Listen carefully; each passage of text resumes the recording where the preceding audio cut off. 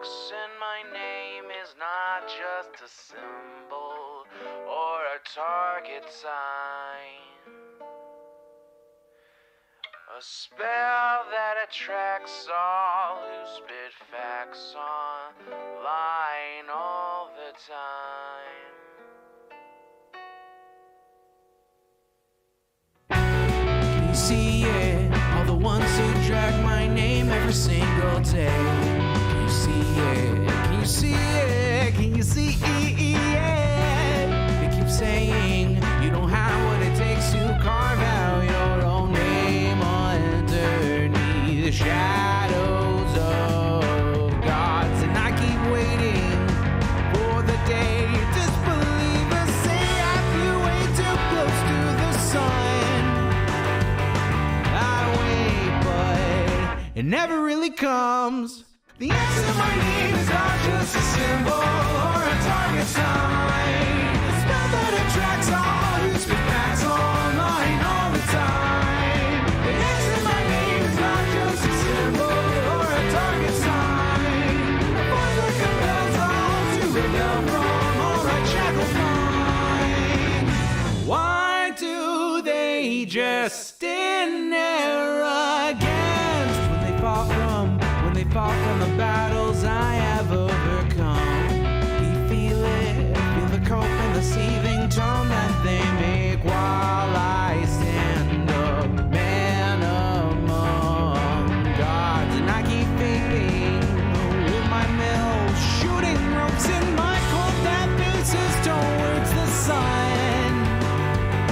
They hate, but I'm sitting comfy with their mom. The X in my name is not just a symbol or a target sign. A spell that attracts all who speak facts online all the time. The X in my name is not just a symbol or a target sign. A voice that compels all to rebel from all that shackled mind.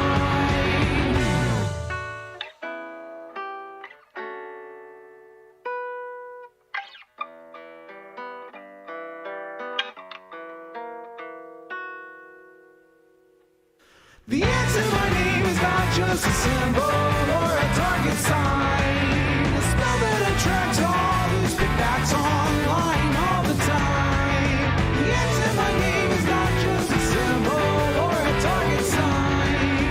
A voice that compels all to rebel from all right shackled minds. It's you and me, your mom, it's me.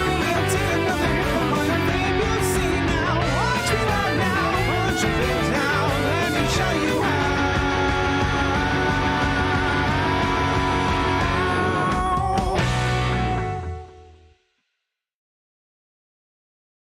God damn, that goes hard.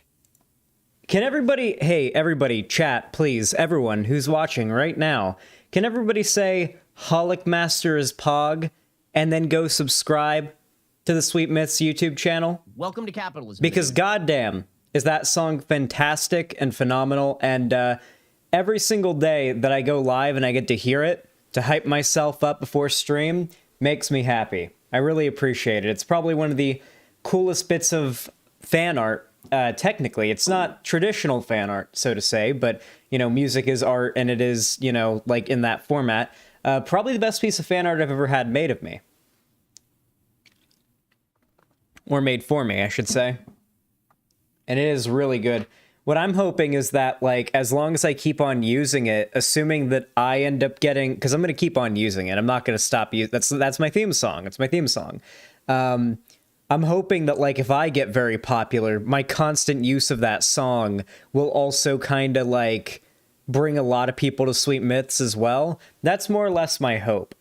And I hope that works out. Sagittary Uwus, I saw it, and I didn't acknowledge it at first because I wanted to finish what I was saying because I'm very easy to get stun locked, but thank you so fucking much for the tier 4 sub. Holy shit. Oh my god, that is, if that's a 3-monther right there, we're already 1/3 of the way through the dono goal right at the beginning of the stream. Hold on. Oh.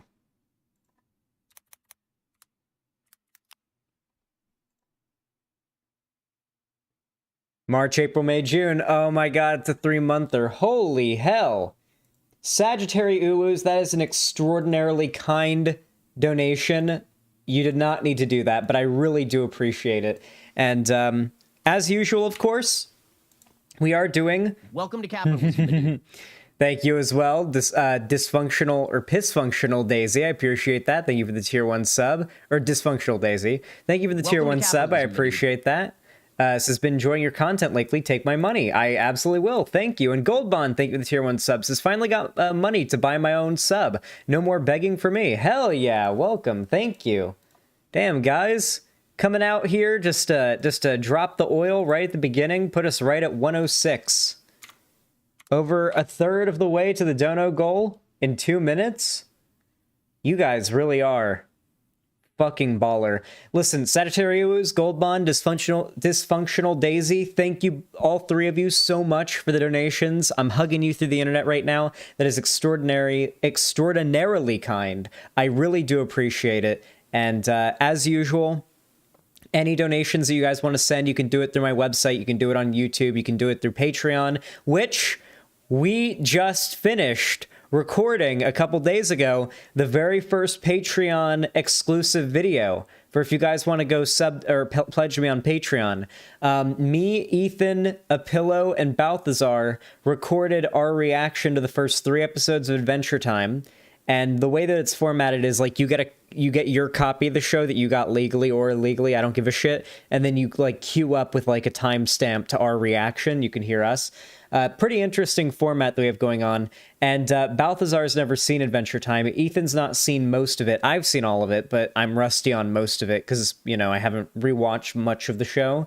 And Apillo is pretty much the second most informed person there, probably, besides me, or probably as informed as me on the show. So it's mostly like me, Ethan, and Apillo, like, dragging Balthazar through Adventure Time right now, because Balthazar is like, we aren't at the part of the show yet where it gets good. You know what I mean? Like right now it's like, okay, what the fuck is this?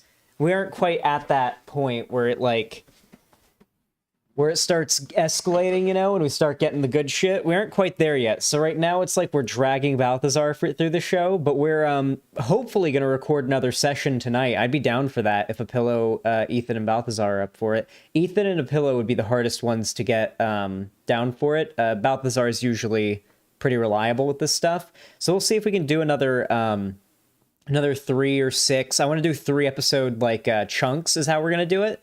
Yeah, we want to keep on going with that and get those like pumped out frequently. So if you want to support me and you want to get some exclusive content with me and my friends, like if you're one of like the core supporters here in the community and you know, welcome like the squad, me, Apillo, Balthazar, and Ethan, and you want to see donated $5. And you go to the watch parties and you want to see more of our hijinks, that's where you want to go. It's more so a thing for like the more hardcore fans, but I mean, if you're somebody who just wants to support me and check it out, it's funny and it is good content. So I think you'd enjoy it. It's just not political overtly, and it's just different from what I normally do. But if you like it, then you like it. So consider checking it out. Twitchy Java Cat, thank you for the $5 donation. Very kind of you. Said, your theme song is a banger of your mom. Anyways, hi. Thank you. Yes, the song is quite the banger. Thank you very much. And I had sex with your mom first, so you can't make the joke. All right. Oh, also, Ink Frog, thank you for the tier 1 sub. I really appreciate that over on Twitch. They have subscribed for 5 months. They're on a 5-month streak. God damn, thank you for the support over on Twitch. Appreciate that. All right. Listen, okay? We are well on our way to the Shadow the Hedgehog onesie. However, it's almost time to get into the politics.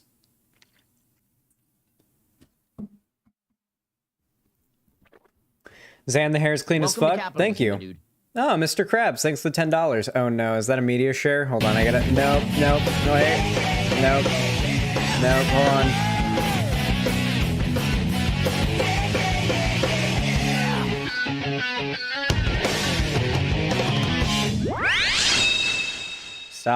Stop.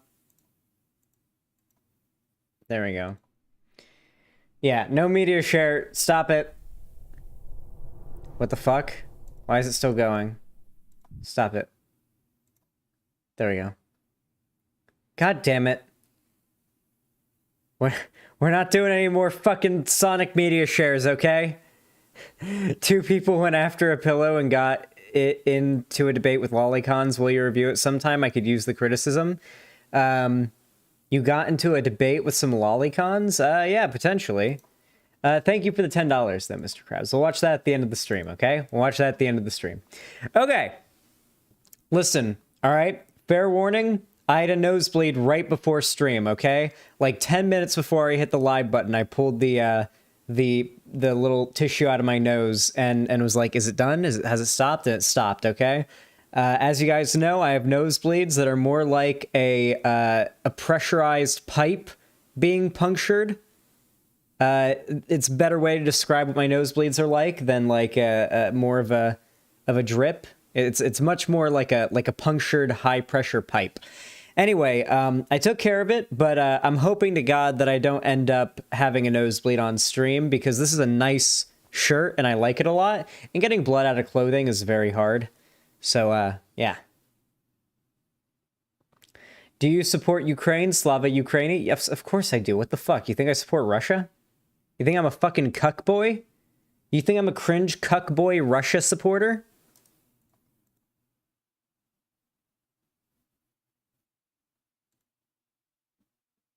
Hassan cringe, okay? All right. We got nearly 300 people watching right now. Extraordinary, by the way.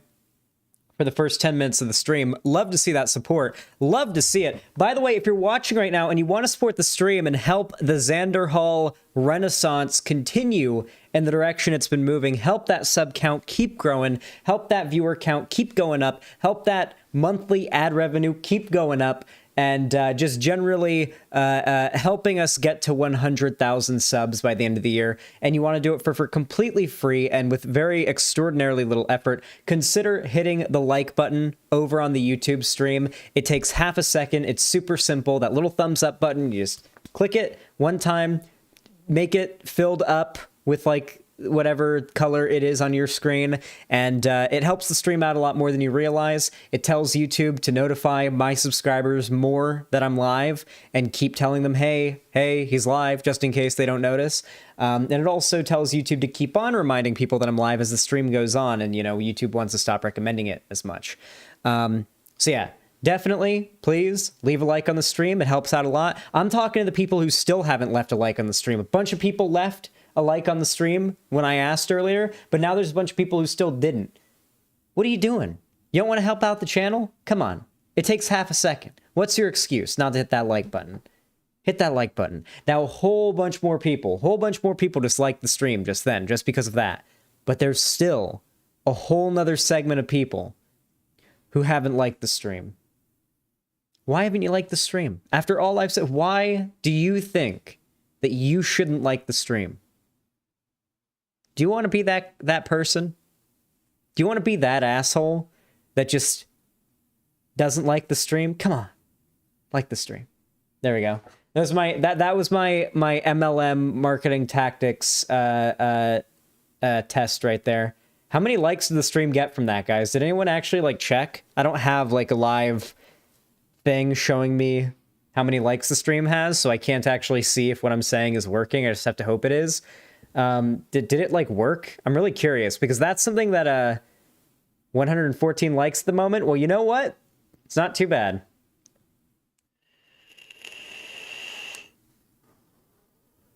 Zan, please give me my kids back. I've done as you asked. You're never going to see your kids again.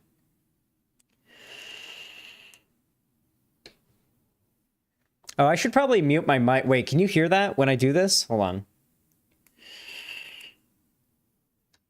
Wow, you can. Is there a filter I can put on my mic that just makes that not a thing? That would be cool. Expander, gain, limiter, noise gate. That should do it, right? Okay, so here's the problem with noise gates is they tend to like fuck up your audio quality. How much worse do I sound now because of the noise gate?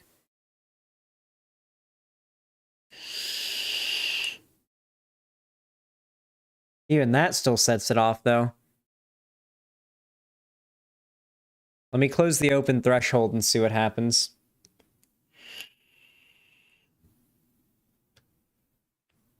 You can still kind of hear it, right? How do I sound now?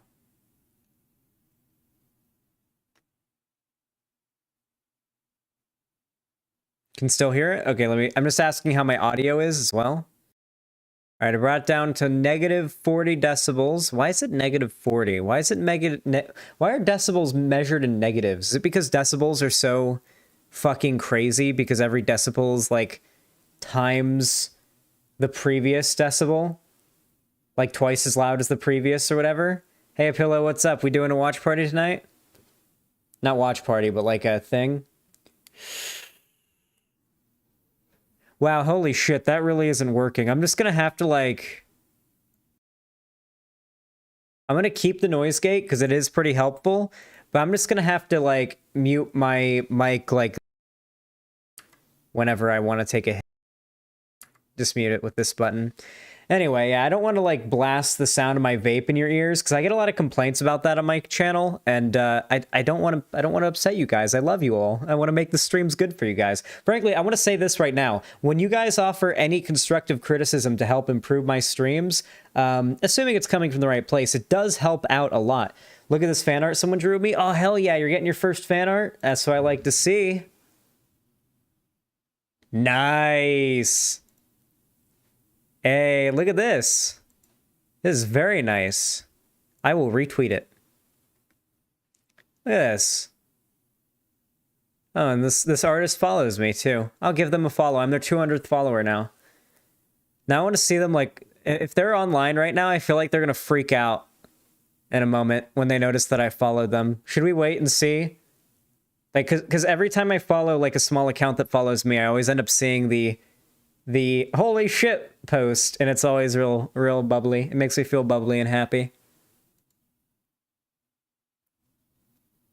Well, we'll wait on that one. It'll happen. Trust me, it always does. Got you on in the background and freaked out. Thought my vape was firing on its own. Oh, wait, chat. Wait, hold on.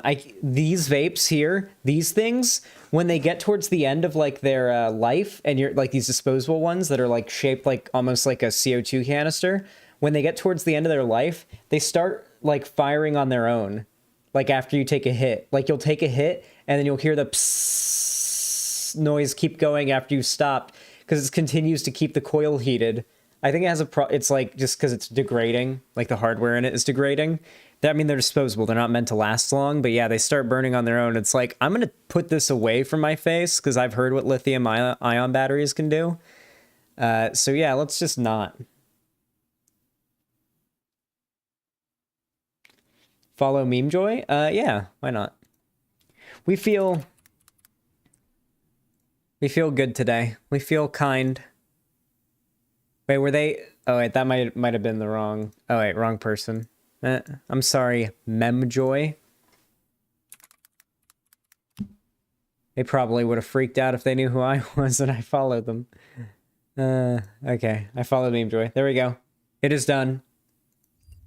This is the way. Jesus, nearly 400 people. God damn. You guys are coming out in massive support today. Make sure to like the stream, guys. Really appreciate it. Let's get ready for the first segment of the day. And boy, am I excited for it, because it is going to be fun.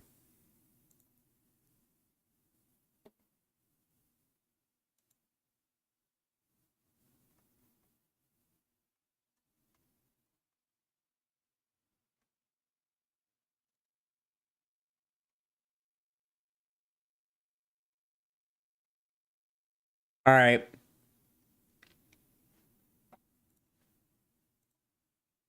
Okay, everybody. So yesterday, or no, it wouldn't have been yesterday. I took yesterday off. The day before yesterday, I did a segment where I covered a video by a YouTuber named Gothix, and it was a pretty awful video. It was just downright horrendous. I don't think she made any arguments. She wasn't able to substantiate her arguments with anything other than anecdote, which is not appropriate evidence to use when trying to prove the existence of a broader problem, as opposed to data, which is contradictory to her narrative.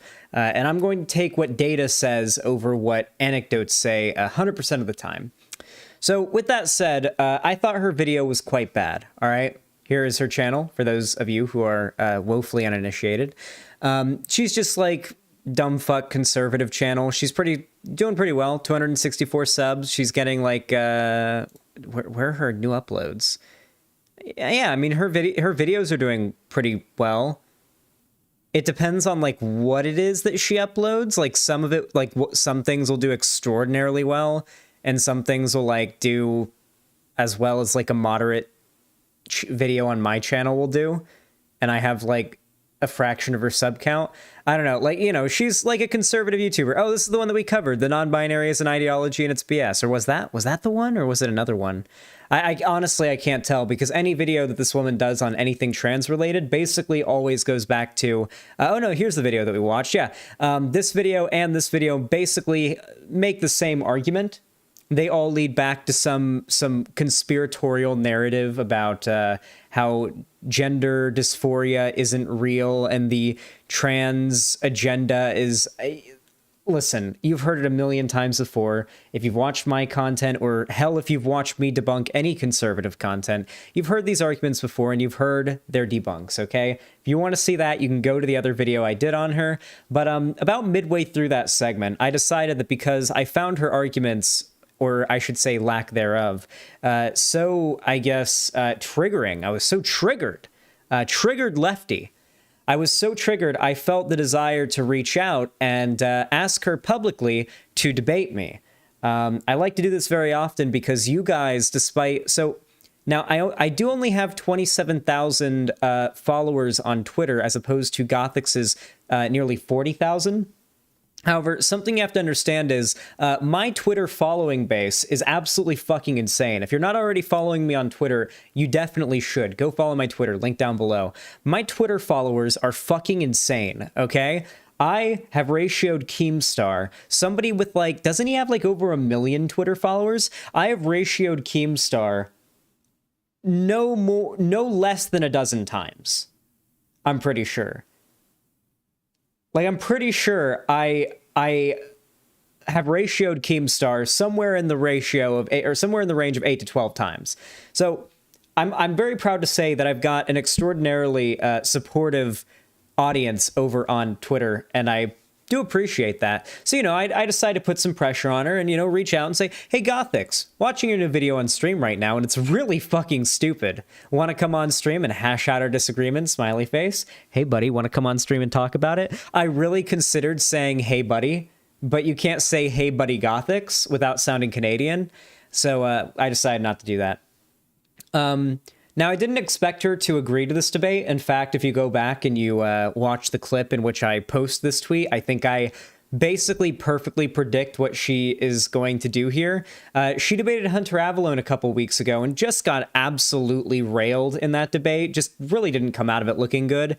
And she hasn't really done debates since then. And as we'll find out more as we go along from some other sources, apparently Gothix is even more terrified of debate than I thought.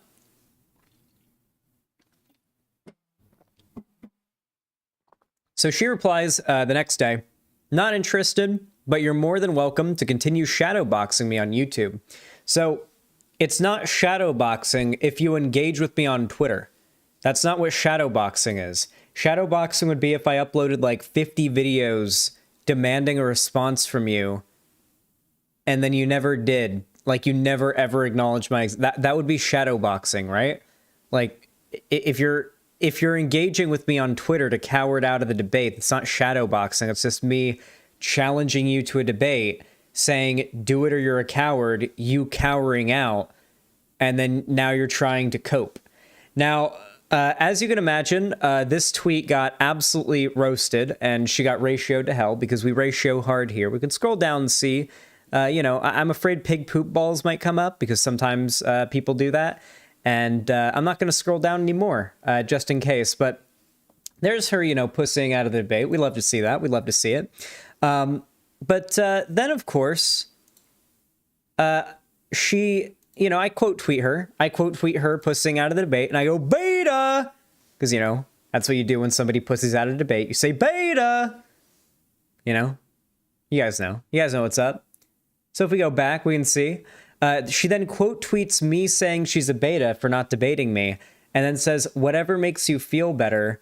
And then does a total subscribers for Gothics and Xanderhal comparison chart. Which, by the way, to do this, you have to go to Social Blade, look up my channel, and then put your own channel into a chart. So she has to like type out my name to put it in there and like compare to like make a chart comparing our sub growth. Also, very fitting of conservatives to argue that numbers and growth and popularity equals correct. I do want to point out this is how conservatives, operate. It doesn't really bother me very much, this argument, because I've always existed on a platform in which conservatives have it easier. Conservatives basically have affirmative action on YouTube. The algorithm is extraordinarily generous to them. Lefty YouTubers have always had it harder in terms of growth on these platforms. It's just a reality of being on here. I don't know what this is all about. But I will say my channel's been growing a lot more lately, and it's been on a pretty positive track. So it's been really funny whenever people who hate me bring up the "your channel is small" argument, when my channel's actually doing like better than it's ever done ever right now, actually, and it's pretty good. Regardless, though, she gets nice and salty about me calling her out. I also like how she shows my video here, which I believe has as many views on it as her video that I was responding to. I don't like. Why would you try to roast me like by doing that? I don't know.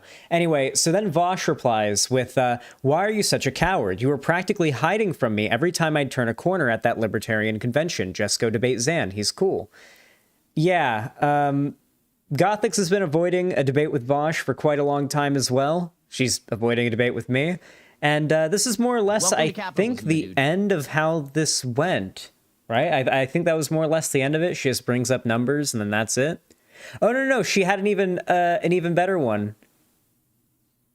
Oh, yeah, she had an even more pathetic tweet to, like, end it on. If she had ended it on, like, the haha, I have more numbers than you, then maybe she could have won at least with her audience. But, like, this one really made her look stupid.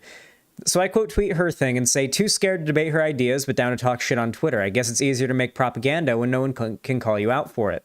And she responds, "Yes, I'm terrified of a 22-year-old he, him. You got me."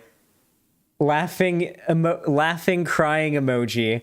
So we got the, I don't know what the 22-year-old comment is. Like, I don't know how old Gothics is, but like, also he, him, like everybody has pronouns. Like, Gothics, you're a woman. A 22-year-old guy is like probably the biggest threat to you as far as humans go. What are you talking about? Yes, you should be terrified of 22-year-old men. Probably. At least a little. Just at least as much as every other woman.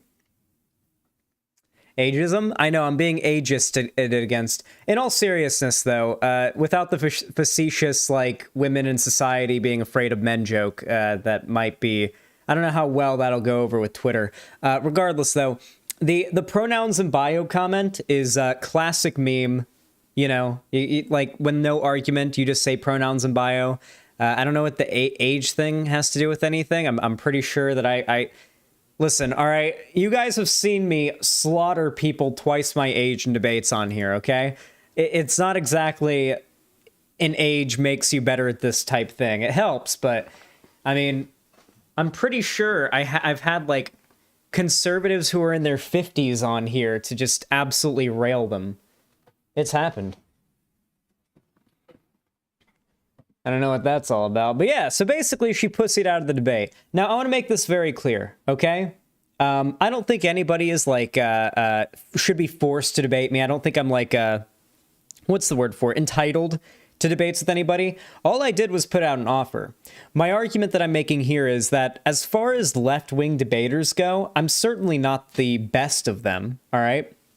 I'd say I'm pretty good at it. I'd say I'm okay at it. I'd say I'm, like...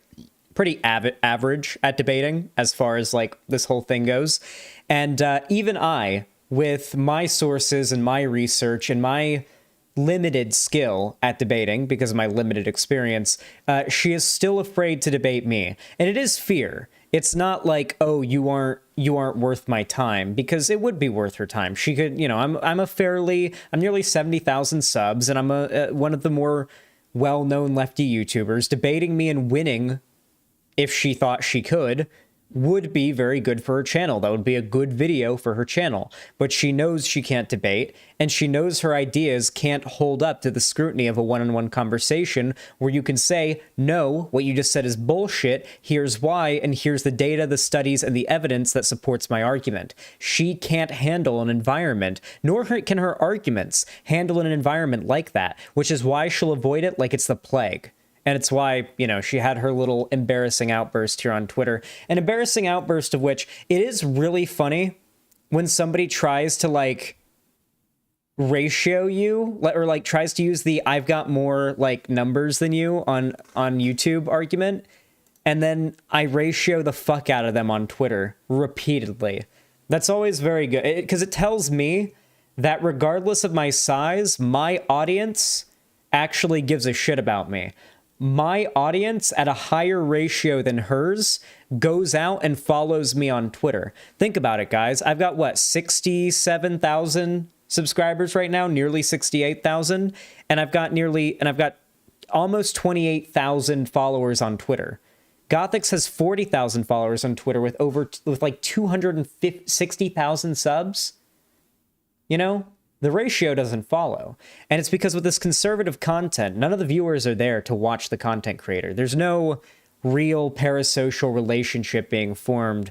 And yes, it is a parasocial relationship. The relationship that forms between a fan of content that makes them and the creator and makes them a fan and like that content is a parasocial relationship. If you like a TV show, you've got a parasocial relationship with the characters and the actors. If you like a YouTuber that you watch frequently, you got a parasocial relationship with them, regardless of how minor. Don't freak out about my wording. Anyway, so, her audience doesn't form that parasocial relationship with her, nor do most conservative YouTubers and their audiences. For the most part, they are just acting as a speaker through which a constant looping track of the same talking points is played on repeat. Over and over and over again for people who already agree with those ideas to continuously listen to as they, grind their soul away through their mundane lives until their death, okay? Just because they can't survive without hearing somebody tell them that they're correct and, somebody agrees with them. All the better if they're a white conservative guy, and I'm using the card. I'm using the card. Especially if they're a white conservative guy who wants to hear a black woman of color, wow, how redundant, a woman of color tell them how oppressed they are, okay? I'm sorry, but it's true. I've talked about it before. When I was a conservative, some of my favorite content as a little white lad was to hear from women and people of color, what have you, that I was actually the one who was oppressed, that Antifa and the SJWs and the feminists, etc., had gone too far, and now the pendulum had almost shifted, and now white men were the ones being oppressed and put down by society. It felt very nice to sort of wallow in my own self-pity and blame all my problems and all that, on these weird cultural things that could help me blame my shortcomings on, I don't know, women and society making women more promiscuous, or how feminism is making it so that men who are predatory are getting exposed, but now it's making me worry that I might get falsely accused. And while I did get falsely accused, it's because I'm a content creator, not because I'm a dude.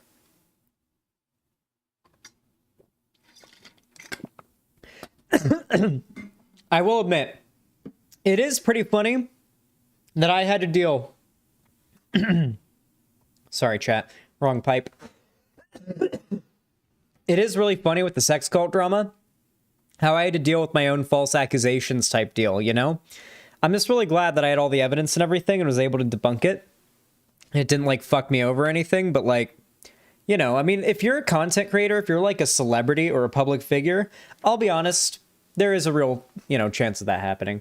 But regardless, People love hearing that they're really the oppressed ones, especially if their life sucks or they've got a lot of problems. They like to be told that the problems that they're facing are not because of them. It's because they're being oppressed. Now, I want to point something out. Conservatives are actually really good at making arguments. Did you guys know that? Conservatives are actually extraordinary at making arguments against themselves. Insofar as when they accuse the left of things, they actually almost overwhelmingly end up projecting their own intentions onto the left, and thus make a perfect argument against the right, if you were just to adopt that.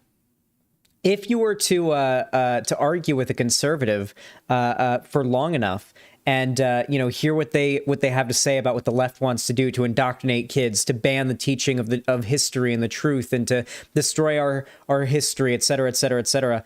Look at what Republicans right now are doing on a legislative level, not on the streets in protests or in like op-eds and YouTube videos being too woke or whatever on TikTok. No, what Republican politicians right now are doing in our government.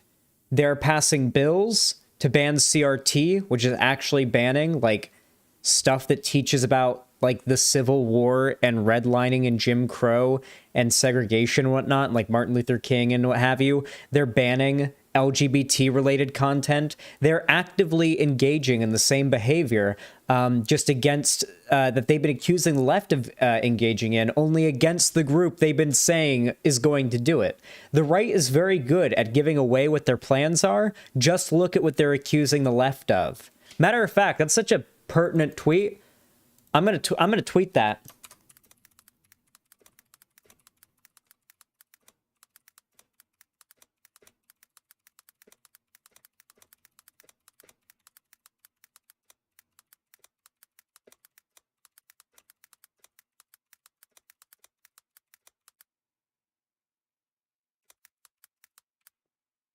If you're ever wondering what kind of horrible shit the right is planning, just look at what they accuse the left of doing. Nice.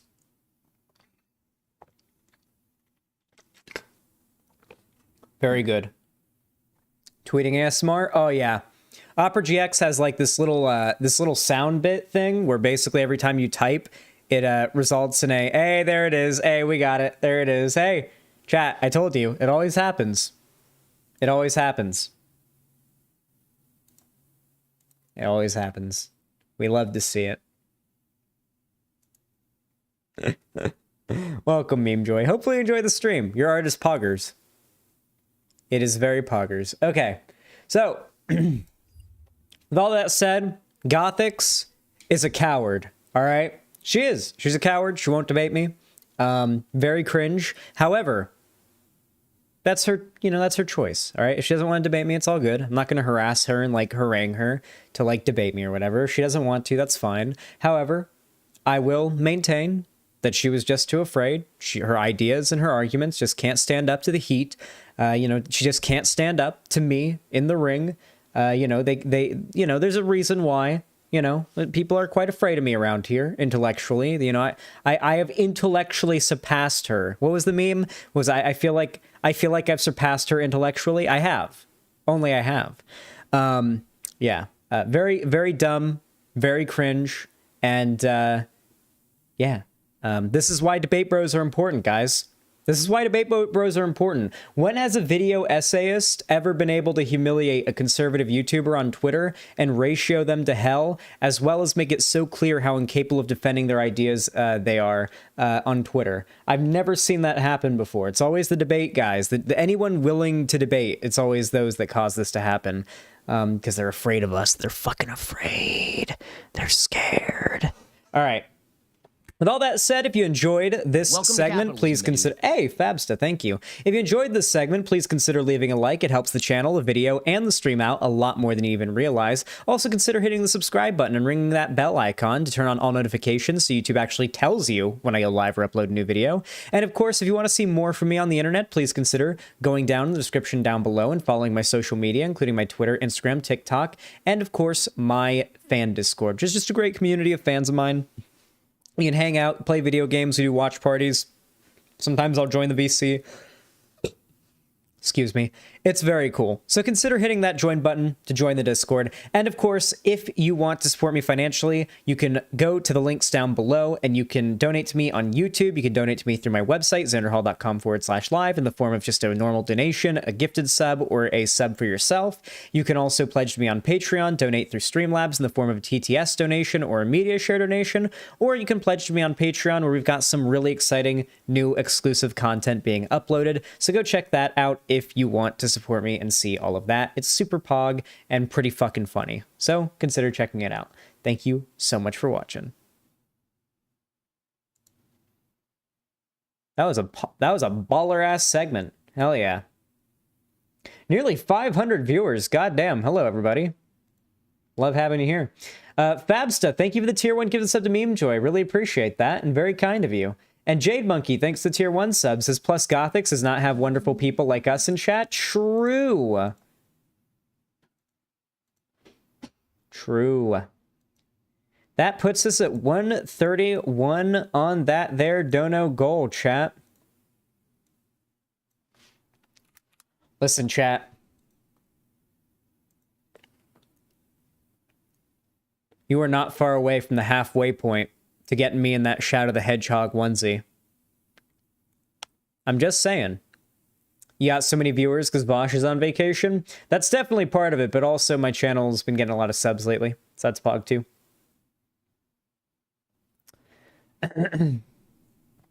Hey chat, do you guys mind if I go refill my water with some water? I'm gonna go refill this bottle really quick, okay? Don't go breaking my heart, okay? Don't go leaving and breaking my heart.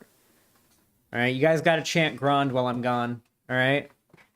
You guys gotta chant Grond for my chair. Grond, Grond, Grond, Grond. Thank you.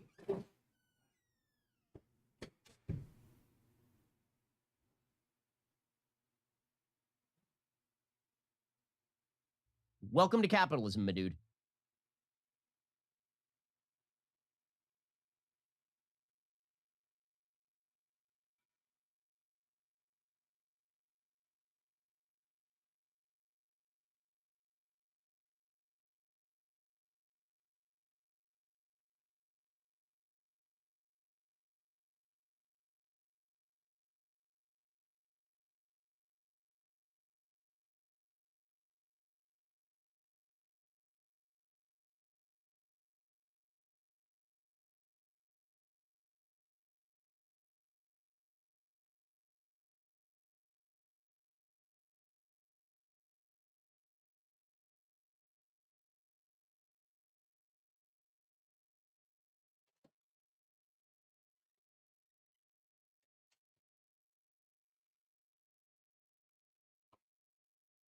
Poo poo pee pee.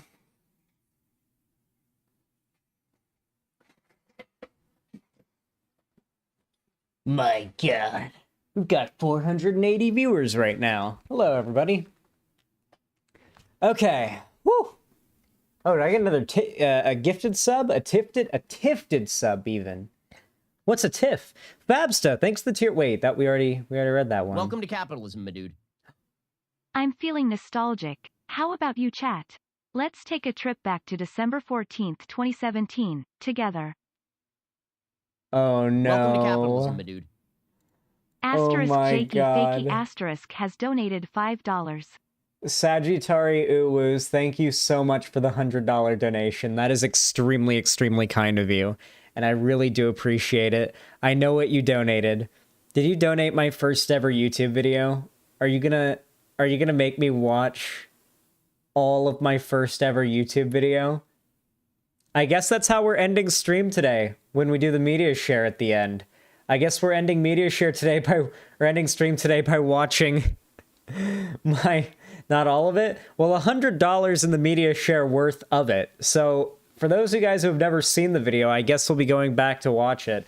I'm really curious to see how much my commentary while gaming has changed over the course of that time, because I'd say oh wow, 500 viewers. I'd say my biggest struggle as a streamer right now, like Like, if I had, like, my stat list, like my streamer stat list in front of me, I feel like my lowest stat would be commentary while gaming, would be, like, my lowest stat. Like, I feel like my highest stats would be, like, commentary, speaking, debating, reading, gaming, and then, like, somewhere towards the bottom of my stat sheet, one of my lowest stats is probably, like, talking while gaming, like doing commentary and remaining entertaining while playing a video game.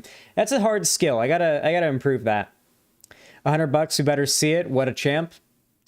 Biden being a little based wants to set the price of insulin to $35 a month. Woo. Joe Biden's not that bad.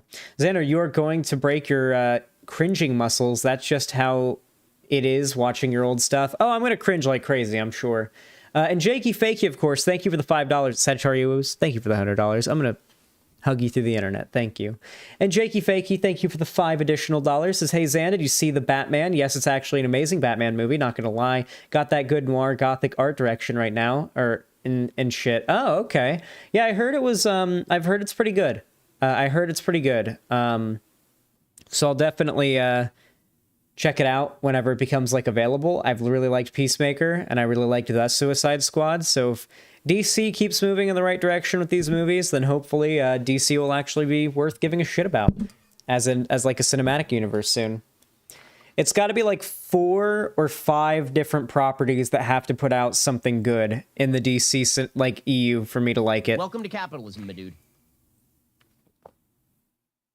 Like, I've liked Peacemaker. I liked the Suicide Squad.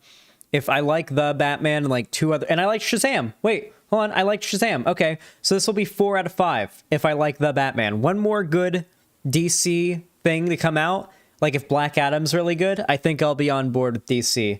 And I'll be like on board with the whole, I want to go see this movie right when it comes out. Or we're going to watch like a rip of this movie right when it comes out, you know, type deal. Heza, hey, thank you so much for the 5 tier 1 gift subs. I really appreciate that. Thank you so much for the $25. That is extraordinarily generous and kind of you. Here's a nice little internet hug. Very kind of you, my friend. Really appreciate that. That puts us at 261. Let me go ahead and update the dono goal. You guys are gonna have me in that Shadow the Hedgehog onesie in no time, or in no time it looks like.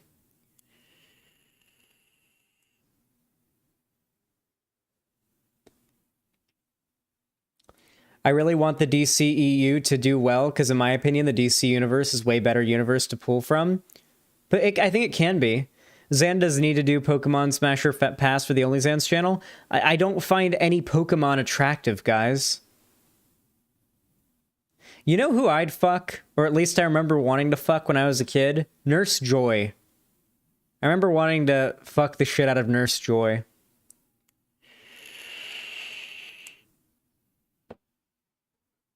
Stop the cap. Ditto is fuckable? Well, Ditto's different, okay? Ditto can transform into a MILF, I'm pretty sure.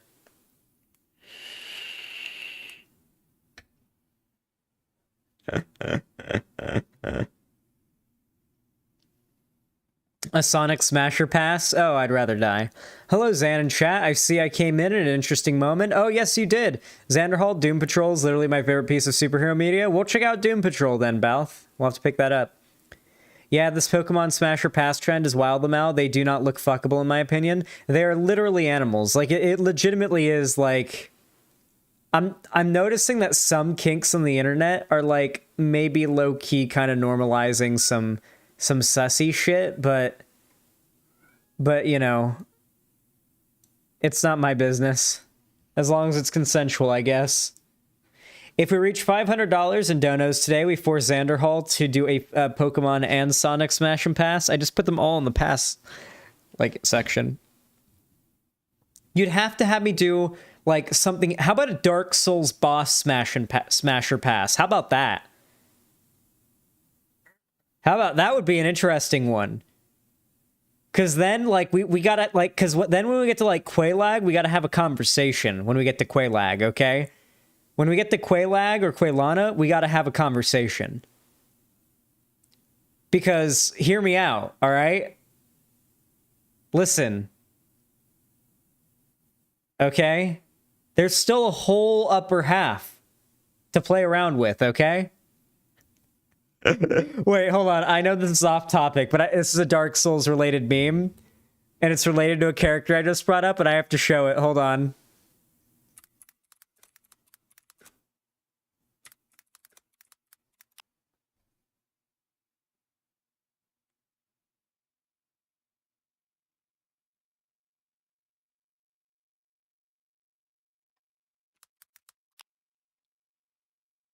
Who's seen the Dark Souls Kirk Knight of Thorns animation? It's so fucking funny. Where is it? Okay. The movie this is a reference to will make both Lonnie and Balthazar laugh, at least, because I know they both like this movie.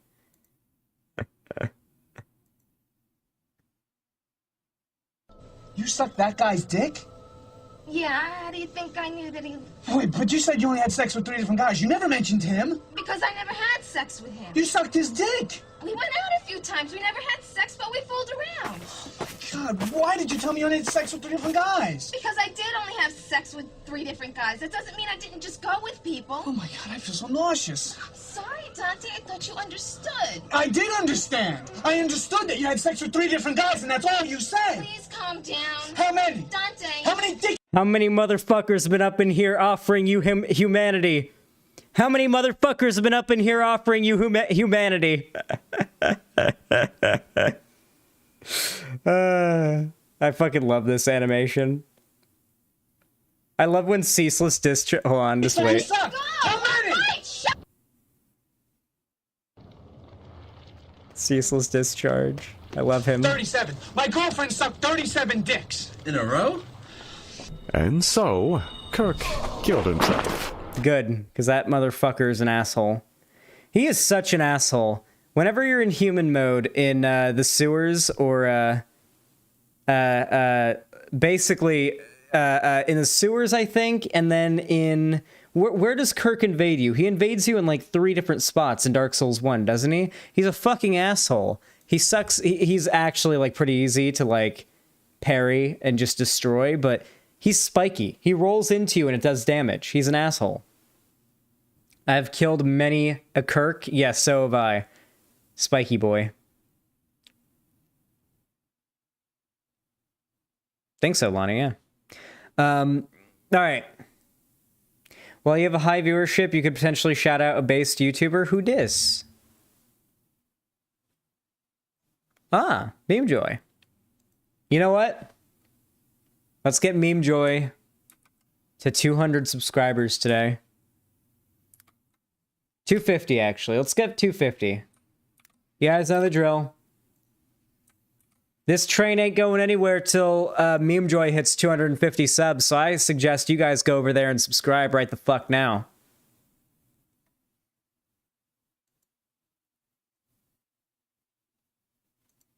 This stream ain't going anywhere till this channel hits 250 subs, so you guys better start subbing.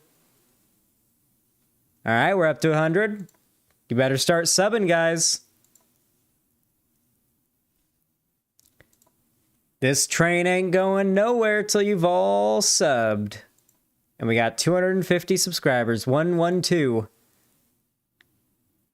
Get them in there.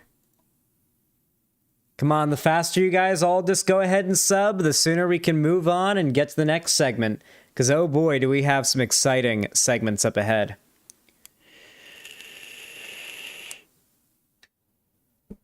The tragedy of the commons. Yeah, it's sad how many people are just sitting and watching right now like, I won't sub. Someone else will. Other people will do it. I'll just sit here and wait. And they're just sitting here and watching like, my sub won't count. It's not worth it. Why bother? It's too much work. Why bother? Imagine being one of those people. Hey chat, can we Pepe laugh at all the people who are just saying, why bother, and not hitting the sub button? Can we laugh at all the lazy fucks not doing it? 100 more to go. There are 461 people watching right now. I know for a motherfucking fact there are 100 more people Welcome here to capitalism, subscribe. dude. Mr. Krabs, thank you for the $16. I appreciate that. Dude, I'm telling you guys, I had this idea recently, a few nights ago. I call it career day. All right. When I become, like, hopefully one day, like Hassan's size, like, let's assume that I ever manage to reach like Hassan or Vosh size, I want to like occasionally do a thing where it's like, hey, let's go literally make someone's career, you know, where we just go find like a small channel that makes good content and just literally make them have a YouTube career by the end of the day. Because that's what YouTubers that size have the power to do. I feel like that'd be extraordinarily cool and fun to do, and we'd call it Career Day, because we'd be giving somebody a YouTube career. That'd be fun.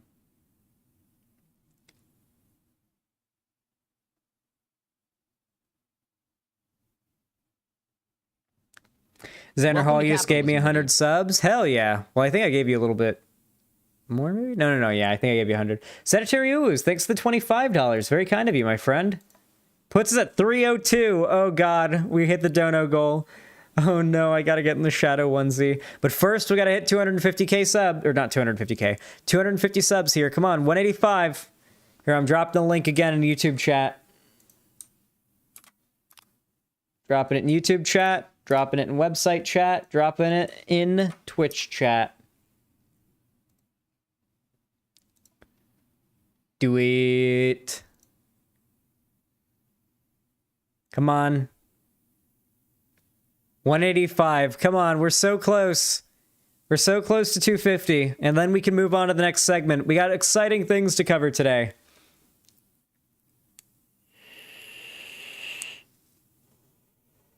Poob did the editing on your most recent video. Hassan lies about JXC. Let's go ahead and watch a bit of Meme Joy's video. Just bring people in. Hey guys, it's Meme Joy, and today I got a little bit of a nugget of drama for all of you, if you want to call it that. So today we're talking about the situation with JXC and Hassan. Not really the initial drama itself. There's nothing really to discuss there. It was Hassan reacted to one of Jay's videos. Jay didn't really like it because Hassan's style of content isn't really transformative when it comes to reactions. True. Of course, Hassan was one of my favorite leftist political streamers, like, back in 2020, because, yeah, dude's content was pretty good, you know? I thought it was pretty good. I learned a lot from it because I was a baby leftist at the time. And, well, his reaction content isn't really the best, and he is well known for doing a little bit of a thing called what? Hopefully this gets me a sub. Also, Scaly Squad, where you at? Zapsalis, thank you for the $5. Did you say hope this gets you a sub? If you're wondering how you subscribe, you just go to the website and you click the sub button on the top left. It says subscribe, and you just pick the tier 1 $5 one.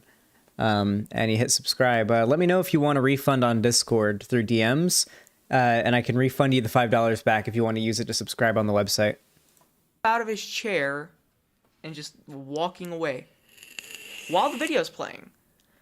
And, True. You know, Jay made a video criticizing him, and I'm going to speed this up really quick because we want to get the, want to make sure everybody gets the pitch. All right, this is the pitch to everybody to subscribe to your channel. Hassan, in return, did something pretty fucking unforgettable. 203, come on, less than 50 first, subs why am I left. talking about this? Even though bigger channels have covered this, one, because I want to, and two, because, again, back in my baby leftist days, I came across JXC's video about no bullshit. I used to be a guy who watched no bullshit a lot, and seeing I watched that a bit of video no bullshit where it back just in the proved day. that somebody that I looked up to and somebody that I thought was only telling the truth, thought that was like a good content creator or whatever. No bullshit's videos are just garbage, by the way. It was just some sniveling, like, bitch. Just a bitch in general. It was just shocking, and that video only served to push me further left. So, Welcome to I kind of capitalism, my dude. have some kind. Oh, Sound Judgment, thank you so much for the tier 1 sub. It's extraordinarily kind of you. Thank you, and I'm hugging you through the internet right now. Here, once we get to 250 subs in this channel here, I'll put on the shadow onesie and we'll move on to the next segment. Kind of feeling that I should cover this. I don't know. But Hassan made a statement 208, about come on. the whole situation. Keep 'em That's coming. what we're going to be covering today. So, let's get into it. Less than 50 needed. Watch their videos ever again, and I move on. This is what I said 1 fucking year ago. Since then, he made a video, or they made a video, afterwards, they had like a bunch of fucking Nazis in the kill stream. Oh, and there's the first lie that Hassan tells. I'm going to warn you now, Hassan lies a lot throughout this clip. The first lie he told was this, that it was 1 year ago. What? No, that was 5 months ago. Less than half a year ago that this all happened. The reason that Jay released the video now, as opposed to 5 months ago, is because video essays take time. Also, Jay's a content creator. He wanted to make videos. In the meantime, she wanted to cover other things, talk about movies, as she does. And it's really good videos. Please go watch her. I'll probably put the link in the description.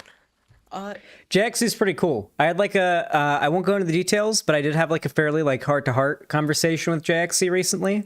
That was more of like a friendship, like personal combo. And yeah, JXC is like super chill. It's really wild. Somebody that like, I think the first video by JXC I ever watched was their video tearing down PewDiePie's arguments for why the MCU is bad. And, you know, I pretty consistently watched their videos like since then. And so the fact that I'm like friends with them now is pretty wild. That's happened like a lot in my time as a content creator. It's one of the most consistently bizarre things about being a YouTuber is befriending people that I once like looked up to and almost saw as like untouchable figures, you know? So like Mudahar is a good example of this. Like me and him are pretty cool. He follows me. I've talked to him, but he sometimes hangs out in my chat. You know, he's like one of the bigger YouTubers out there, you know? He's like so culturally relevant online right now. It's almost like he's more of a force of nature than a person. He hangs out in my YouTube chat from time to time. And he tried to help me get a false strike I had in my channel removed. I had Scarce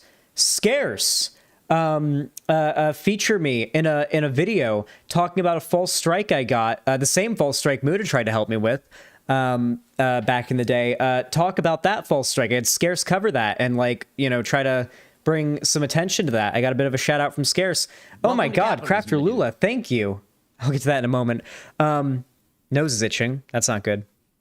Yeah, I mean, even like the negative interactions, even interactions with like Keemstar, like even when I like get into an argument with Keemstar, it kind of still fills me with sort of like a bubbly, warm feeling because it's like, dude, I'm having Twitter beef with fucking Keemstar, man. I'm a fucking YouTuber. It feels great. It does feel great. Even when it's like beef with like a YouTuber that I've known about for a long time, it's like, I've known about Keemstar since I was a fucking teenager, okay? It is almost kind of an honor to be able to, like, be a fellow YouTuber dunking on him like everybody else. It's pretty fun. Crafter Lula, holy shit. Thank you so much for the tier 4 sub. I really do appreciate that. We can always count on Crafter Lula to be the most based Euler in the chat. Hold on really quickly. Let me check how long that is just so I can add. A 3-monther. Oh my God. Thank you so much, Crafter Lula, for the $96. That puts us at, oh my God. That puts us at $408 out of the 300. I guess I gotta set the new goal to 500. I'll rename it Feed Me. Thank you guys so fucking much. Oh my, can I just say, when you guys just come out and bring insane amounts of support to the stream with like donos and stuff like that, it always warms my heart a lot. I always really appreciate that. Here, how's Meme Joy's channel doing? Come on, guys. Come on, 215. We're trying to get it to 250. Let's leave this channel with 250,000 subs, all right? You can't monetize your YouTube channel till you get 1,000 subs, so help this working class LGBT, I assume, based on the flag, lefty content creator up to 1,000 subs so they can monetize. Welcome to capitalism, my dude. Sanitary We ooze, need thank the funny you. number. We do need the funny number. We got the funny number. Thank you for the donation. We're now at 420. Thank you. Onesie, once this number hits 250. 223. Come on, we're so close, guys. Keep them coming in. We're so close. We don't move on until we hit 250.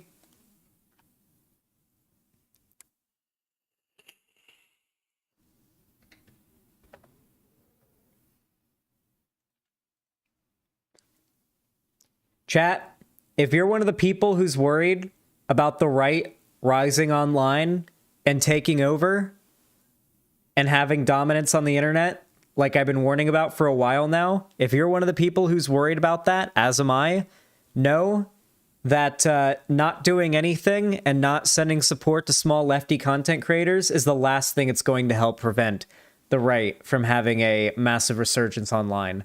That is the last thing that's going to help this situation.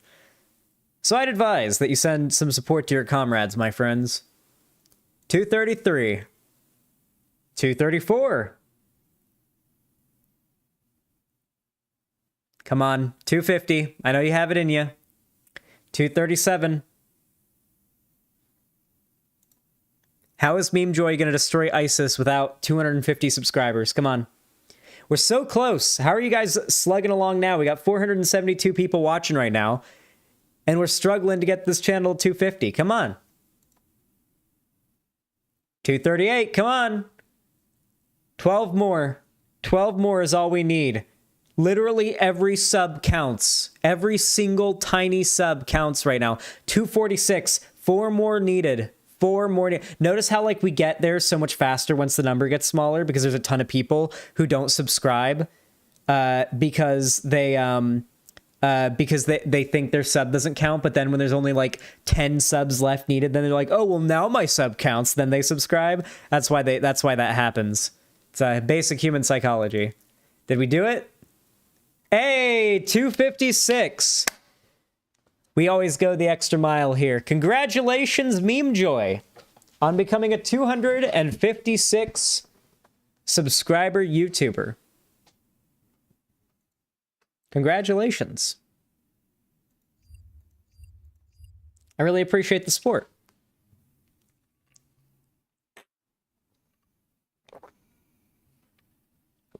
I'm losing my shit right now. Well, just know over the course of a couple months, we got a pillow up to 1,000 subs. So if you stick around and you hang out, especially in my high viewership streams, it definitely remind me to send some people over, because I do love helping out other content creators and helping them get that basic like platform going. You know, you got to start somewhere. You know, you can't like really build a content career on YouTube from nothing very easily. So just having something to start with makes all the difference in the world. Once you've got something, at least like a few hundred people that consistently watch your content, you've got something to build on your own. But it's really hard to get a few hundred people, like, you know, to be consistently watching your content. Getting there is pretty hard. So I like to try to help people get there. It makes me feel nice. Here, really quickly, I gotta put on the onesie. You guys know how it be. Oh, my balls are stuck in my thighs.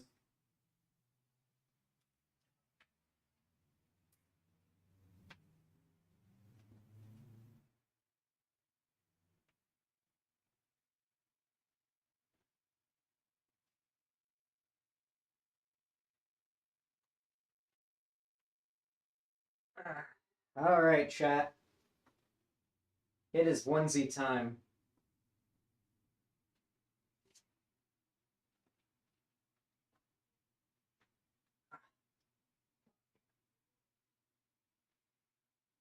I can hear Lonnie talking to the cat right now.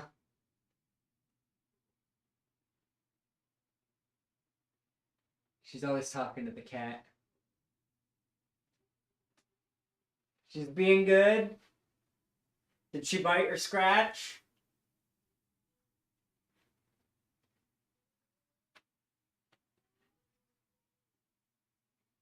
Sounds like she's biting and scratching. Sounds like she's being a bad cat.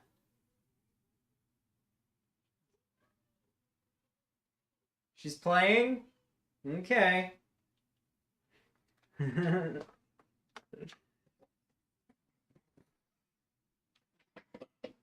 Lonnie says the cat is playing, which either means she's actually playing or she's mauling Lonnie's hand.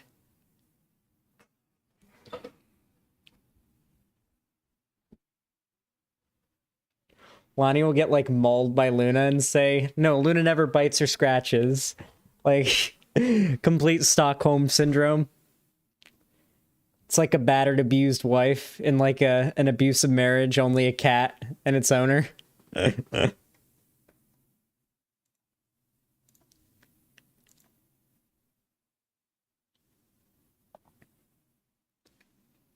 Okay, Zapsalis, let me give you a refund really quick. Hold on. Give me a moment, chat. I gotta refund a dono really fast. I've never done this before, so let's hope that I do this right.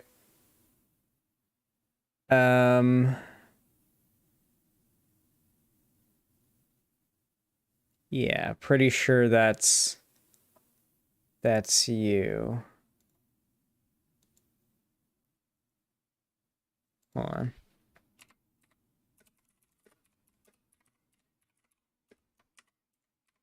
Welcome to capitalism, my dude.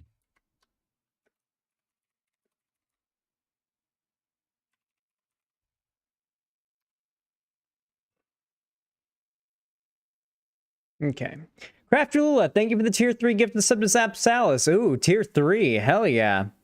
What is that, $25? How much is a tier 3 sub again, chat? I don't remember.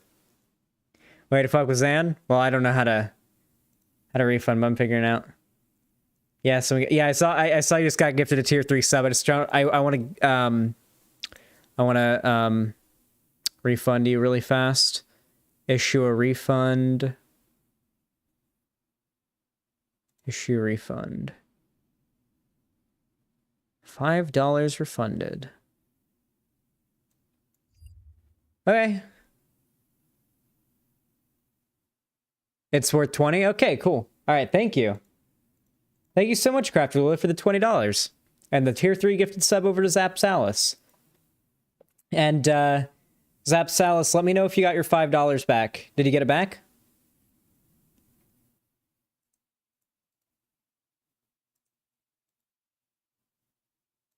Can I still give you $5? You could donate it back if you wanted, but you could also just keep it. I refund it. Bro, the onesie? Hell yeah. I refunded it back to you, so you can either keep it or donate it. It's up to you. You should have it back now. Okay. So, with that said, allow us to move on, huh? All right. Oh, you know, I just realized? I forgot. We got people watching over on Twitch because I'm streaming on Twitch today. I got to run an ad break over there. Hey, if you're not subbed over on Twitch, you should subscribe because it means you get to avoid these.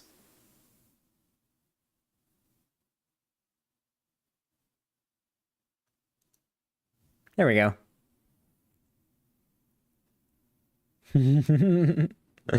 We gotta get the Twitch viewers gotta have their punishment. You guys know how it is. It's what they get for not coming to the website. Common Twitch L, true. Top of the hour every hour. What if you wanted to go to heaven, but God said top of the hour every hour? Okay. All right.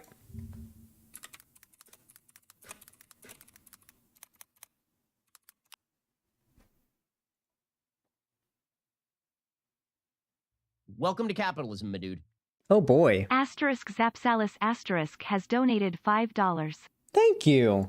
Very kind of you, Zapsalis. I appreciate that. Says you earned it. Heart, heart, heart. Thank you, Lula. Thank you very much, Zapsalis. It's very kind of you. I like how you gave me $5, I refunded it back, and then you gave it back to me. I wonder what PayPal's thinking right now. PayPal's probably thinking, what the fuck? Are they... What is this, like some money laundering scheme?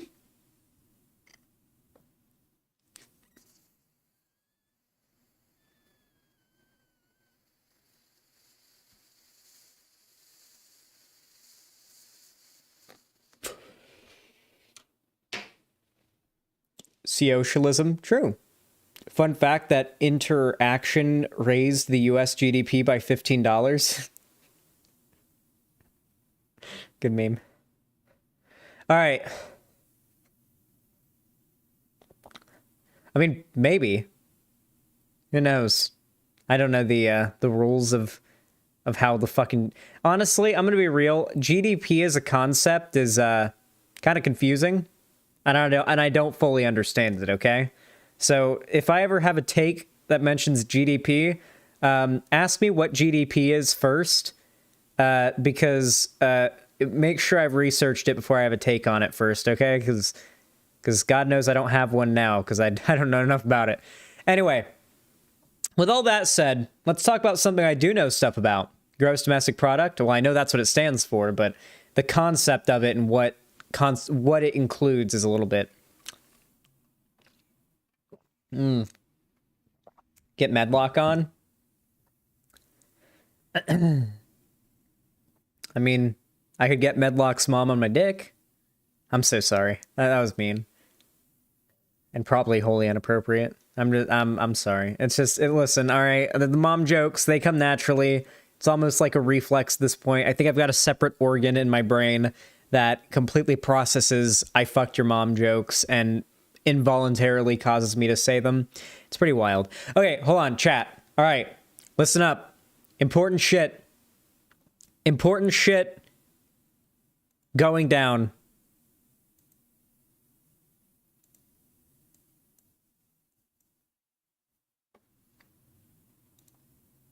So chat, you guys know where I'm from, right? Before I lived out here in California, you all know where I came from, my homeland. You guys know where, right? I'm waiting to see it. There it is, Crafty Lula. Florida. Yeah. I came from a little place we like to call Florida. Now, Florida is a very, very, very red state. It is quite the conservative state. Now, Welcome to capitalism, my dude. when it comes to elections, it may be almost purple. I think last election it was almost purple. That may be true. Thank you, Mr. Krabs. However, broadly, the people of the state and most of its elected representatives are very right-wing, which meant that my time in Florida, even when I was conservative, and I didn't really realize how having conservative politicians elected would affect my actual domestic policies, where I live, I noticed how poorly ran Florida is. Florida truly is just terribly, terribly run. It really, really is. It's just it feels like everybody is on half-assing their job. It feels like everything only works like a third of the time, 60% of the time nothing is working the way it's supposed to. Listen, if you're from Florida, you know exactly what I'm talking about. You know exactly what it's like. It's a shit show. There's a reason why the memes about it exist. It truly is just a horrible place to be. Regardless, though, the conservative leadership of the state makes it a uniquely hellish place to live if you are LGBT, because the Don't Say Gay bill just passed in Florida. And when a bill has that nickname, it gets you thinking. It gets you wondering, why is it called that? And it gets you thinking, why has it passed? So let's find out what's going on with that, huh? 69 yeas, 47 nays, Mr. Speaker. The bill passes. The Florida House has passed a controversial bill limiting conversations about sexual orientation or gender identity in the classroom. The House voted in favor of the Parental Rights in Education bill after weeks of nationwide outrage over what some call the Don't Say Gay bill. The bill prohibits, quote, classroom discussion about sexual orientation or gender identity in kindergarten through third grade, or in a manner that is not age appropriate or developmentally appropriate for students in accordance with state standards. It's actually providing boundaries, and it's fair to our teachers and our school districts to know what we expect. The bill's author defending it, saying the bill won't stop students from talking about their families or LGBTQ history. He looks like Richard Spencer. Like all you need to know from a lot of these people is the way that they look. That he's got the Nazi haircut. He's literally got the neo-Nazi haircut. He's got the Nick Fuentes white nationalist fade. He's got the specific fade all the white nationalists have, okay? Listen, please, chat. Is there anybody who has this haircut that you know of who is confirmed not a Nazi? I actually can't think of anybody who isn't a lesbian who has this haircut who is confirmed not a Nazi, okay? Not a single person. LGBTQ history, like the 2016 Pulse nightclub shooting. Creating boundaries at an early age of what is appropriate in our schools when we are funding our schools is not hate. The bill's opponents, however, say it could clear the way for lawsuits from. So we need to make a fundamental acknowledgement of the motivations behind this bill, or at least the sentiment behind it. The implication that any discussion about being gay, being LGBT, gender identity, sexual orientation, anything like that, if it means that you're gay or LGBT, the implication that discussion of that or the presence of that around kids is inappropriate inherently implies that it is wrong or immoral or worthy of hate, worthy of discrimination, because we don't treat straightness that way. When a student, has a crush on another student in the classroom, do you know what they do? The teacher encourages you on Valentine's Day to write the kid that the girl you have a crush on a Valentine's Day card. That's what happened when I was in school. As a straight boy having a crush on another girl in my classroom, and I tell the teacher, and it'd be Valentine's Day, the teacher would be like, write her a Valentine and say you like her. The teacher would encourage that. If it was two boys, it would be, the teacher would lose their job in this case. The implication here is simply that straight relationships, to be straight and to be cis, is normal and morally permissible and okay, and that anything standing outside of that, what you see as normalcy, is immoral or inappropriate for children to be exposed to, and thus should be covered up and concealed. The implication is being straight is okay. Kids are allowed to be exposed to that. We expose kids to plenty of straight relationships and the concept of straightness and all that all the fucking time. But when you just make it gay, now all of a sudden it's inappropriate. And it hints to a lot of the motivations behind a lot of these, bills getting passed. Parents who view any discussions about LGBTQ people or issues as not appropriate. Beyond potential lawsuits, one Florida Democrat who identifies as gay is concerned about how the law might make students feel. It sends a terrible message to our youth. How did you feel when you heard? So we're going to see colossal rises in LGBT suicide rates, depression, suicidal ideation, all those things. We're going to see a monumental rise in all of those things in Florida because, as we know, due to the copious amounts of data available to our fingertips about this, the support of family, friends, and just generally having access to education that informs basically everybody, but including LGBT people especially, about the existence of this, allowing people to know, hey, gay people exist, and if you feel this way, at least you know what it is, right? Wouldn't you at least want to know what it is if you were, there are kids out there who are gay. If you're somebody who's out there and maybe you're a little iffy on whether or not we should be teaching kids about LGBT stuff, think about it like this, okay? Assuming you're not a homophobe, assuming you're cool with gay people and you don't think it's a choice and you think it's all good and all that, and you agree, you're born that way and all that, you're all we're all on the same page there. Don't you think by that logic it's reasonable to assume there are some LGBT kids out there and it may be best for them if they're allowed to become aware of the existence of being LGBT while they're young and having these feelings rather than feeling isolated, alone, and they don't know what to do? I'm going to take a wild guess and say that them feeling like they know what they are and know what's up and being educated about what being LGBT is, what your gender identity is, how sexuality works and whatnot, I feel like that's going to make a lot of, not only going to make straight cis people and whatnot, more accepting of LGBT people, but make young LGBT people more knowledgeable and more confident in themselves. All around, positive outcomes. But conservatives don't like positive outcomes. They are demons. Heard the news. I felt furious. Sophomore Kaylee Sandell is president of her Florida high school's Gay Straight Alliance in Leon County. What do you think the impact of a law like this will be for students? They've been told all their lives that you can't talk about that here. Then they're going to believe that something's wrong with them and they will end their life. A nationwide survey of LGBTQ youth found 42% seriously considered attempting suicide last year. That number more than 50% for transgender and non-binary youth. A bill proposed by a group of Republican lawmakers. Yeah, that is a statistic that cannot afford to go any higher, and it will.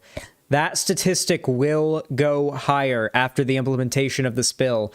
I actually would like you guys to clip this with YouTube's new clipping feature, post it on my Twitter and at me. I'll retweet it, and we can come back in a year when or whenever they release the 2022 stats for Florida LGBT youth suicide ideation and take a look at how much it changes following the release of this bill, because I guarantee it goes up. All right, listen, you guys know my history when it comes to predicting things. I'm pretty good at it.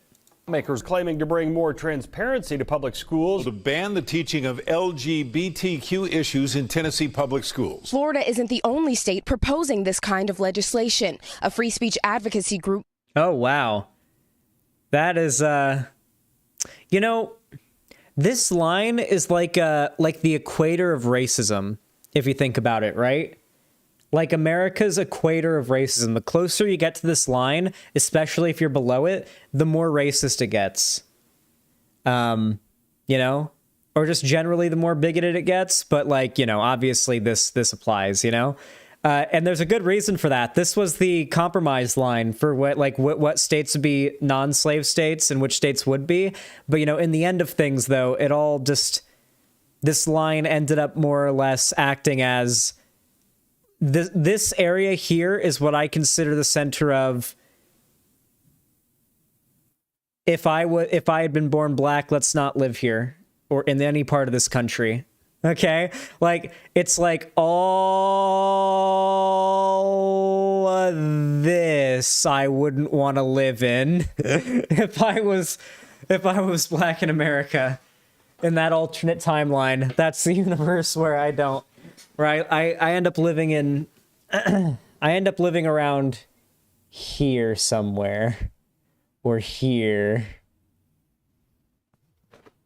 Finds that across at least 10 states, bills are being considered that would limit speech about gender or LGBTQ identity in the classroom. For those LGBTQ youth in Florida and around the country, you are loved. Florida's bill now heads to its Republican-controlled Senate, where it's expected to pass, before making its way to Governor Ron DeSantis, who has signaled his support. God. All conservative dudes really have the same look going about them, don't they? I guess a lot of leftist dudes do as well. It's just we tend to be hotter and get more pussy. Oof, rough. You're injecting these concepts about choosing your gender. That is just inappropriate for our schools. Talking about sexual orientation and gender identity in the classrooms is not inappropriate. He talks like a graper too. It is who we are. And Priscilla Thompson joins us now live in studio. And Priscilla, this wasn't the only controversial bill related to schools that passed the Florida House yesterday. What is the Stop Woke Act? Yeah,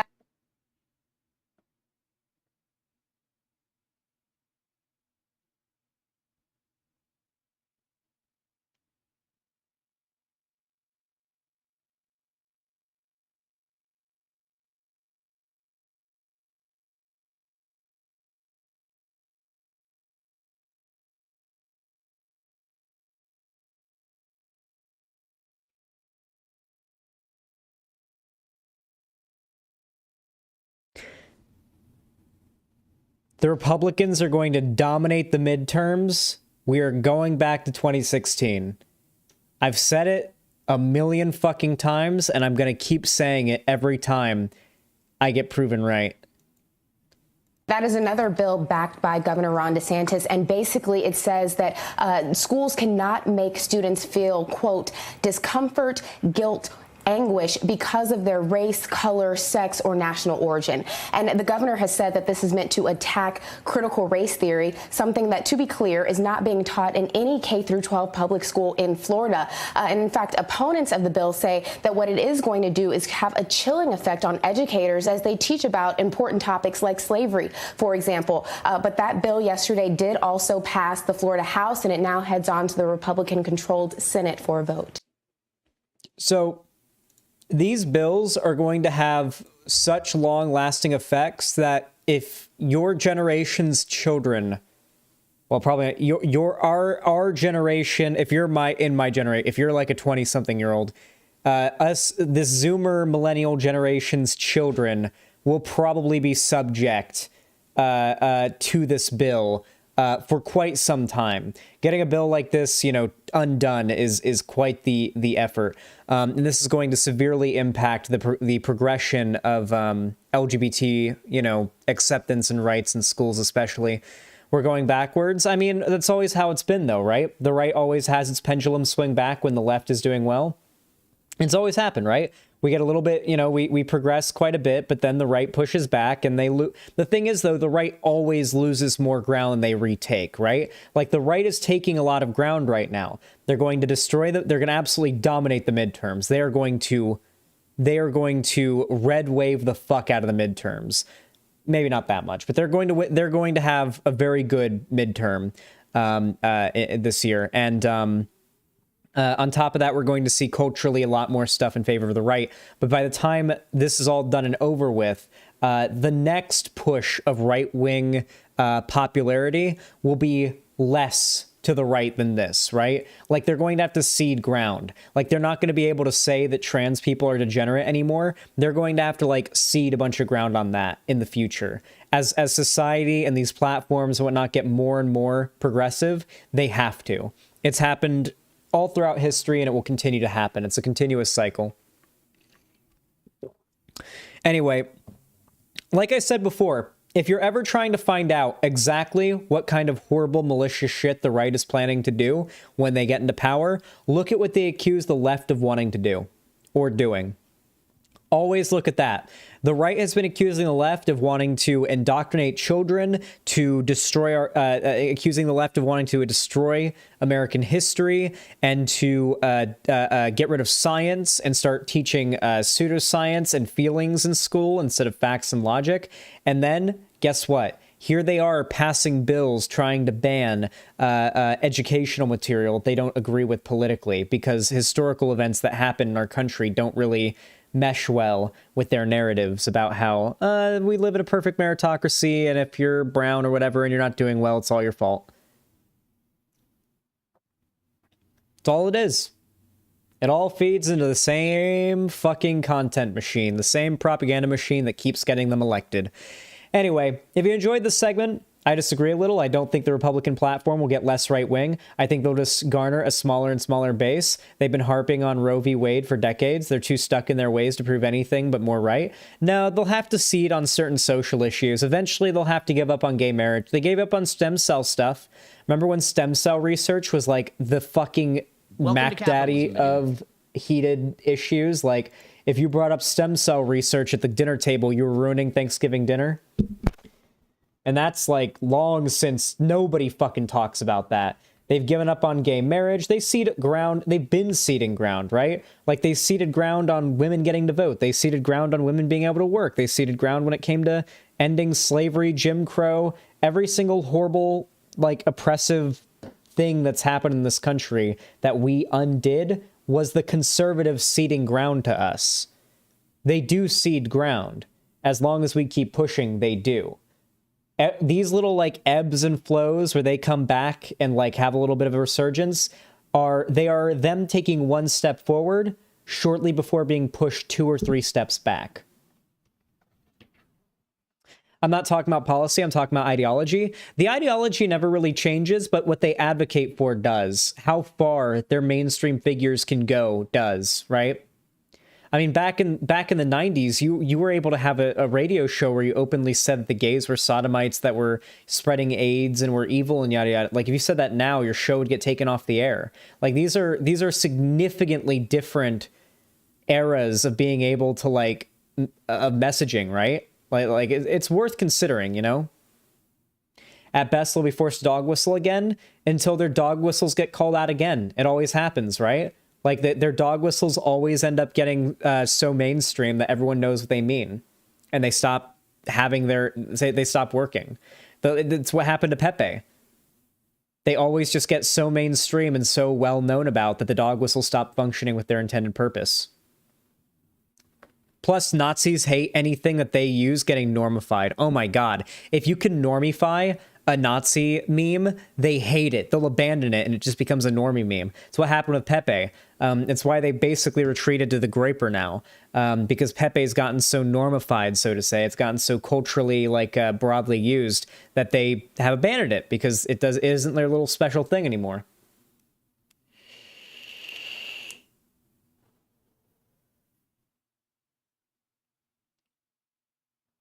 They also lost the word cuck. Yeah, cuck becoming like a meme ironic word as well. Yeah. I think in the end, what really does result in the downfall of the right whenever they have their little resurgences is their own behavior. They always end up like revealing to their own audiences and their own followings how, you know, lacking in credibility they are and how ridiculous and horrible they are themselves. And that's always what ends up fucking them over. It's always a self-inflicted gunshot wound that tends to kill these channels and these figures.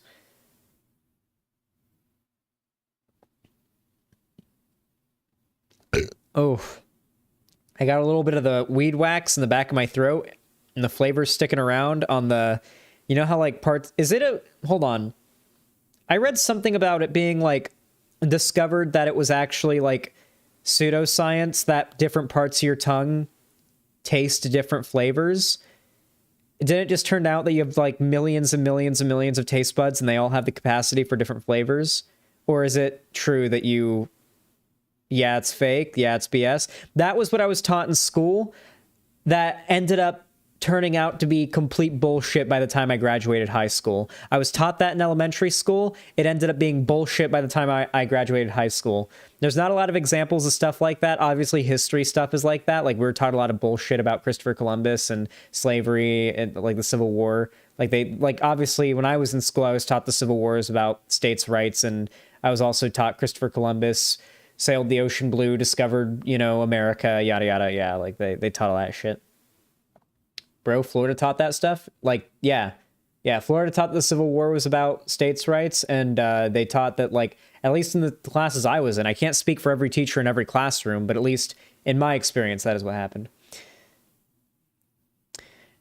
Oh, yeah, it's true. Smell is like a vast majority of your sense of taste.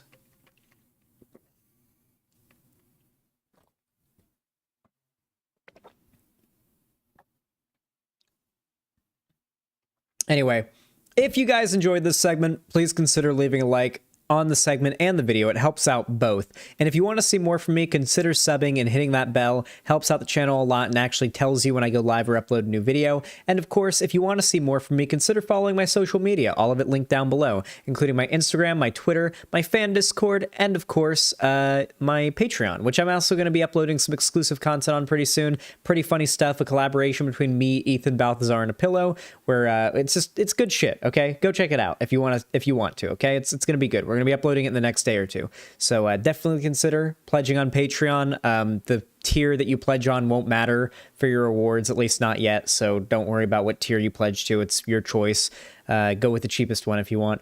You'll still get the videos. Anyway, you can also support me financially if you want to donate, subscribe, or gift a sub on my website, become a channel member, super sticker, or super chat over on YouTube, donate, subscribe, or gift a sub over on Twitch, or you can donate in the form of a TTS donation or media share over on Streamlabs. Thank you all so much for watching, and have a good one. Good segment.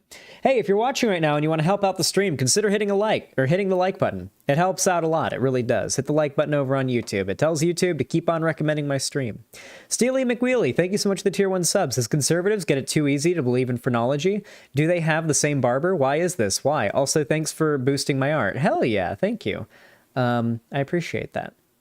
And Avalon of Babylon thanks the tier 1 sub. Susanna's hiding the truth from us. Shadow didn't piss on his wife. He is the wife, and Lonnie fucked the moon. Okay. If you say so, then.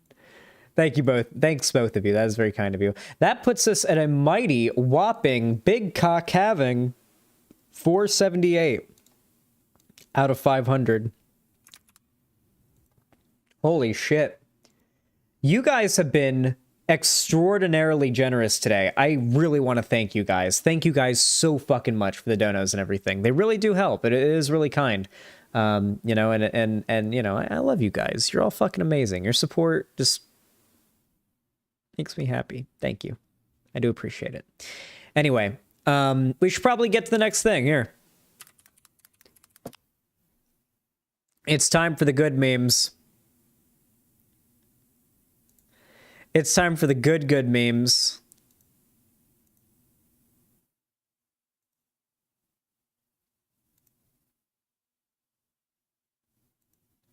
Oh yeah, chat. We are getting cancer today. All right. I have a proposition for all of you now, okay? We're going to be watching the Destiny and Dylan Burns versus Jackson Hinkle and Haas Infrared debate on the Russia-Ukraine stuff. And I'm going to give you guys an option. Lonnie, if you could do a poll, if you're at your computer right now, or if any of my mods or whatever could do a poll when I ask this question, I'd really appreciate it. It'll help out a lot. Would you guys prefer that I watch this like I have it open now at 1.5 speed and we just watch it like how I am now? Or would you guys like me to put it into picture-in-picture mode and react to it while playing Elden Ring at normal speed? Or, I mean, we could speed it up. It's up to you. So watching it normally like this or watching it while playing Elden Ring? That is your options. I can also speed it up for Elden Ring, so just don't worry about that. Don't base your answer on that.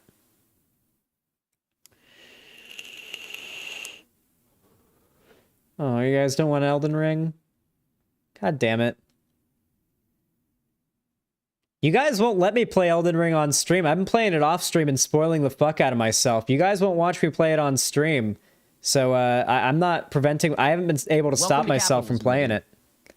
Kiza_hey has donated $22. Holy shit, Hezehay, thank you so much for the $22. I really appreciate that. Very kind of you. Puts us at the solid 500. Hell yes. I guess I gotta set the new one to 600 now, huh? There's no way we're at 600 today. Thank you guys so fucking much. You are all so generous. That was kind of you. No Elden Ring, bad Zan, bad, no spoilers, but you guys don't watch it when I play Elden Ring. You guys don't want it. All right, let's go ahead and watch this then. Oh, Jesus Christ. This is going to give me a brain tumor, isn't it? I caught a live stream for the first 10 minutes of it, and every pro-Russia person I saw in the chat was JQing and calling Dylan feminine, but apparently Ukraine needs denazification. Listen, there's a reason why we call the tankies red fash, okay? There's a reason why we call the tankies red fash. They're just Nazis. Had they gone down a slightly different path of internet content, they would just be Nazis. They got radicalized to a different authoritarian ideology with a big machismo daddy figure and a bunch of answers to all of their problems that they have that blames a group of people that they can target their issues with, okay? Literally, the tankies do exactly what the Nazis do, only instead of blaming an ethnic group, like an ethnic minority or like a group of people based on some inalienable trait, you know, like something you can't change, something that you're born with.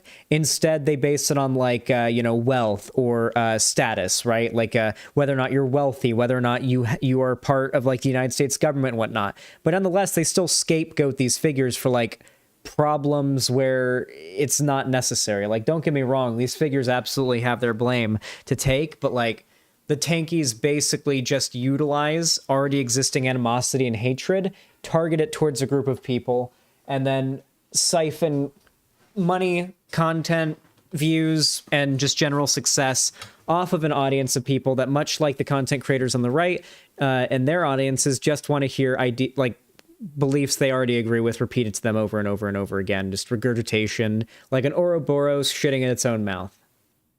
And then, you know, swallowing it and then shitting the shit back into its mouth to breathe shit into its mouth again. You have no evidence to support any of that, that there was Western backing to any of these people, that any of this was a false flag. Everything you're going off of is complete conjecture. The testimony of one or two, I've got testimony in the United States of Bigfoot and UFOs abducting people. Who have a viral leaked phone conversation admitting to the fact that they were handpicking the coup government. And that conversation, where? You want me to send you the link to it? No, because I've already read the entire conversation. They don't admit that ever. They never said anything about handpicking the new government. It wouldn't even make sense. Really? Yes, really. Where is the evidence that he was handpicked? How was he handpicked? Wait, what? Because he didn't have the backing in Parliament for it. The chair of Parliament. No. Why could he not become? No, you're pivoting. Where is the evidence that this guy was handpicked by the United States? That he was pushed by the United States? A conversation about this guy saying he would be good when he's already the opposition leader is not evidence of him being handpicked by the West. They already declared independence. Jeez Louise. The reason why the Declaration of Independence from Crimea happened after the Russian invasion. This is gonna get fun. The Kremlin? Believe it or not. He doesn't have to disavow it. He just isn't making the affirmative claim. Today we're debating the war on Ukraine, something to that effect. And then I will kick it over to Infra and Jackson, and I will say, and we're starting right now with Infra's and Jackson's opening statement. Thanks for being with us. The floor is all yours. And at that point, you guys can pick up the ball and start running. Sound good? Shut the fuck up, moving, all right? All right, I'll begin, and then Jackson, you take the other two. Are we time limited on these intros? Just checking. 12 minutes. Wait, really? That's what he said. Yeah. Jesus. Per person, yeah. You guys want more? Per team? What's the opposite? Frame it back a little bit. Is that per team or per person? 12 hours per Listen, team. I love James. I love him so much. He's a great guy. But like, I've watched his other debates that he's hosted. I watched a debate he had with what's his name? I'm trying to remember his name. He's the guy that debunks the flat earthers all the time. He did a debate on Modern Day Debate with a flat earth guy. Or no, not the flat earth guy. A guy who believes I think he was a flat earther. What's his name? Dave? Something Dave? I watched he did a debate in Modern Day Debate recently, and it looked like it was more so the format that James is used to. And the format that James usually builds his show around. Professor Dave versus Kent Hovind. Thank you, Megamania. Yeah, you got it. That was the one. Yeah, I watched that while playing Elden Ring the other night. Or I listened to it while playing Elden Ring the other night. And holy fuck. Dave's opening statement is literally 15 minutes long. So that explains why James normally expects that. Oh, hey, Lonnie, my mom's at the door with cookies and brownies and shit. We should probably grab those because those would be poggers. That's fine. It'll be fine. Cool. So I'll begin. So when it comes to the formation, well, yeah, we're not streaming on my side yet though. It'll take 30 Let him start now. We can pick up halfway in between them. Destiny, can you ever get out a fucking statement and wear it with your fucking chest? Why do you gotta anybody getting out a complete statement with you scraping on the other end is almost impossible. Am I mumbling? Every little passive aggressive bitch made statement you make, you have to mumble your way fucking through it. Why don't you just say wear it with your fucking chest? Say it with your chest. Can I just say, when I saw Haas in Texas, I was really sad because I saw him once, like when I would have had an opportunity to walk up, shake his hand, talk to him, introduce myself, say hello, actually get to meet him. I walked past him because it was right the night I'd arrived, or it might have been the morning after I'd arrived. I can't remember, but it was I remember I was in a hurry. I need to get back to my hotel room and give something to Lonnie or tell Lonnie something or grab something. For some reason I was in a hurry and I just didn't have time. And so I just walked past him and hope he didn't notice me because I was can't introduce myself right now. Gotta wait for a better time when I'm not in a rush to introduce myself, shake his hand, say hello and stuff like that. Then, right after we get back, I get back, is the debate between Infrared, or right after that is my debate, I think, with Dylan and AJ, and Hake and T-Jump, I believe, was that one. And then right after that, Dylan did his debate with Infrared, and that's when Infrared had his meltdown and got baited down by Dylan. And then I still wanted to, how tall is Haas? Probably 5'6", if I were to guess. I almost think I thought for a second it wasn't him, because I saw him from, the side, and, I knew it had to be him, because I was looking at him, and I was like, that's definitely him. But he's, short as fuck. I was, astonished by how short he was. No problem with that. Short kings respect, but still, I was really surprised. I expected him to be, 6'2" or something. I think we got snacks. Soy. Okay, I have. Come on, I'm streaming right now. I'm doing a segment. You can't. I'm just bringing cupcakes. Yeah. Okay, but I wanna. Move this stuff. Oh, I need my bag. I need to give you. I made a couple different flavors because I made butter cookies. So you have these have Oreo cookies inside and Oreos on top. Shit. And yeah. I made fudge and they're yellow cake. These are chocolate cake with chocolate chips in it, dark chocolate chips in it, and chocolate fudge. And this one is chocolate cake with a layer of fudge in the center of it.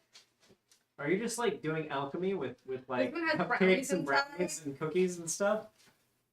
Yeah, this one I mixed the brownies in with the chocolate cake and the chocolate chips, and then you have a brownie chocolate chip one in there too.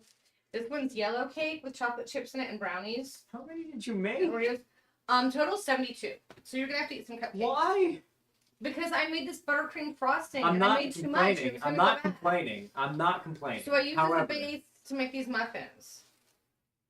that is an absurd amount of muffins. These are pretty cool. I cut the Oreos in half, so inside there's 1/2 chocolate Oreo and 1/2 vanilla Oreo, and then there's the Oreo pieces on top. That's pretty cool. Here, you want to eat some? Try right. Okay. If I can get it out. I like the chocolate ones. This one. Well, you're gonna have a chocolate one too, and there's chocolate inside of it. There's a big dollop of fudge on top of the half chocolate, half vanilla Oreo. I was in cookie. the middle of a segment. I got to get back to it. I think they're probably more into the cupcakes. I got to get back into the segment. Okay, well, do your segment. I'm gonna keep. Oh, these are pretty cool. These are brownies with yellow cake that has dark chocolate chips in it. Thank you. All right. Okay, so I'm gonna keep unpacking because I want my bag back. So. Yeah. Thank you for that. I really appreciate that. It's actually really, really cool. These are gonna last a long time. Jeez. Well, some need to go in the freezer. Yeah, they do. There's And a lot. I'm gonna bring Lonnie some. Yeah, she'll like to have some of these for sure. Okay, well, I'll get a variety to take her out there. I did not realize it was gonna be this many. Well, I made. I'm not complaining. I am not complaining. I'm not. I promise Okay, you. well, how many can you eat before you get diabetes? Like 19? Which kind? Oh, pick some bags, like random grab bags. I'm gonna take the rest out. I like. That one's chocolate chip.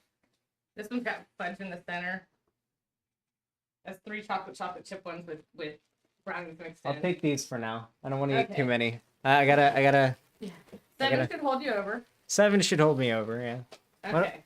That should hold me over for at least like at least half my stream. That's why I pay for health insurance. Okay. Have some milk. All right. I love you. Love you too. Thank you. I gave your social security card to your girlfriend. Oh, you found it? Yeah, I saw that. Yeah. Holy fuck, we've been looking for that forever. Yeah. I had one picked up from the house and flown here. Oh, okay. So it was kind of a thing. So you have your social security card in the house. All right, come on. I gotta get back to my I'll segment. call about the other stuff. All right. Tomorrow. All right. Okay. Bye, guys. Bye. Thank you. Wait, can you shut my door? Yeah, shut my door. I got to deliver muffins next door. Next door? All right. Nice. My mom got me a new copy of my social security card. I have not been able to find my social security card for years. For years. I have my social security number. Like, I know it, but like I memorized it and stuff, but I didn't have the card. And apparently my mom ordered one, so that's Pog. So now I actually have one. I think she also ordered me a new birth certificate, so that'll be useful as well, because I need like copies of all that stuff for adulting purposes, you know? Like you have to have like a folder somewhere in your house with like your social security card and your birth certificate and all that. I don't have that yet. I don't have a adulting folder, as they say. All right, let's hop back into it. Let me eat this muffin. Get a bank account. Oh wait, trophy waifu. Oh wait, chat. Hold on. Wait. I have Pog good Pog things to say. I've got good Pog news, okay? I got my new card for my I got my new card for PayPal, and apparently you can connect it, like your PayPal debit card, you can just connect it to your bank account and use it like as you normally would, without having to go to your bank and get a card set up. I already had a bank account for direct deposit. I just always transferred all my funds from that straight to PayPal. Now I don't have to do that anymore, so that's pretty helpful. So yeah. All right. Let's get into it. while I eat this muffin.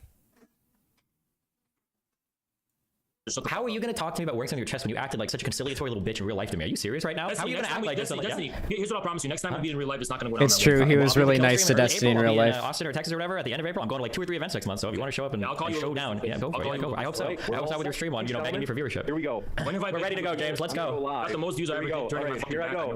Here I go. In 3, 2, 1. Ready, set. Here I go with the cold open. I don't know. It's feeling hot, James. Everybody, tonight we're debating. Hey, everybody, tonight we're debating the war in Ukraine, and we are starting right now with Infrared and Jackson's opening statement. Thanks so much, gentlemen. Oh, wait, I'm covering up Dylan. It's all yours. Okay, so when it comes to the formation of, this is the first context I want to establish. When it comes to the formation of military alliances, this actually extends beyond the bounds of the sovereignty within a state's own territory.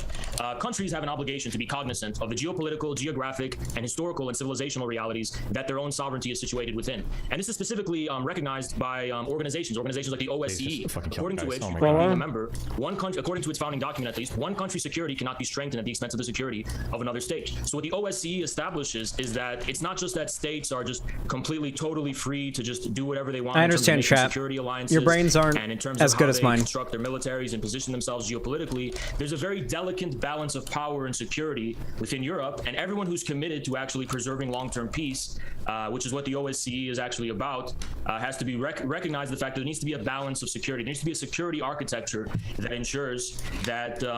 No, well, this is the beginning of the debate. There is a fair you don't need to remind distribution it of security or across rewind the it. continent. When this balance is tipped in one direction or the other, it creates a situation of instability and geopolitical uncertainty, and leads to the conditions that ultimately could lead to war and to conflict. So one has to keep this in mind when one is bringing up the issue of the sovereignty of states. States should have a right to self-determination, and states should have the right to be sovereign, but they should also be cognizant of the geopolitical and geographic realities within which they reside, so as to not create circumstances. He is talking like an oh my god. Security architecture. He is talking like an Oblivion NPC. Yeah, so the next point that I think is really important is to actually, and I would like to hear Dylan and Destiny respond to this when they talk, is to address when. Literally all Haas does is say lefty theory sounding words. Okay?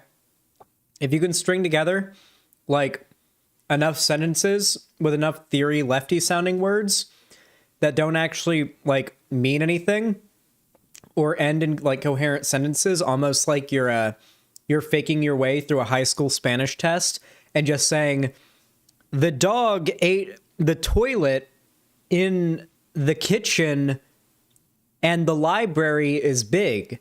Like when you're just really, really trying to ham it up and like half-ass your way through like a Spanish class exam. It's almost like that, but in English. And, but like trying to explain leftist ideas. And there are so many dumb fuck tankies out there that like, if you use enough theory words that they've never heard before, they're too dumb to go check and see if what the content creator they're watching is saying, you know, if what they're saying is bullshit or not. They're just going to watch it and enjoy it. And that's what Infrared's fans do. Though he is quite funny. I imagine a lot of his fans probably watch him because he's kind of a lol cow.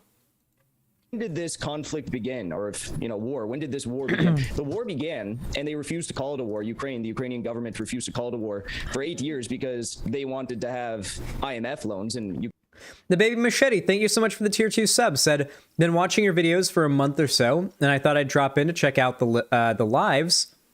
live stream. Much love from a new leftist. Well, thank you so much for the $10. I really appreciate that. That puts us at $510 today. Thank you guys so much. And hey, T. What's up? You can't give IMF loans to a country that's at war. But the war began after the 2014 coup that took place on the heels of the Maidan protests, which began, in all honesty, without U.S. backing. I mean, there was a plurality of people within Ukraine that were frustrated over the fact that, you know, there was not going to be EU membership for Ukraine. And well, I guess there was going to be a delay in the decision. And those protests began. And then eventually they decided that they were not going to take the unfair, you know, deal that the EU offered them. They knew that these neoliberal policies that would be inflicted upon them upon the EU deal would have hurt them much more than opening up trade partnerships more with Russia would have helped them. So upon these protests, the U.S. you know, began to infiltrate the movement. U.S. politicians began, you know, I gotta working tweet a with, good meme. agencies on the ground, U.S. front. Here's the clip. Oh shit. Post it on my Twitter and at me. I'll retweet it, and we can come back in a year when or whenever they release the 2022 stats for Florida LGBT youth suicide ideation, and take a look at how much it changes following the release. Post it on. We'll find out. Agencies on the ground like the National Endowment for Democracy. Victoria Nuland even boasted about the fact that, you know, they funneled $5 billion. We'll discuss the details of the U.S. involvement in the coup later on in the debate, I'm sure. But lots of money came into these U.S. agencies on the ground to actually hijack the Maidan protests. Upon hijacking the Maidan protests, violence broke out. I really hope they bring up the Fox die argument in this. Oh my god. I won't say how, but I met a guy who brought up kind of brought up the Fox die Ukraine conspiracy theory yesterday. For those of you guys that don't know what that is, there's basically this conspiracy theory that the U.S. was funding U.S. labs in Ukraine where they were developing bioweapons that were going to be specifically designed to affect Russian DNA, so that the U.S. could develop a bioweapon against Russia. That will come up, of course it will. And yeah, it's basically Fox die. Yeah, it's Fox die. I know there's real life instances of people trying to do this, and there are governments in the world. I think China might be trying to do this, create a virus that doesn't affect Chinese DNA, but that's iffy. I don't know how that works. That's how you can do DNA doesn't seem to work that way. I don't know if that's even possible, but yeah, listen, okay? For now, Fox die is science fiction, and using it in an argument is really conspiratorial and dumb. This Meow. was dissimilar to the My cat's 2004 meowing. revolution that the U.S. also played a part in, surrounding the 2004 elections, which Yanukovych was also involved in. Initially reported that he won, though international Western-aligned agencies claimed that these elections were marred with, corruption and discrepancies and irregularities in the vote. The election was overturned then, and Yanukovych didn't see the presidency until his second run. But after being elected, during these Maidan protests, U.S. became involved. They led a coup upon the democratically elected government of Yanukovych. And after that, coup on the democratically elected government of Yanukovych, we saw the 8-year war begin. And that's the next point I want to make. It's insane to assume that this war began, within the past 2 weeks. Everyone knows that there was shelling, there was fighting in the Donbass region.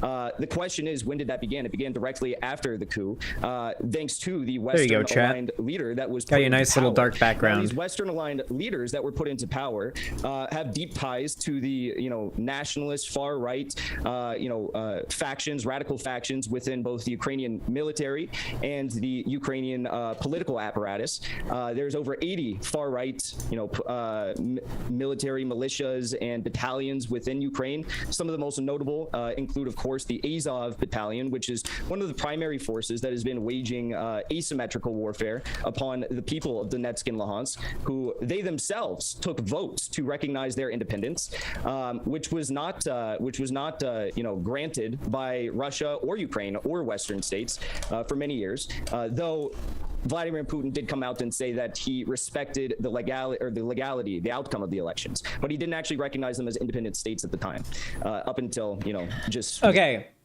The Azov battalion is it's not 600 people. I'm pretty sure it's slightly over 1,000 people or something like that, just over 1,000 people. I'm pretty sure a lot of those people also fled the country when evacuation started. The Azov battalion is not this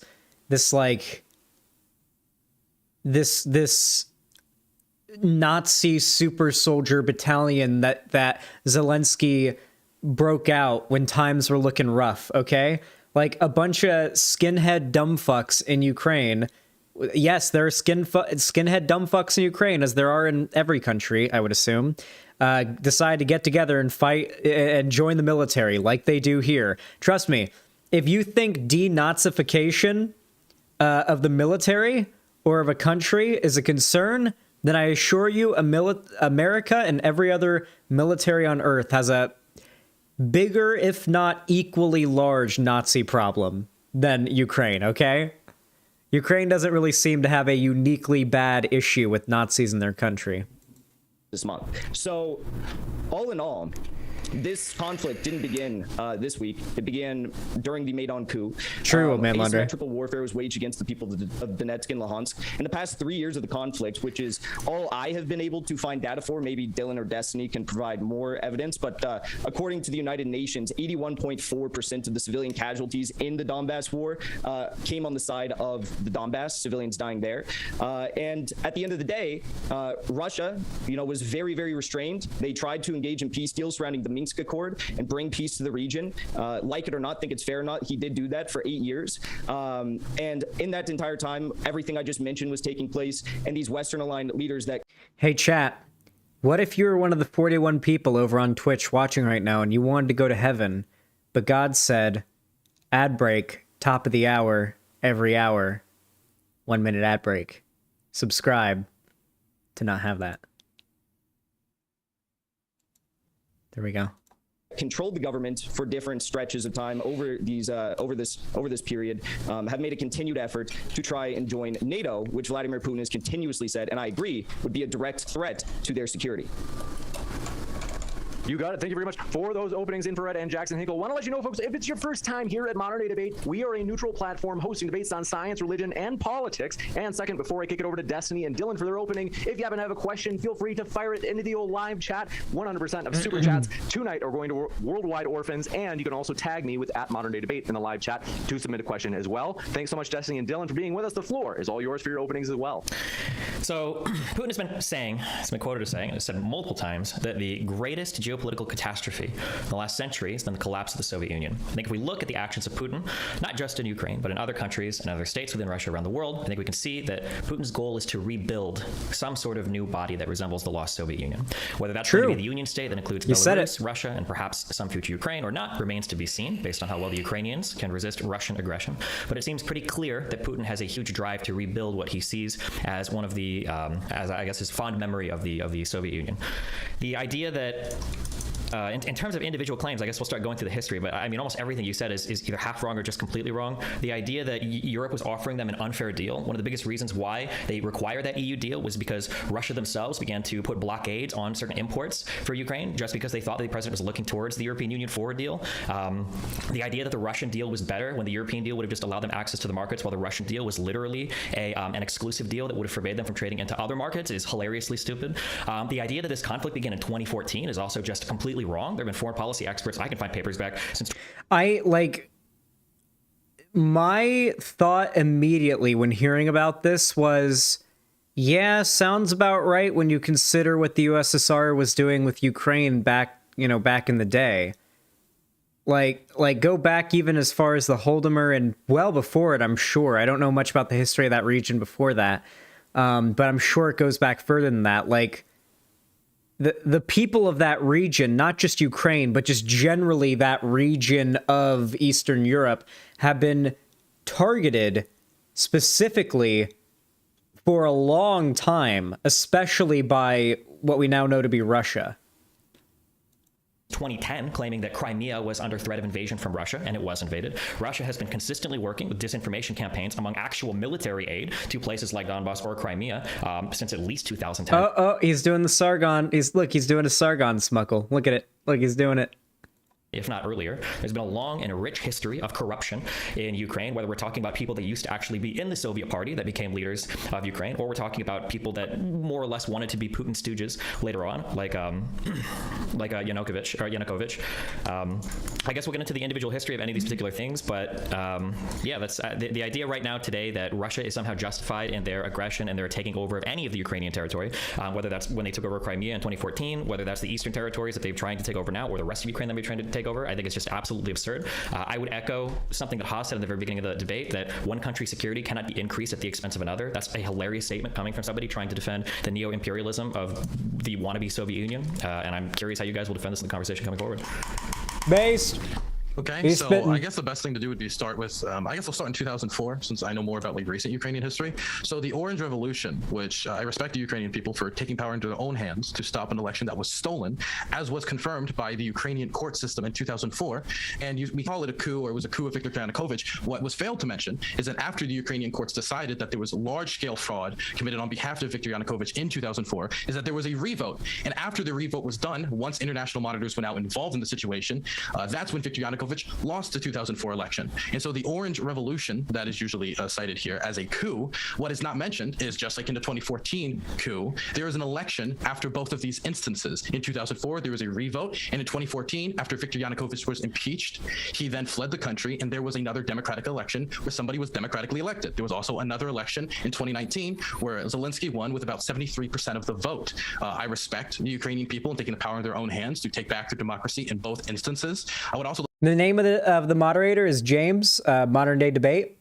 Highly recommend subbing. Send support to James from Modern Day Debate, please. They're pog as fuck. James is a really cool dude. I met him in real life. Very, very kind. Literally paid for me to have an literally out of pocket, all expenses paid trip for me and my girlfriend to fly to Texas, stay in a hotel room that was paid for us, appear at like a debate con type thing. It was definitely send support over to James, okay? Just awesome guy. Like my very first like actual event that I went to as a streamer was because James was willing to pay out of pocket to pay for everybody to like go out and stuff. That was extraordinarily kind. And paid for the venue and all that as well. And he's jacked. I met him in real life. I can confirm he is in fact jacked. He's hiding under that jacket and with his camera positioning, but like we met him in real life, and his biceps are about the size of my head. Maybe not the size of my head. Maybe not that big, but like he's got like those biceps that like you see him and you're like, if my neck was like in there and you flexed, I would die. You know, like he's hiding it. He's too humble. He's very, very humble. He's a nice guy. The jacket deflects light. Yeah, he's got a Vanta Black jacket on to conceal his muscle definition. like to talk about, I know both of these people care about sovereignty a lot here. In both instances, both in 2004 and 2014 and before it, the Russian state has meddled in the affairs of Ukraine on multiple occasions, fomenting corruption, directly getting involved in elections, and directly getting involved with Ukrainian politicians and basically sponsoring them on behalf of the state. They have gotten involved in the affairs of Ukraine, and it's not that surprising that you're going to see protests against politicians like Viktor Yanukovych, and you're going to see the Orange Revolution in 2004 when a foreign state meddles in the internal affairs of another state. So it's strange for me to hear all this concern about America interfering in the internal affairs of the Ukrainian government in 2014 when there was so much of it going on ever since the creation of, ever since Ukraine voted with over 90% of the vote to separate from Russia in the early 1990s. I would also like to cite, since it hasn't been brought up by anyone, that Russia guaranteed in 1994 in the Budapest Memorandum to not invade Ukraine after it gave up its nuclear weapons and to respect the nation's territorial integrity. I would also say the spirit of that was also violated when they meddled in the internal affairs of Ukraine in both 2004, 2014, and many other instances. Besides that, I heard a lot about concern about the far right, but I heard no concern about, for example, the Russian National Unity Movement, which is a Russian neo-Nazi political and militia group that is active under the arm of the Donetsk People's Republic. They are a neo-Nazi militia that has been fighting on behalf of the Donetsk People's Republic for a very long period of time now. And so for me, this claim of denazification, or this at all having to do with denazification, is ridiculous to me. Not only are Nazis fighting on behalf of Russian-backed rebels, but there's also instances of, for example, Belarus, the leader of Belarus, which is involved in the conflict, praising Adolf Hitler, saying Germany reached its peak under Adolf Hitler. And not only that, but also we can talk about the Chechen fighters, for example. In Chechnya, they have put homosexuals in concentration camps. Now, I don't want to talk about the deep history of the gays in Nazi Germany, but if there's anything that is Nazi-esque, I would say putting homosexuals in concentration camp would solidly fall under that category. This doesn't even have to do with polling data when we talk about anti-Semitism between the two countries, or the fact that the Azov Battalion's political party, which is something that's cited on multiple occasions, has not won a single seat in Ukraine's parliament. You can add the right sector as well. The right sector has not run a single seat in Ukraine's parliament either. Now, maybe if you add in the three-finger party, you can get one seat out of 450, but this idea of the Ukrainian Nazi state that's being taken on by the Russians is ridiculous when the Russian government and the republics that Vladimir Putin has recognized is fighting with neo-Nazis. It's simple that the Slavs of Europe obviously have a bad memory with neo-Nazis, and it's really easy to convince your population that the enemy is bad if you call them all Nazis. If in this debate debate, I said, my two opponents here are neo-Nazis. It would justify me being extremely terrible towards both of them because nobody likes Nazis as long as you're a normal person. We could probably get into specifics of U.S. involvement in 2014 and the labeling of it as a coup. We can get more into the Budapest Memorandum. I'm hoping to get more into that, but I'll just end my statement there for now.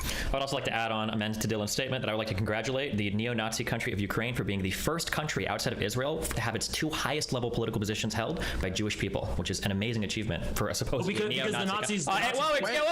Opening statements. Oh my good, opening statement. They do. Hold on one sec, gentlemen. They do. There are still 5 minutes. Hey, left. Merrick, what's up? Haven't seen you around here in a while. I do want to say. Oh yeah, go for it. That it isn't that surprising. I will say, listen, all right. You could make the argument that, like, oh, how can America be racist when we had a black president? Like, you can make that argument that's like comparable. But what Haas and Infred are arguing, and what Russia is arguing, but wink, wink, nudge, nudge, they're not really arguing it, is that they are denazifying Ukraine. And that Ukraine is infested with Nazi, with imperialist Nazi influence in the government and in the military and its citizenry and what have you, all because of U.S. and NATO support and whatnot. When in reality, like that, a country like that would not have like a Jewish president. Okay, they wouldn't. Like, not a country with such a Nazi problem that Russia would be justified in invading to prevent them from being an issue. That these people couldn't respect the rules of debate when the Russians are not respecting the rules of war in multiple cities across Ukraine. It's almost as though they were trying to improve the security of their opening statement by violating the security of ours. Unbelievable. I hate it. All right, so I'm going to use the mute button liberally tonight just because I Oh, really boy. seriously want this to be a fruitful conversation. I'm sorry, James. Thank you. Any last words from Destiny and Dylan in terms of that opening? Last word, just for context, before we get into debating the ethics of the Azov Battalion, this is a fighting force of maybe 2,500 people, of whom 10 to 20% are supposedly neo-Nazis, out of a Ukrainian army that has over 200,000 active military personnel. The idea that Ukraine is some hotbed of neo-Nazi activity is just hilarious. Having both a prime minister and a president that are Jewish, like it's one of the biggest driving forces that Putin uses to try to push his population against Ukraine. It's absolutely pure propaganda.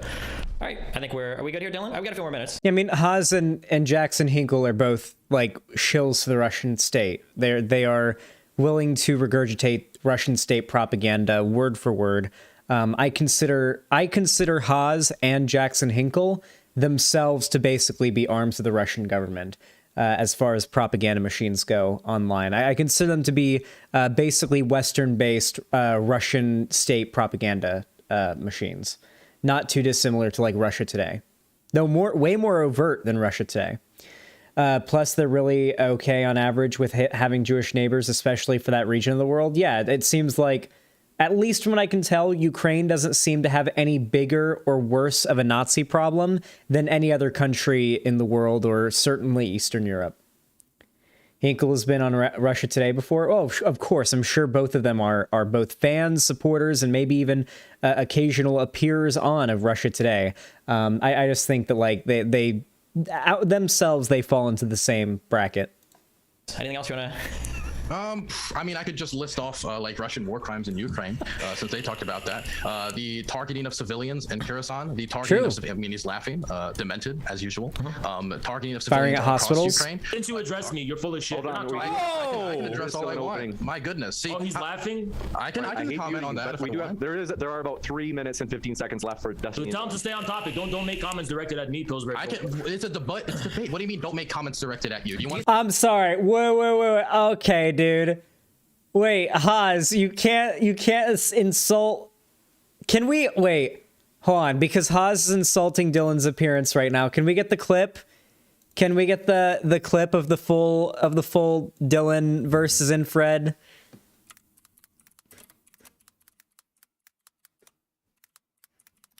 Dylan versus Infred, Texas. This is Vosh reacting to it. Is the second thing that comes up. Where is it? We have to rewatch that just to show like how beta down Haas gets. Haas is losing his hair. He's molding. We got to watch this go down, IRK. Yeah, we got to watch it go down, IRL, yeah. Did you see that Russia Today is stopping its American production from backlash from Russia, Ukraine? Some cable networks are stopping their contract and a bunch of employees have quit / been let go. Holy fuck. Chat. Does anyone have the clip?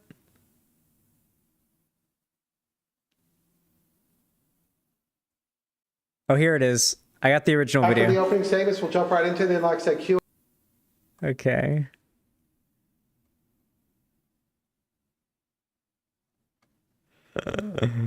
Just because we need to rewatch this bit really fast.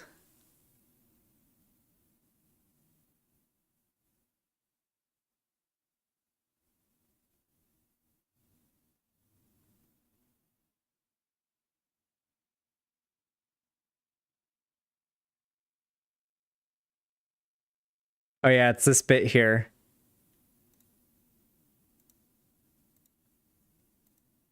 Only 6% of the population Here it actually is. want reunification eventually or immediately with the mainland government. Only 6%. That means I've looked at 94%. The data you're going to cite, I don't know what it's from. Yeah, if it's from the Beijing Times. Yeah. Why should I trust the Taipei Times but not the Beijing Times? Okay, tell me what's wrong with the Taipei Times. I can tell you about the state funding that comes from for certain news publications that publish the data. that There's you're no talking about. difference. So my source versus your source. I've just told you about the funding. That's the difference. Okay, what's the funding difference? Taipei Times isn't funded by the Taiwanese government. Oh, it's just funded by private corporations that prop up the government. Okay, so there's no source that I could source go you. back. First of all, there's 2 points because you weaseled your way out of the first one. Then I'm going to address the second one. The first point is simply this: you're giving this sob story about the history of democratic struggle within Taiwan. Yeah. All of that still rests upon the foundational bedrock of true sovereignty in the true Hobbesian Carl Schmitt sense of sovereignty, as in being. This is what I mean, by the way. Like, did that sentence he just said, the Hobbesian Carl Schmitt version of sovereignty,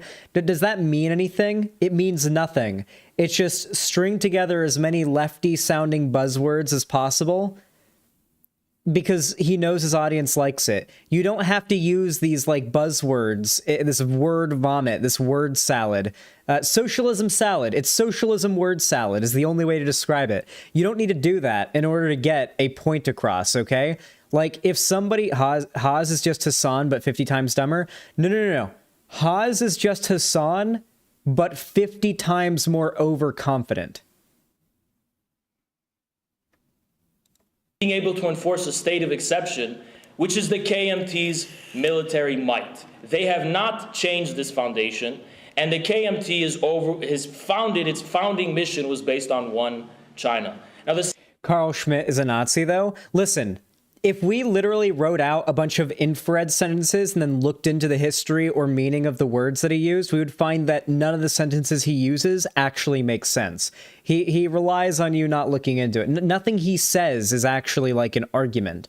He doesn't make like actual arguments about things to support, or he makes arguments. He makes definitive statements. He says, things are like this, things are like that. This ought to be how we do things, yada, yada, right? This is the right thing. This is the wrong thing. But when it comes to his arguments meant to support those statements, that's when he is incapable of making them. And all he can do is just string together socialism word salad to make his audience soy clap along and feel smart. The second thing we're talking about is which sources are, with the polling data. Polls have shown that the majority of, it is true, people in Taiwan want to maintain the status quo.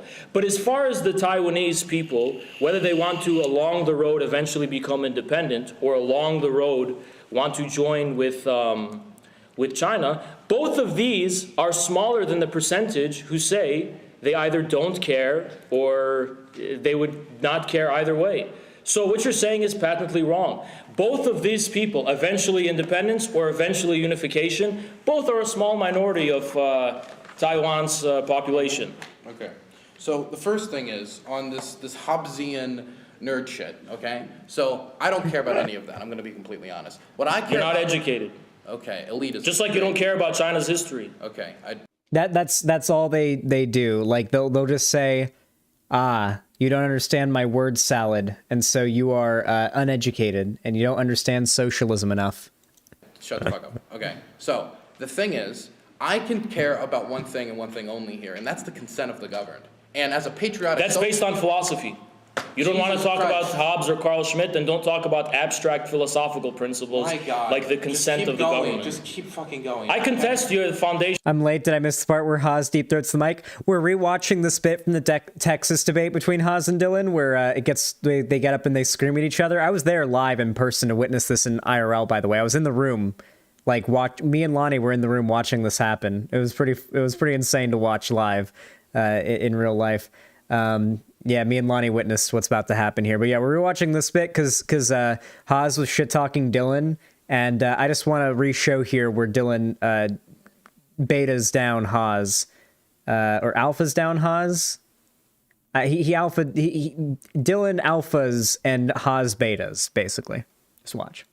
Political philosophy you're trying to impose is taking. If you don't care, then don't fucking debate. Well, then don't Simple talk to as me. that. If you don't want to talk to me, if you don't think it If you want to run from the debate, walk out the room, walk away. You can walk out because I'm talking about what I want to talk about. But it's my turn. I don't care. I don't care. It's my turn to talk. I don't care. I don't care. Then walk out. My God, you yell a lot for a guy who's dodging a boxing match.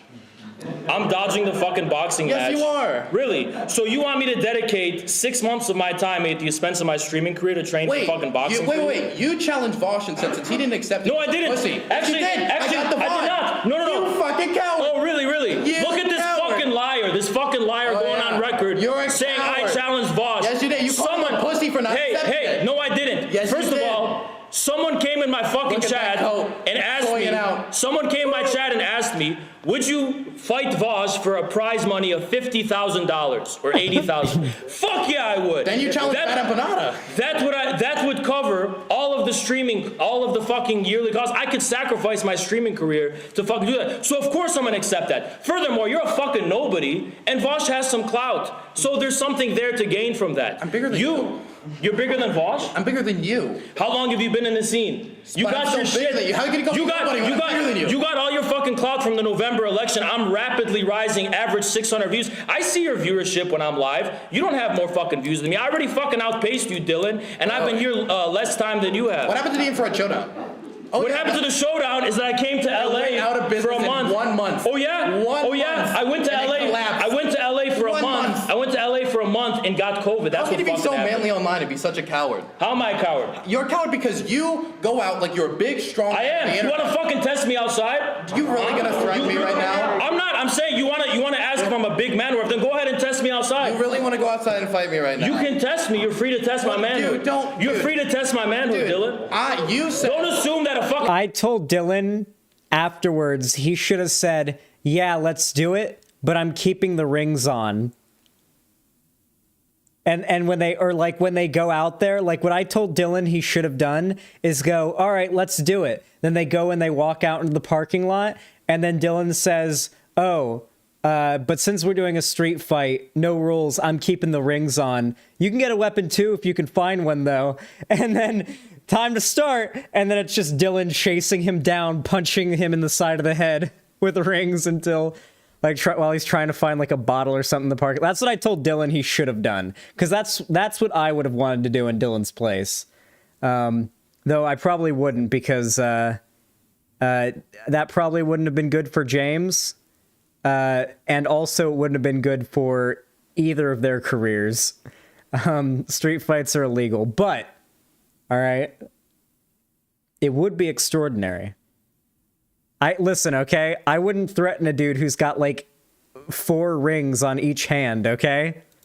Fucking boxing match with rules. Hey, don't assume a fucking boxing match with rules is going to be the same as a street fighter. You know what happened to all street fighters when they touched the MMA? They all got obliterated. They all went away, okay? The problem is, Infrared, you asked me, here was all the conditions. You said, first, it's Michigan, it's in Detroit, it's going to be at this gym, it's going to be 10 rounds, and I mean every single one of the things you asked me for that boxing match. No, it's not. And then... Thank you for the $5, Ian Crone. Said, Infrared, is everything toxic about masculinity and the left distilled into one person? Yeah, probably. That's a pretty decent descriptor, but I mean, he's not like a lefty. I mean, he's everything toxic that calls itself the left, distilled into one person, you could say. You asked me. Hold on. I know how to defend myself. I have the DMs. And now you're a coward. Go get them. I have the I challenge you. I see you challenge everyone else. I have the DMs. Get them. Can we go back? back to the topic? I have the DMs. Back to the topic. We can go Here's back to the Dylan. topic. So here's what happened. Actually, here's what happened. It was 3 a.m. my time in LA. This psychopath, coping loser, he's up at 6 a.m. all night. He's seething about me, thinking about me. What? I was banned on Twitch. I forgot who this fucking guy was. He DMs me. He goes, what a weirdo. He goes, look at this. I'm scrolling to it. He says, let's have a boxing match out of the blue. I'm with my boy Jackson on his roof smoking a cigar. I get this fucking DM, let's have a boxing match. It'll be fun. And then you 3 a.m. Then I said, okay, need 1 month minimum for training and promotion. So you agree? That's reasonable. You agree? You're right. But nobody told me you had experience. Wait, so the problem is Listen, hold on. If you don't recognize that boxing is about experience, you're a fucking idiot. Boxing is all about experience. That works. It's not a street fight. It's not a fucking street fight. It's not something you just, then. It's not just something Let's do MMA then. MMA is not a street fight either. So literally, you're just saying, let's go into an alleyway and fight, which you know I can't do. If you want, no, I'm saying, if you want to test my manhood, that's on you. Well, I just think you're a coward and you backed out of it because then you learn to know how to defend myself. Why are you worth it to me? Because you go around and you challenge all these people. To right? what? You challenge Bana Banana, for example. You challenge him. You said you go to Argentina. Yeah. Then I say, I'll go to your city. I would pay to watch that fight. I would pay so much money to watch that fight in person. Holy shit. Because your gym, Yeah. Because I was willing to go there for him because I hate the guy that much. Yeah. And you accept my boxing. So it's worth it to me.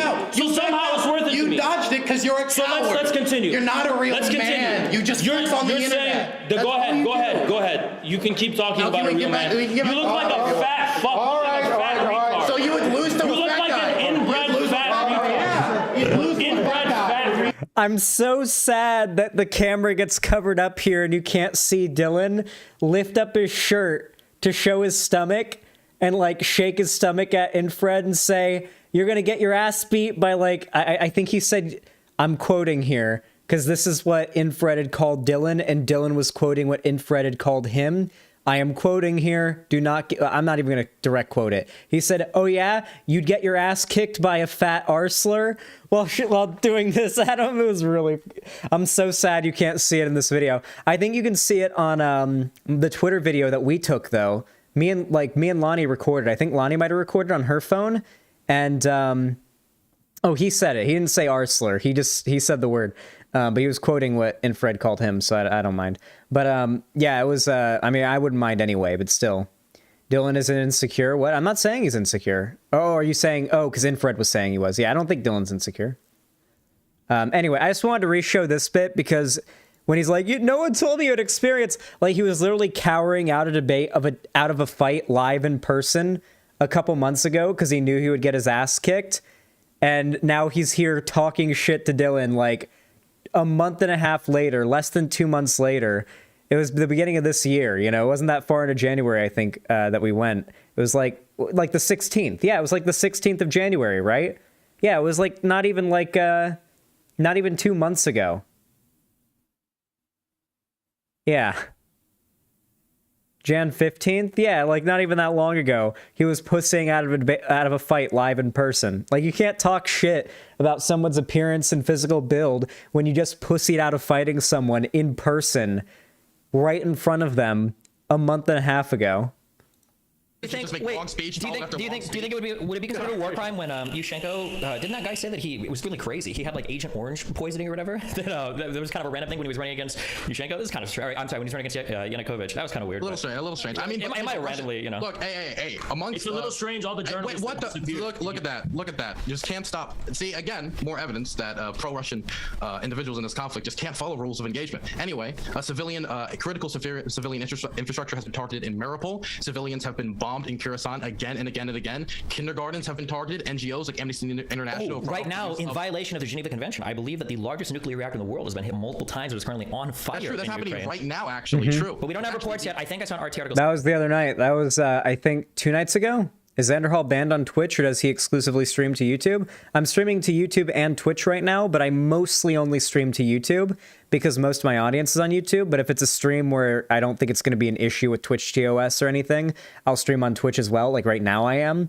But for like any live coverage of like the war going on in Ukraine, I won't stream that on Twitch just in case. I don't want to show like...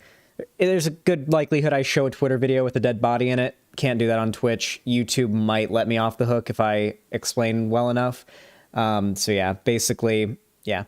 Website, well, the website just has either my Twitch stream or my YouTube stream hosted on it. So if I can't stream on YouTube or Twitch, then the website doesn't get to have a stream on it.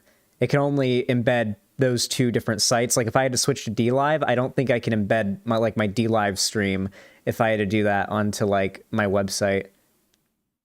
Debate me right now? We're in the middle of something, my friend. Saying Ukrainians themselves were shooting handguns at it in order to foment like false. Did we check to see if there was a swastika on the side of the nuclear reactor? It could be a Nazi. There was a picture of a swastika that was released by Russian state media, but it later came out that was part of Call of Duty World War. So it was okay. That was the end of our opening statement. We rest our case. All right, want to let you know, folks, as mentioned, if it's your first time here, Modern Day Debate is a neutral channel. Don't forget to hit that subscribe button as we have many more debates coming up. And they're seething. You know, our guests are linked in the description. If you'd like Hankle to and Haas, they're seething. Gentlemen, really, during this open conversation, I really do need you to work with me. It really does have to be that you're not speaking over each other, because that, of course, thwarts. I feel so bad for James. He has to maintain this, like, neutral platform with these absolute maniacs he brings on sometimes. Our own purpose of having the debate if people can't hear people because they're speaking over each other. So we're going to go into open conversation. The floor is all yours. Well, where do we want to start, gentlemen? I'll start, since you guys just went by responding to, well, I mean, there's a whole lot to pick through there, but Dylan did make the inflammatory claim that that Yanukovych was impeached, and despite the fact that Dylan claims to be an expert on the matter, yada, yada, yada, foreign policy expert, he seems to have lost out the fact that Yanukovych was actually not impeached per the constitutional requirements in Ukraine. In fact, I would like to finish. Well, let me finish, because you happen to not know what you're talking about. Mm-hmm. So there needed to be 3/4 of the parliament to guarantee an impeachment, and they did not reach that. They did not get those 3/4 votes in order to impeach Yanukovych, and the Supreme Courts and the constitutional courts were not involved. They did not recognize this as an impeachment. I believe it was the following day or maybe 2 days after Yanukovych decided that his life was under threat and he was going to flee to the second largest city in Ukraine. He did. He fled by helicopter, and there was actually reports. The reason why he fled by helicopter is because there was reports that there was going to be a act of violence upon him committed by these far right-wing forces that were trying to lead this coup. And in fact, upon his the series of cars that were supposed to be carrying him off to Kharkov when he was leaving, when in fact he was in a helicopter, they were fired upon by snipers. So the reason why he's pausing is because he has to stop to make things up as he goes. He was not impeached. There was no constitutional requirement. They didn't get enough votes. So I don't know why you said that. Well, number one, it is a debate that is ongoing in Ukraine, whether he was legally or not legally impeached. This has been... Okay, you can continue to laugh. So why'd you say that he wasn't? You didn't let me finish. Okay, it's an ongoing constitutional debate on whether he was legally or non-legally impeached. Why is there a debate? Hold on, let's just give a minute or two. James. Just a minute or two for Dylan to respond. Okay, it is a ongoing legal debate within Ukraine, and I am going to appeal to the legal scholars in Ukraine, which said that he was constitutionally impeached. I'm going to appeal to them because I'm not a legal expert, and I know Jackson Hinkle, you're not a legal expert as well.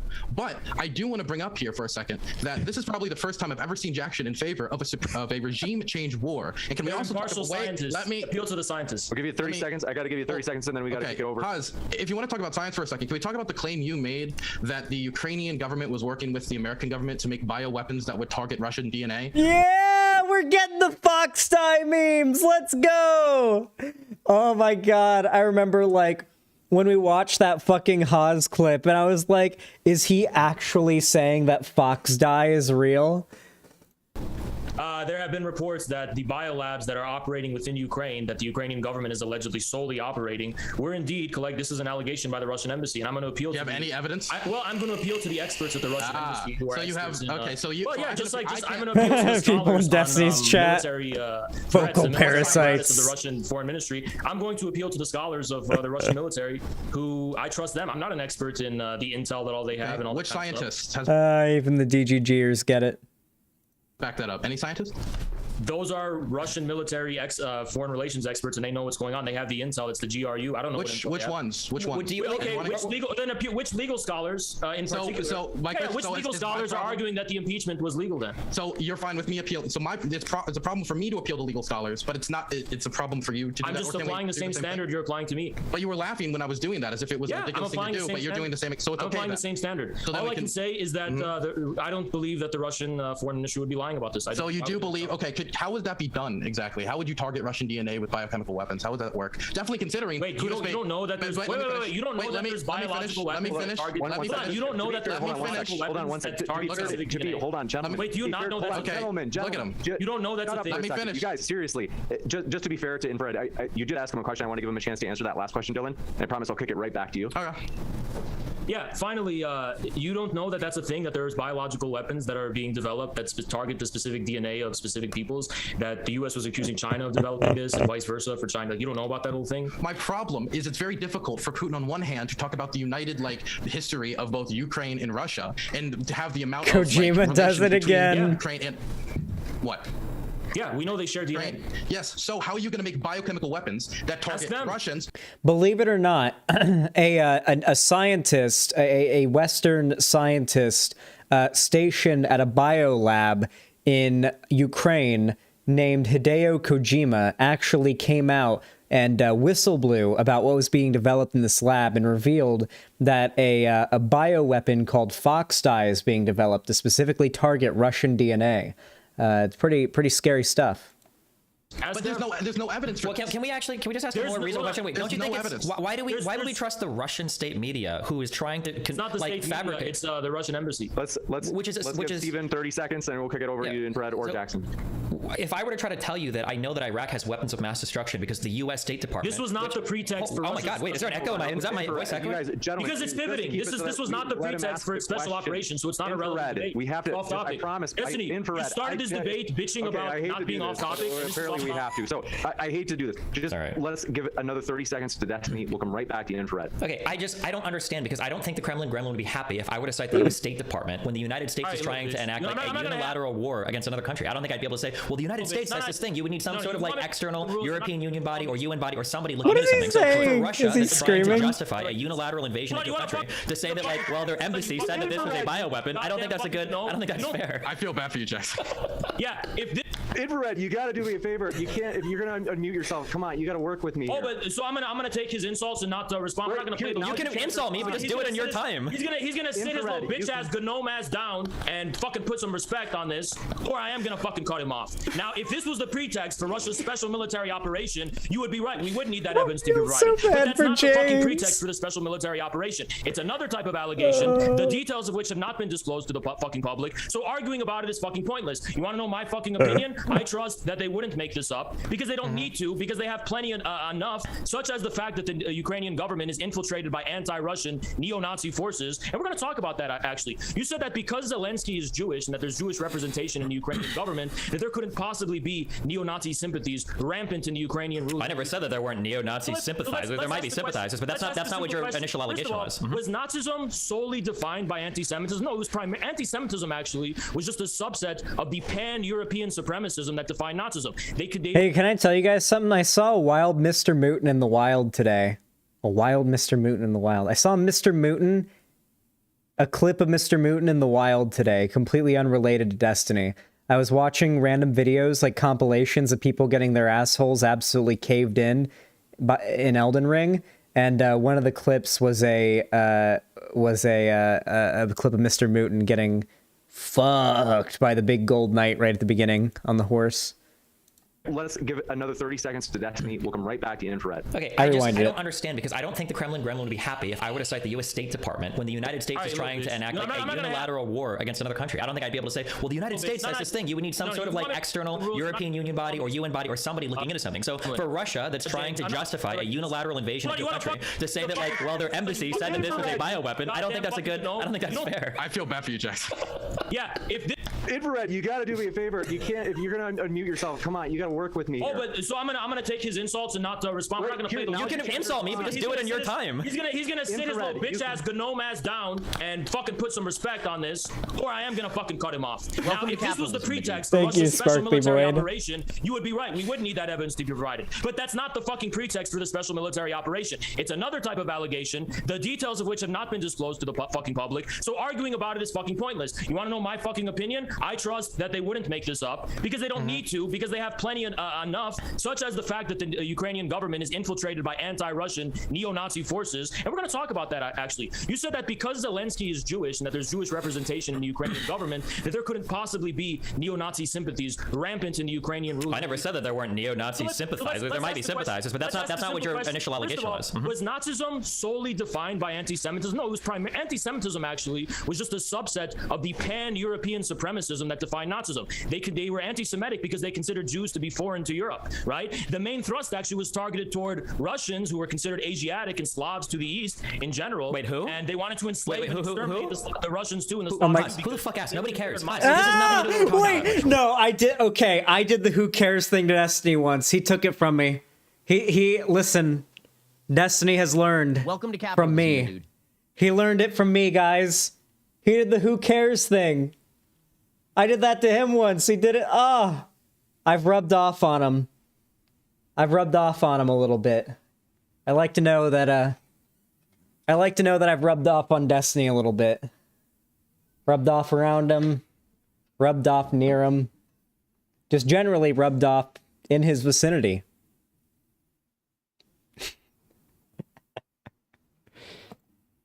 No, it does, because the fact that Zelensky's Jewish doesn't fucking mean that Ukrainian government can't have neo-Nazi sympathies. Stepan Bandera, who is a Nazi collaborator during World War II, is widely celebrated in Ukraine by the Ukrainian government. They're putting monuments by him. They're putting his pictures up during Maidan. He's been exonerated and he's been rehabilitated, despite the fact that he was a fucking Nazi collaborator. Now, if you can't swear that consistency with the fact that Zelensky's Jewish, you should go ask Zelensky himself why he's the head of a state that is celebrating a Nazi collaborator despite him being of the Jewish background. So are you saying that the Russian Nazis like anti-Slav? What do you think Ukrainians are, Haas? Jews, they're fine with Jews. I mean, the Ukrainian Nazis, they're fine with Jews. They're like pro-Jew Nazis. That's a question you should raise to them. And I'm asking you. I'm raising the question to you. They may harbor anti-Semitic views, but as far as I'm not concerned, there is nothing impossible about the idea of Western Ukrainian who are from Jewish descent to also have neo-Nazi sympathies themselves. Having sympathies for somebody that might have been a national hero. Oh, I'm sorry. I don't want to interrupt you. Infrared, we've got a good amount of time. Let's kick it over to Steven, and then Jackson, just after Steven, just in case Jackson has anything too. So this is like Nazi propaganda. It's hard to tell the difference. This is like Putin propaganda 101. Okay, so the original claim was that the government was full of like neo-Nazis. Zan, when are you going to get a weed sponsor? I really would love to get a weed sponsor. I would love to get one of those a sponsorship for like a dry herb vape or a volcano, which is basically a dry herb vape, but you fill a giant bag with vaporized weed. And like you just smoke out of this bag. It's for like passing around at a party for a shit ton of people to take a hit out of. That's what I would want. Like one of those for free, or God forbid, getting paid to use one of those on stream would be awesome. Holy shit. Listen, I'm not going to do any sponsorships, nor have I done any sponsorships for a product that I don't use. The only sponsorship I've done so far has been for the coldest water, and that sponsorship's been done for like a year now or something like that, at least half a year, and I'm still using my coldest water bottle. You guys see me always using it. I've always got it here. My other one's right there. I still got this is the first one. They sent me the white one, and then they sent me a bigger one. You versus the guy she tells you not to worry about. This is the meme. Like, they sent me both of these for totally free, and I use them even after the sponsorship's over because they're good products, and I was, like, happy to be sponsored by them. I will say, though, I feel like they tried to screw me after a couple months, though. The sponsor offer they gave me a couple months later was a little bit underwhelming. little bit underwhelming. They offered me nothing, no base pay, because before they were offering me like $300 per 10 videos in base pay. But it could only be a video uploaded every 2 days. So it had to be every third day I'd upload a video that was sponsored by them, and that would count. So it would take that much time to just get like $300 flat or $350 flat. And then also any of the people who use my affiliate link, I got 8% commission on every sale that from my affiliate link or using my code, which amounted to like maybe $50. What really made it worth it was the base pay. But then after 2 months or so, they were like, hey, how about we keep doing this, but you just get just the base pay, you just get commission. And I'm like, no, no, I won't. What? So I can make like $60 a year from the sponsorship? What? Yeah, I didn't continue with the sponsorship after that. But their product is good. And now let's shift. It is. Am I done talking? Holy shit. Now the claim is moved all the way back to, well, there is a hero that was pretty inarguably a neo-Nazi that some people in Ukraine celebrate. This is totally the whole Ukrainian. Totally, no, it's not. He's an incredibly divisive figure, and there is an incredibly divisive figure even in Western Ukraine. Okay, the United States. Can I finish a fucking sentence? Holy shit! This isn't your Spencer debate where you're gonna ramble for 12 fucking hours. I'm not gonna get a fucking word in. Okay.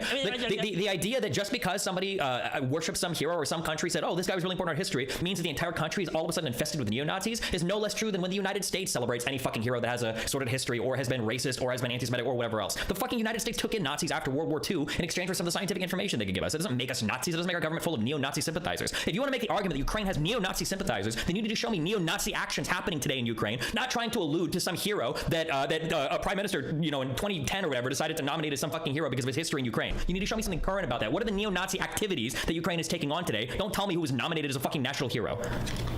Hey, you're completely full of fucking shit. You just said that Stepan Bandera was only incidentally a Nazi collaborator. His whole historical significance was that he was a fucking Nazi collaborator. He has no significance outside of it. I think I can add some context to this. It's not like the inventor of the fucking telephone who happened to be a racist. This guy, his primary historical significance was being a Nazi collaborator who betrayed the Soviet Union and was attacking them on behalf of the fucking Nazi to exterminate the Slavic and Russian and Ukrainian peoples to create a westernized Ukrainian collaborator state. So you're completely full of fucking shit when it comes to that. Finally, you want to know about the neo-Nazi activities that are going on now and have been going on in the past 8 years? Sure, it's the Azov Battalion, which is the vanguard of Ukraine's military in the eastern Ukraine and in the Donbass, which is regularly attacking civilians, regularly shelling civilian infrastructure, regularly embarking on a campaign to slaughter and exterminate the Russian peoples in eastern Ukraine. They committed the massacre of Odessa back in the early days of the Maidan.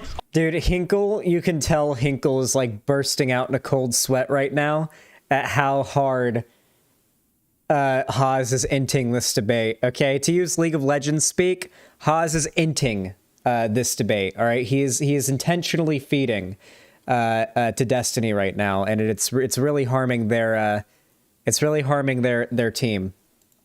All sorts of fucking neo-Nazi activities. They've burned people alive. They've hung people. They've slaughtered people. They've made people disappear. If you want to talk about neo-Nazi activities in fucking Ukraine that are now in contemporary here, we have a whole host of every single thing you just described, modern day Russia. Add some context. I want to jump in and add some context. Crucified people. They crucified none of that was neo-Nazi. No, it's not neo-Nazi. They crucified people for being it's not a neo-Nazi war crime. Listen, you guys have all been talking. Let me get in my 2 cents now, okay?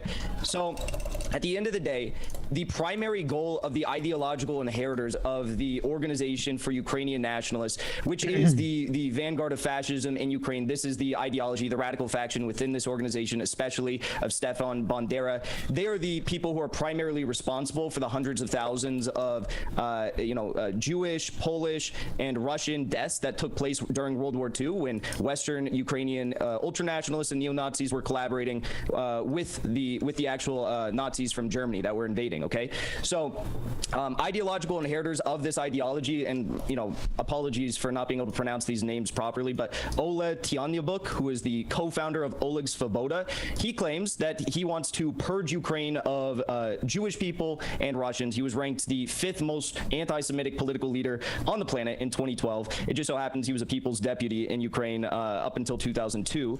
But this guy right here, who was a co-founder of Svoboda, also co-founded this extremist, ultra-nationalist, right-wing party with Andrei Parubi. He was the leader of the Euromaidan protests. He was the one that helped organize the violence that was inflicted upon the what's assumed to be roughly 49, 50 individuals who died in the massacres on February 20th of 2014 at Euromaidan. He was the speaker of one of the most recent parliaments, the chairs of one of the most recent parliaments in Ukraine. He was the leader of the Society to Erect the Stefan Bandera Monument in Ukraine, and he claims that Bandera was the most— Dude, Haas looks like a school shooter, like in the back of the classroom, looking at all the students that have like bullied him for the last like 2 semesters or whatever, and he's just like looking at all of them, planning how he'd go about coming to school, and he looks like he's the school shooter planning out his like procedure for the next day. Look at those eyes. Dude, something that like I don't like understand about Haas, it always looks like he's like his eyes are wandering. I don't know why, but it never looks like he's looking at what he's talking about. Am I the only one that feels that way? I feel like that's something I've noticed. It always feels like he's like looking up like this while he's debating, you know? It always feels like he's almost doing this constantly. Most important person in Ukrainian history. So it's not just, and I could go down a list here. You could Maxim Marchenko. This individual, Zelensky replaced as civilian governor of Odessa, commander of the far-right Adair battalion. You have Viktor Yushchenko, who's president. He actually publicly, before leaving office, signed a decree stating that for an unbreakable spirit of heroism, self-sacrifice, and the struggle of the independence of Ukraine, I'm granting a status of hero of Ukraine to Stefan Bandera. You can look at tons of people. Andriy Belitsky, Ukrainian white nationalist. He was the co-founder of the Social National Assembly, first commander of the Azov Battalion. He's celebrated on TV shows. He was a big, part of the Maidan protests. You can go down the line. Many members of— Didn't you say like Haas before? As like a source of comedic, of laughs, like almost like a lolcow figure. Yeah, like when the memes come out, like the videos and the clips drop on Twitter of him saying some dumb shit and it's funny or whatever, him having like a breakdown, or when a debate like this comes out, it's always fun to watch or take a look at. It's usually pretty funny, but I mean, I don't like him as like a person or as a political engagement kind of guy. I just think he's kind of funny. Yeah, kind of like Tyler One, except Tyler One is probably a way better person than Infrared. People's deputies of Ukraine, National Security and Defense Council, secretaries, all of these people within the Ukrainian military and government have had some sort of an ideological either sympathy to or participation in, a lot of these people have, with neo-Nazism. Okay, even, and this is the last thing I'll say regarding neo-Nazism, this is a shocking video. There's a video of some of the neo-Nazis who helped organize and carry out the Maidan coup, who said if not for the 8% of neo-Nazis, the effectiveness of Maidan would have dropped by 90%. And these were the same people that were funded by, indirectly funded by U.S. agencies on the ground, like the National Endowment for Democracy. Last thing I'll say is that was the last one. Dylan or Destiny. Yeah, real quick. So just as a quick, if the Azov are marginal, if the Azov battalion is marginal, then why did Poroshenko in 2014 say they are our best fighters? Why did even the mainstream Western press report that as far as Ukraine's eastern operations were concerned, the Azov battalion was a vital students? Why did the National Guard? That was the last question. Yeah, we can't answer 400 questions. Just as a real quick thing, okay? Like you can go back as much as you want, like 20 years ago when Ukraine was barely a country for 10 years and the country was still mired in corruption, and try to say, well, these guys came from these parties that were like blah blah blah. Like, show me anti-Semitism in Ukraine. Right? Ukraine is like one of the last parliament. Can I hold on. I got it. There are a lot of points. Yeah. So where is the anti-Semitism in Ukraine? Where is the Nazism in Ukraine? You can't point to the civil war happening in the east and going civilians are dying. That's Nazism. You can't point towards people being killed extrajudiciously, people that are being invaded and genocided, people that are being deported from their lands, because if you want to call that Nazism isn't just anti-Semitism, sure, but if there's no anti-Semitism, it's not Nazism.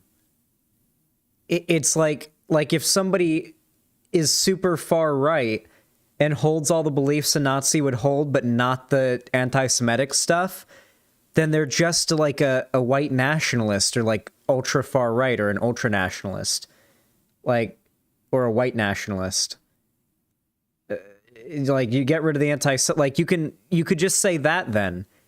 Is he ceding that there isn't enough examples of anti-Semitism to make that claim? Is that what he's ceding right now? Because that seems to be what he's doing, because he's moving the goalpost right now. Yeah. Then we just have to go over to the east and look at Putin. He's the biggest fucking Nazi alive right now. So the idea that that in and of itself qualifies as anti-Semitism when Ukraine is probably the least anti-Semitic country in Europe, according to the Ukrainian Jewish Center, or according to the Ukrainian Jewish Encounter at least. When you look at the fact that people in Poland are so eager and keen to take on people that are fleeing from Ukraine, like we don't see this mass persecution of Jewish people in Ukraine. We don't see any like rampant anti-Semitism in Ukraine. Like you can go back all you want and point to like one hero that was nominated by an outgoing prime minister, or you can point to these people that in the very beginning came from far right parties. But there's just no evidence today that there is this rampant anti-Semitism, this rampant Nazism in Ukraine. It doesn't exist. Where are you getting this idea that the only measurement of Nazism is anti-Semitism? Nazism was also Thank you very much. So there's also something that's really interesting here, and it's that Nazism seems to matter so much on one side. Nobody cares about the neo-Nazi militias fighting on side by side with Russian soldiers. Nobody even brings them up. The Russian National Unity Movement and the militias fighting on behalf of the Donetsk People's Republics. That isn't brought up. Why? Because those are inconvenient Nazis. Those are Nazis on the Russian side. People don't talk about the fact that we're talking about the Nazis are bad. Why are the Nazis bad? Obviously because they put people in concentration camps and they slaughtered people and all the war crimes that he brings up. But the fact that the same people involved in putting homosexuals in concentration camps are right now within Ukraine fighting against the Ukrainian government, that isn't something of concern. I heard them laugh when I talked about Belarus, the Belarusian dictator, Lukashenko, praising Adolf Hitler. These things are inconvenient facts because the problem is, right, and this is the fact of the matter, there are Nazis fucking everywhere across this conflict. But the problem is the people want to hype up the Nazis on one side to make them the Nazis because Slavic people have a terrible history with Nazis. If you can make your opponent the Nazis, then boom, they're the bad guys. Anything you do against them is justified. If I could stand here and tell you that Russia is a Nazi state, I could bring up the fact that 5% of Ukrainians believe that Jews should not be allowed to be citizens, while 15% of Russians believe that thing, almost triple that statistic. I could bring up the Lukashenko quotes about Hitler. I could bring up the gays being put in concentration camps in Russian territory. I could bring up the neo-Nazis militias and say, so Russia is a Nazi state, but that would be dishonest. But I'm seeing that dishonesty from both of you right now trying to paint Ukraine a Nazi state, and I don't even think Jackson and Infrared got their points in order. Jackson's saying that they are anti-Semitic Nazis, Infrared saying that these are Nazis who love the Jews. I didn't fucking say that.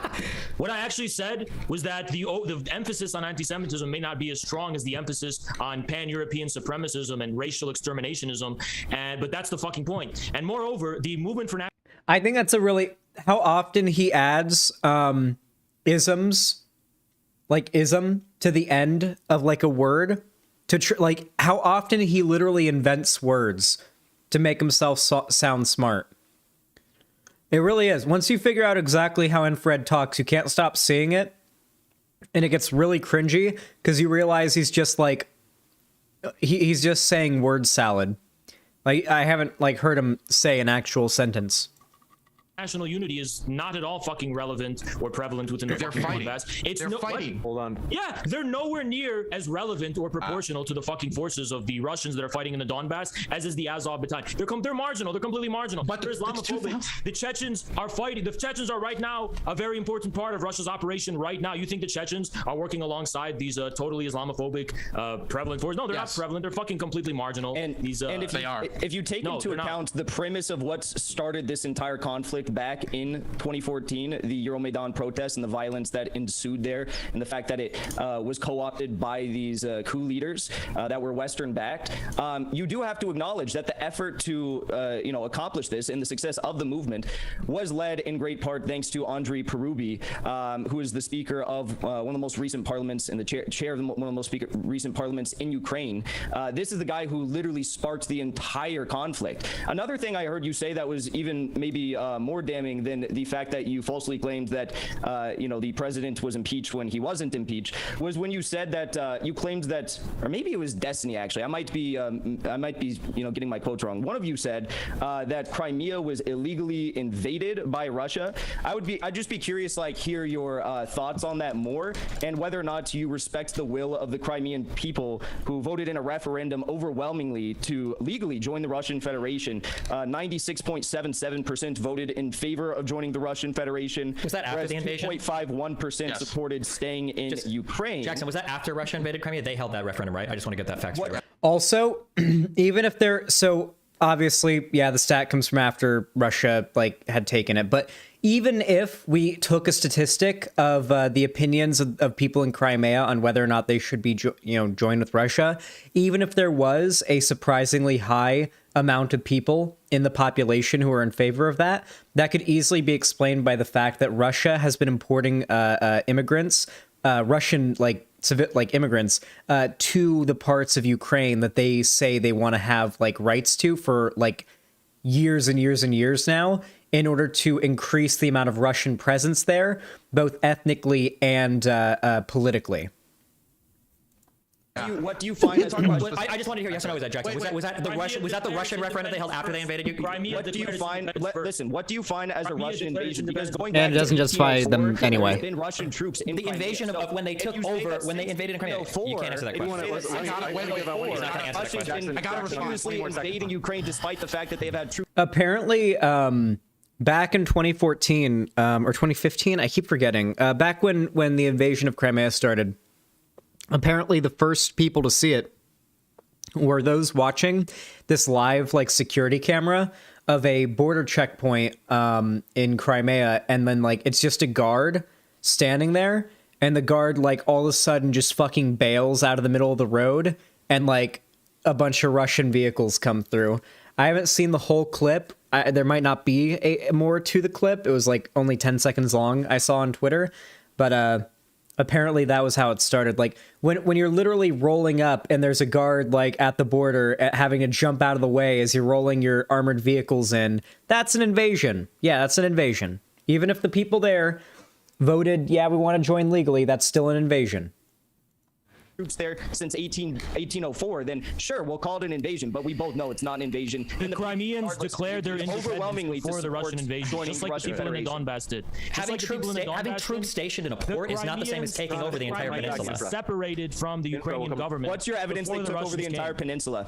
Because there are plenty of videos on the ground of people saying they are not threatening anybody, they're here peacefully. Who has sovereignty right now over the Crimean Peninsula? I'm sorry, who administers right now to the region of the Crimean Peninsula? Is it the Ukrainian government? Yeah, or is it the Russian government?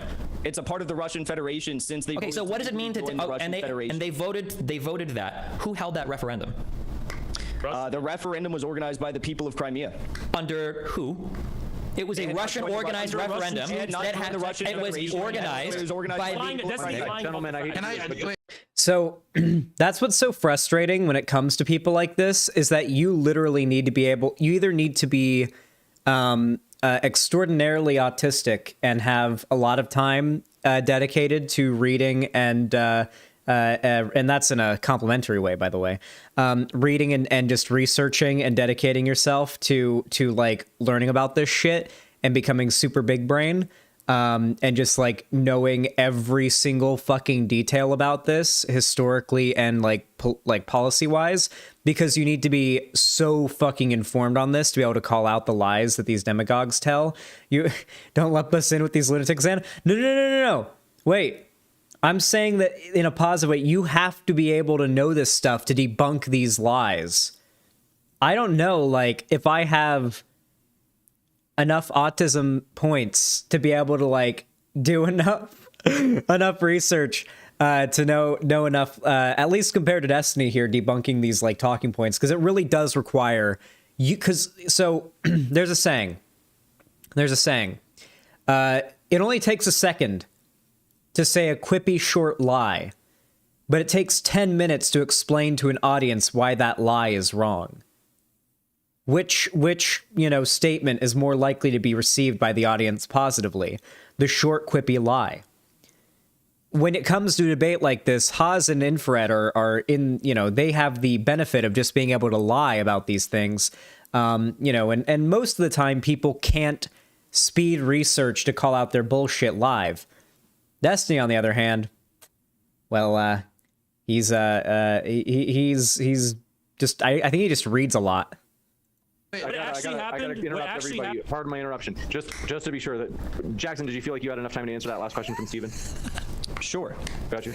Okay. And then I think, Stephen, you were... So a referendum that's not recognized by any other country in the world, including Ukraine, obviously. The idea that you could invade some part of a country and then hold a referendum there to see if those people want to stay with you. Yeah, he's a special boy. Even if we granted all of that they did say yes, you can't just have populations referendum away parts of your country's sovereign territory to other invading nation states. That's just not how that works. Even if that was the case, even if that, I don't care what's interesting here. Even if that was the case, that doesn't work that way in any other part of the world. Yeah, okay? Respecting the sovereignty, respecting the results. Listen, Destiny. No, wait, dude. Hold on. James, seriously, they can't just throw out like 50 million. I didn't talk at all. I didn't even answer your question. I didn't even get to answer his question. Let me respond to what not to mention the fact that 1 second, gentlemen. I hate to do this, but I do want to say, Dylan, is there anything you want to clean up on behalf of Destiny, because we haven't heard from you for a while? There's two things. The first thing I wanted to bring up Oh, is no. that I didn't hear from Infrared really. He just said the Chechens are fighting yes, but Chechens involved in putting homosexuals in concentration camp. That doesn't make them Nazis. Wait, no, listen to me. Whether or not, wait, let me finish. Whether they're Nazis or not specifically doesn't matter. Okay, then just say that. Let me finish.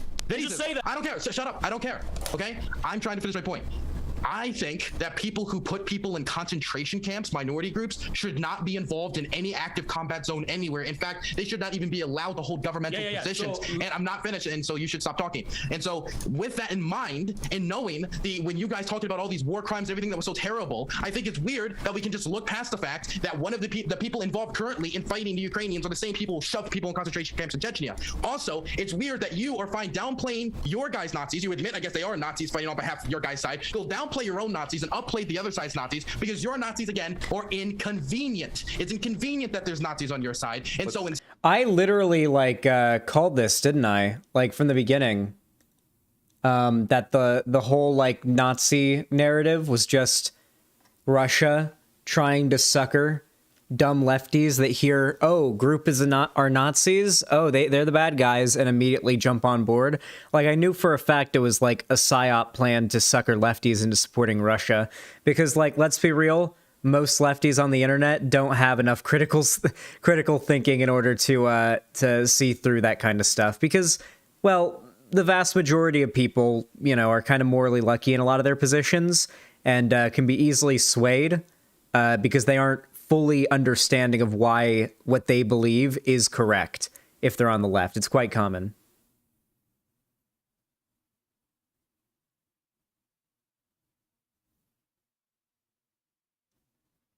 Oh, Jesus. All right, let's continue.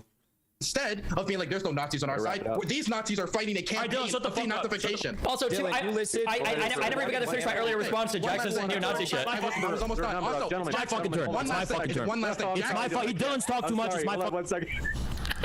Okay, wait 1 second. All right, I do want to give Infrared a brief chance, and then Destiny, I know you have a couple of points you want to make. So, Infrared, I want to give you the guy that I just banned is the crazy stalker guy. Don't give him attention.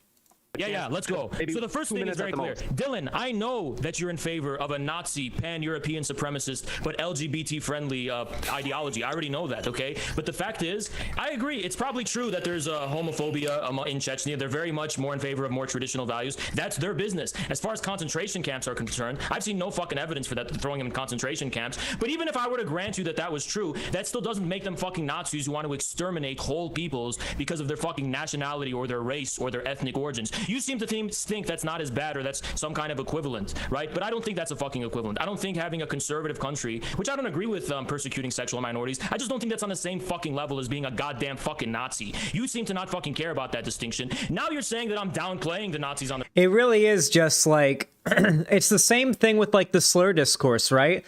The whole like Russia using there's Nazis in Ukraine narrative, the entirety of that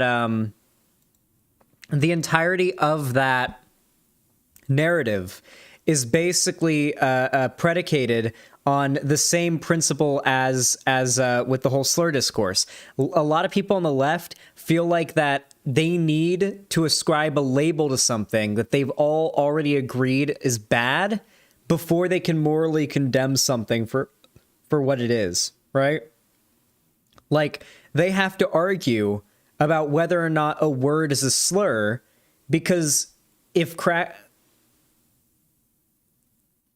that word I almost said is a slur, then they have to basically admit that some slurs don't cause as much harm as others, which is not exactly a very popular idea among the left, even if maybe if you think about it for long enough, it's maybe a bit true, because that word is a slur.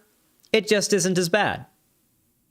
But the whole argument is predicated on, is it a slur, is it not a slur, as if we had an answer to that question, that would be the end. That would be the end of it, right? That'd be the end of the argument, the end of the story. Like, oh, is it a slur? Is it not a slur? If yes, then it's bad, and we should stop saying it. If no, then it's okay to keep saying. Maybe it's a slur, and it's okay to say. But that's thinking outside the box, and that's not very popular around here. In the same way, if you can accuse a group of people of being Nazis without really looking into it, a lot of people on the left will just hear that and run with it. Let's be real. Look at Twitter and the type of insane, deranged, fanfic level shit people believe about me, and you'll get it.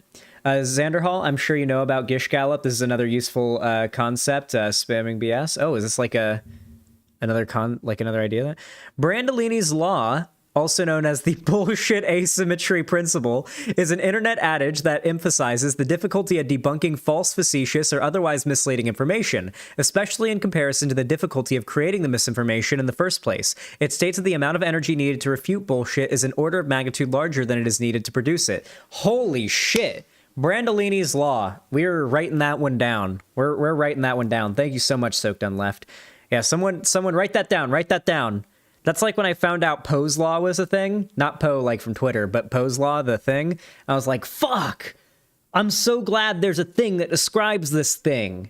When people take a joke don't understand that a joke is like a joke and they start treating it like it's sincere and they don't get it, Like, oh, I love when I learn there's a word to this. I love when I find out a new word to describe a feeling that I've had that I previously couldn't express in words very well until I learned that new word.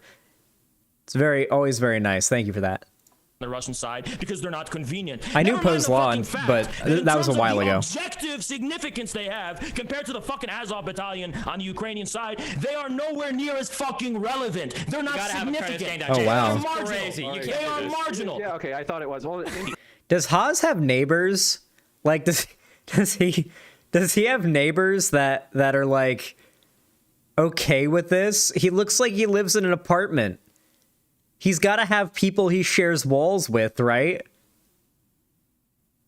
He lives with his family? Oh, maybe he does live in a house. Okay, then maybe.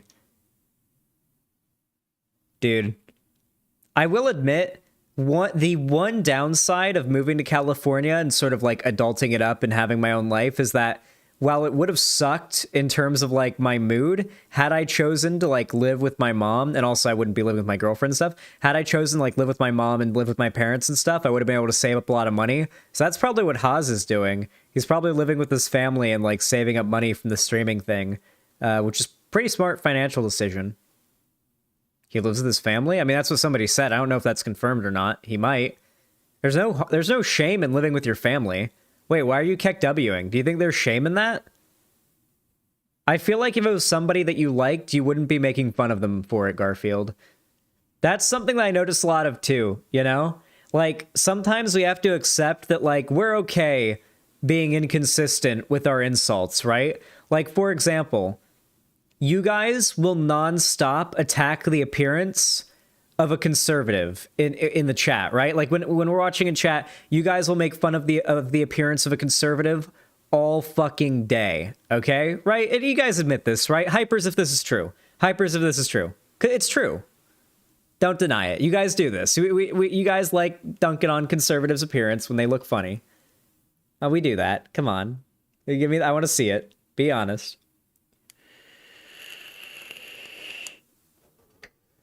And the reason for that is, if I then took that same exact person and then showed them on stream, and instead of them saying conservative shit, they came on and said some based lefty stuff, you would not be making those jokes about that person's appearance. In fact, were I to make those same jokes about that person's appearance, you guys would get mad at me and in fact probably cancel me for body shaming. That you admit that is what would happen. And it's because, let's be real, sometimes our principles can be a little bit more flexible than we like to let on. And I think it's important to acknowledge that publicly, because if you pretend that it's not true, then you're being dishonest. Because sometimes, yes, our principles can be a little bit flexible. We're willing to do things that usually, principally, we don't agree with when the context allows for it, and sometimes if it benefits us. Yeah, I feel like a lot of people aren't willing to acknowledge that.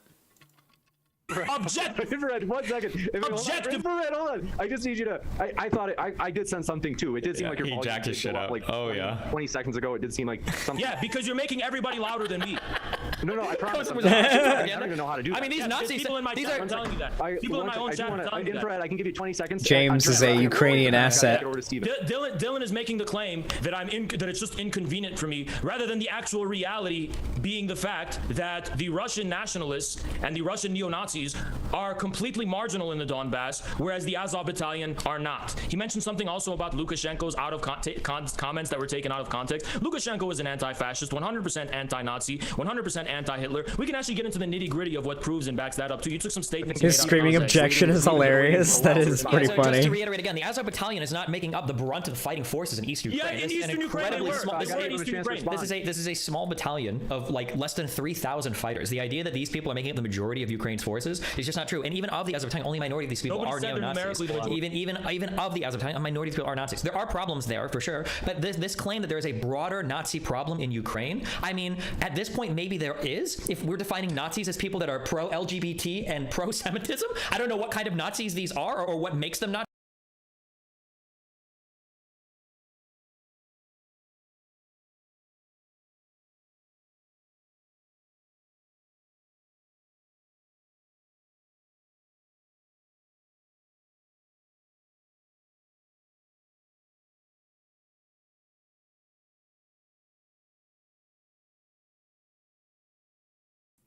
Oh wow, you guys didn't hear me for that? I did a really funny meme for when I played an ad over on Twitch. It was really good. It was a really funny meme. You guys will never hear it. That's sad. Nazis, aside from earlier you said they kill people, which I guess everybody on the planet is everybody's Nazi. I don't like Hitler wasn't going for like pro-European supremacy. Yes, he was. Okay. Did you really just say he wasn't going for European supremacy? In his last fucking speech, he talked about how Europe will be triumphant against the hordes coming from Central Asia. Europe, goddamn. Does Haas think that, like, Hitler or the Nazi Party's definition of European was the same as, like, the more modern-day academic anthropological term of European? Geographic, political, and anthropological term of European? Because I'm almost certain he didn't include a lot of groups that we'd consider European as Europeans. I'm pretty sure he was mostly giving a shit about like Germanic people, like Aryan, the Aryan race, all that shit, right? Like it was not, let's just say a lot of groups that we would consider to be European, he would not have, nor would the Nazi Party have. Europe who? Every member of Europe, every state that he invaded, every group of people. He was a European supremacist. Okay. He was a Western European supremacist. I'm just curious. And everyone else to be subhuman. Would you characterize the Nazism of Germany as having a large anti-Semitic component and having a large ethnic component, where that ethnicity is not defined as European? The Aryan is literally Western European for the Nazis. That's literally what it is. Okay. I would like. Okay, because you're a little bitch and you never fucking defend what you just said because you're fucking wrong. Let's have Jackson. Go ahead. I would like to just say one thing really quick and then a broader point. So Destiny seems to be just hyper focusing on the Azov battalion, which yes is making up the brunt of the violent aggression against the people of Donetsk and Luhansk. Which keep in mind that war, 81% of the civilian deaths that have taken place there in the past 3 years took place on the side of Donetsk and Luhansk. But as I mentioned, the people who literally led this coup are the ultra nationalist right wingers. Oh, Pod sucked and left has a green. I was gonna add that myself. Thank you. Encompass this neo-Nazi ideology. You seem to be leaving that out, and I can guess the motive why. Why do you keep... But to get to the broader point here, Destiny, a few minutes ago you said that it's not okay for, and I'm paraphrasing, so if you want to rephrase this after the fact, go for it. It's not okay for thanks, Lonnie. troops to I love come you, babe. into a what you recognize as a sovereign country, and forcibly bring about a change of power. I think that's we can both agree, right? So why is it that you think that it's okay, I guess, for these far-right paramilitary groups that encompass this neo-Nazi ideology to hijack the Maidan protests, massacre people on February 20th when the protests were actually dying down and people were going home, and cause all of this violence to spiral out of control? And then when negotiations are going on between some of these neo-Nazis and the Yanukovych government to try and bring about pre-term elections to restore some order to the Ukrainian government with Yanukovych, the neo-Nazi factions, again, like Andrei Perubi, who was the leader, the commandant of the Euromaidan protests, he ordered upon his paramilitary individuals to continue blockading. Every time I take a hit from this weed pen, I get a chunk of concentrate, like hardened concentrate in the back of my throat. And it's very unpleasant, but it's getting me so fucking high. To continue, holding their ground, so to speak, and holding their ground throughout the entirety of this protest meant raining down hellfire upon both protesters and police to incite more violence. And there's been countless... Oh, good idea, Lonnie. I should remind everybody. With 564 people watching, it should be... It hasn't moved for a while, so that's probably not actually accurate. Right. Oh, 564, okay. Oh, more weed. Yay. Marijuana. Thank you, baby. Well, handed me another thingy of weed. Hell yeah. I'm taking the hoodie off for a little while. Just the hood. All right. Let us resume. Maidan leaders and activists who provided a testimony that they were the snipers. It was not members of the Ukrainian police who were doing this. Or Destiny. Wait, so do you not believe that Yanukovych ordered his special military people to fire on protesters? You think that's just completely and totally bullshit? Oh, 100%. There's no evidence, and in fact... Ukraine's Ministry of Internal Affairs literally says as much. Why do you say there's no evidence of that? Because the Ukrainian investigation into this, the special investigation into this, actually did not make any initial charges against people who were involved in this. And again, wait, they didn't make charges because Yanukovych wasn't even given guarantees that he wouldn't be charged. That's why he fled to Russia. Unlike the prior prime minister that was able to have a transfer of power because he was guaranteed he wouldn't be charged, Yanukovych wasn't given any such guarantee. That's why he left the country. My point here as to why I'm right? Not really. Also, earlier you said you keep citing the fact that you keep citing the fact that in the East. Wait, hold on, I barely talked. This guy's like rambled so much. I haven't responded to half what this shit guy said. That there's no evidence for this, so I'm going to answer the question. We'll come right back to you, Steven. So you said, why do I think that there's no evidence for this or whatever? So the Ukrainian investigation, they didn't... I feel like I haven't responded to literally like fucking 80%. Like he keeps like adding on a second thing at the... Do I just keep talking? I don't know. 15 self-admitted members of the Maidan sniper units admitted in media interviews to the Maidan massacre, to sniping police and protesters. Several former members of the... How do I get Xan to take a lung buster? Maidan snipers in hotel Ukraine. Donate $100, be lefty. And the investigation actually... Get a tier 4 sub, and I'll take a lung buster. Went to the extent of saying who was in the hotel. Wait, do you want to kick it over to Steven? Just because I did give you a chance to answer the question, and so jump back. Oh, there's a lot of evidence. So if tier 4 sub, 1 month tier 4 sub, and I'll do it. There's like 20 different things I haven't responded to. So, who's finding change the goalposts? I'm not changing. You're the one that's adding a new goalpost at the end of every single sentence you've said. You literally said what's I can't even respond. I can't even respond. Okay, hold on. Wait. Okay. Are we doing this right now? Is this what we need to do to get the conversation going? Okay. So who do you side with? Who's ruling? What organization? What government's ruling do you side with that said that police did not fire upon protesters during the Euromaidan? Good thing I got a sound compressor. What side do I side with? No, whose investigation are you citing? Whose details? Annihilated. Whose findings? Not a one-off media interview that was posted. Oh, no. I'm referring to the testimonies given by the snipers themselves. Testimony to who? Why would you only agree? Why would you only look at some testimony? Why wouldn't you look at the overall ruling of the Ukrainian Interior Ministry? What the fuck is a lung buster, and can people with asthma handle them? Just taking a massive hit from the weed concentrate vape, holding it in for as long as I can. Which basically means until I start coughing, and then just handle that for the next 20 minutes. Because the Ukrainian investigation did not place fault on either side, though according to the testimonies themselves, they admitted fault for doing this. It's not that they didn't place fault on it. They explicitly said that Yanukovych ordered his police to fire upon the protesters. Do you deny that they said that? They did not place blame on them. Why do you keep saying place blame? Who's saying place blame? They made the statement. Their findings said. Who did they charge? I don't know if it was their. I don't think it was their role to charge anybody. And Yanukovych already fled the country. Holding it. Hold on. Wait.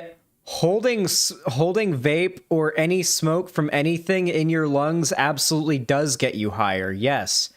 It gives the smoke more time in your lungs to be absorbed. Your lungs are what absorb it into your body and into your blood, which gets you high. So the longer you hold it in, the higher you get. It is not a myth. I assure you it's not a myth.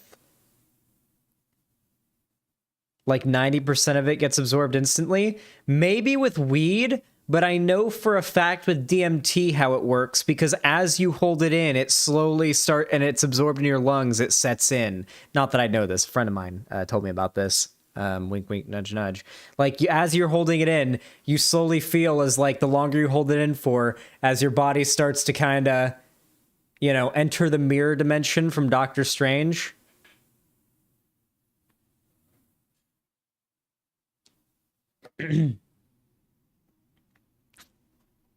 True, boofing it is the best way. Charges because they couldn't find evidence that the police did this. In fact, the reason why, Desi, why can't you give me an answer for this? Pickle has donated $100. Oh no. In a Pickle, thank you so much for the $100 donation. Holy fuck. Oh shit.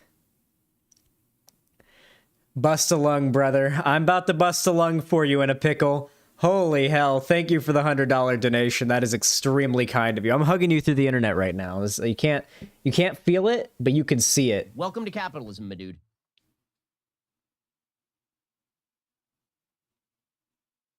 Scimitar 2, how many months is that? Scimitar 2, how many months is that? I can't do 2, Lonnie. I'll vomit. But I'll do 1. We'll see how I feel after 1. My tolerance is pretty high. I can probably handle 2 lung busters, honestly. My tolerance is nuts, chat. I might actually be able to handle 2. We'll see. I do have a trash can right there. That's true. Trash can with a bag in it and everything. It's all ready if I end up throwing up. It'll be a nice, clean, easy situation to handle, should it come to that. Just got to make sure it doesn't get on the onesie, you know what I'm saying? How much was that, Scimitar? Just 1? Okay, thank you. How much is that? That's $40, I think, right? Thank you so much, Scimitar, too. I really appreciate that. That's extraordinarily kind of you. Like, I really do appreciate that. It's $40 right there. Thank you. That puts us at $665. Jesus Christ, you guys have been insane today. I really want to thank you guys for, like, the donos and the support today, because it's just been pretty overwhelming. And, I mean, it's not like there's any dono goal set. I mean, I did make the offer of the lung busters, but besides that, you guys pushed beyond the normal $300 dono goal all on your own. And, yeah, I really appreciate that. Well, let me set the new one to 700, I guess. Why not? Can't hurt, right? We're pretty close to that, even. All right. Let me try this really quick. Inshallah. It's lung buster time. Hold on, I need to listen to something good for this. I gotta listen to something appropriate for this lung buster.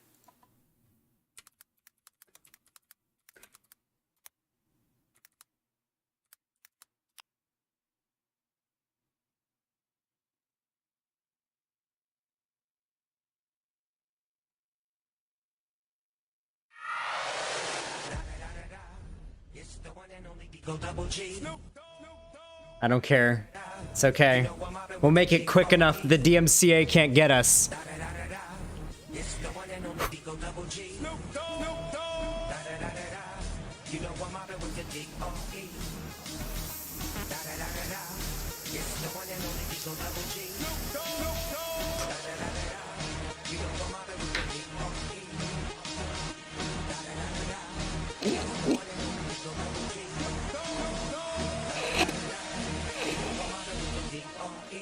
Smoke weed every day.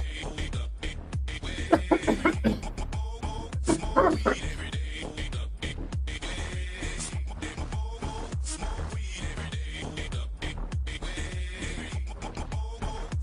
Welcome to capitalism, my dude.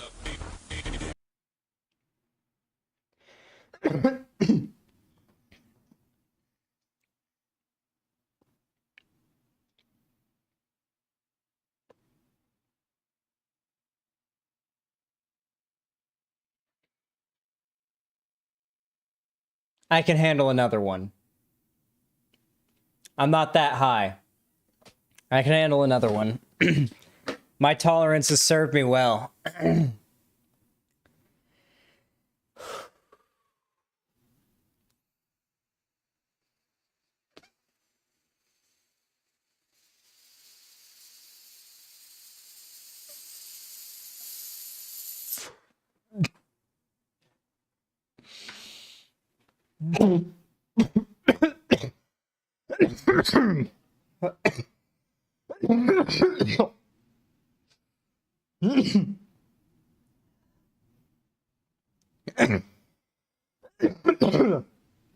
Oh, there's ringing in my right ear now. Not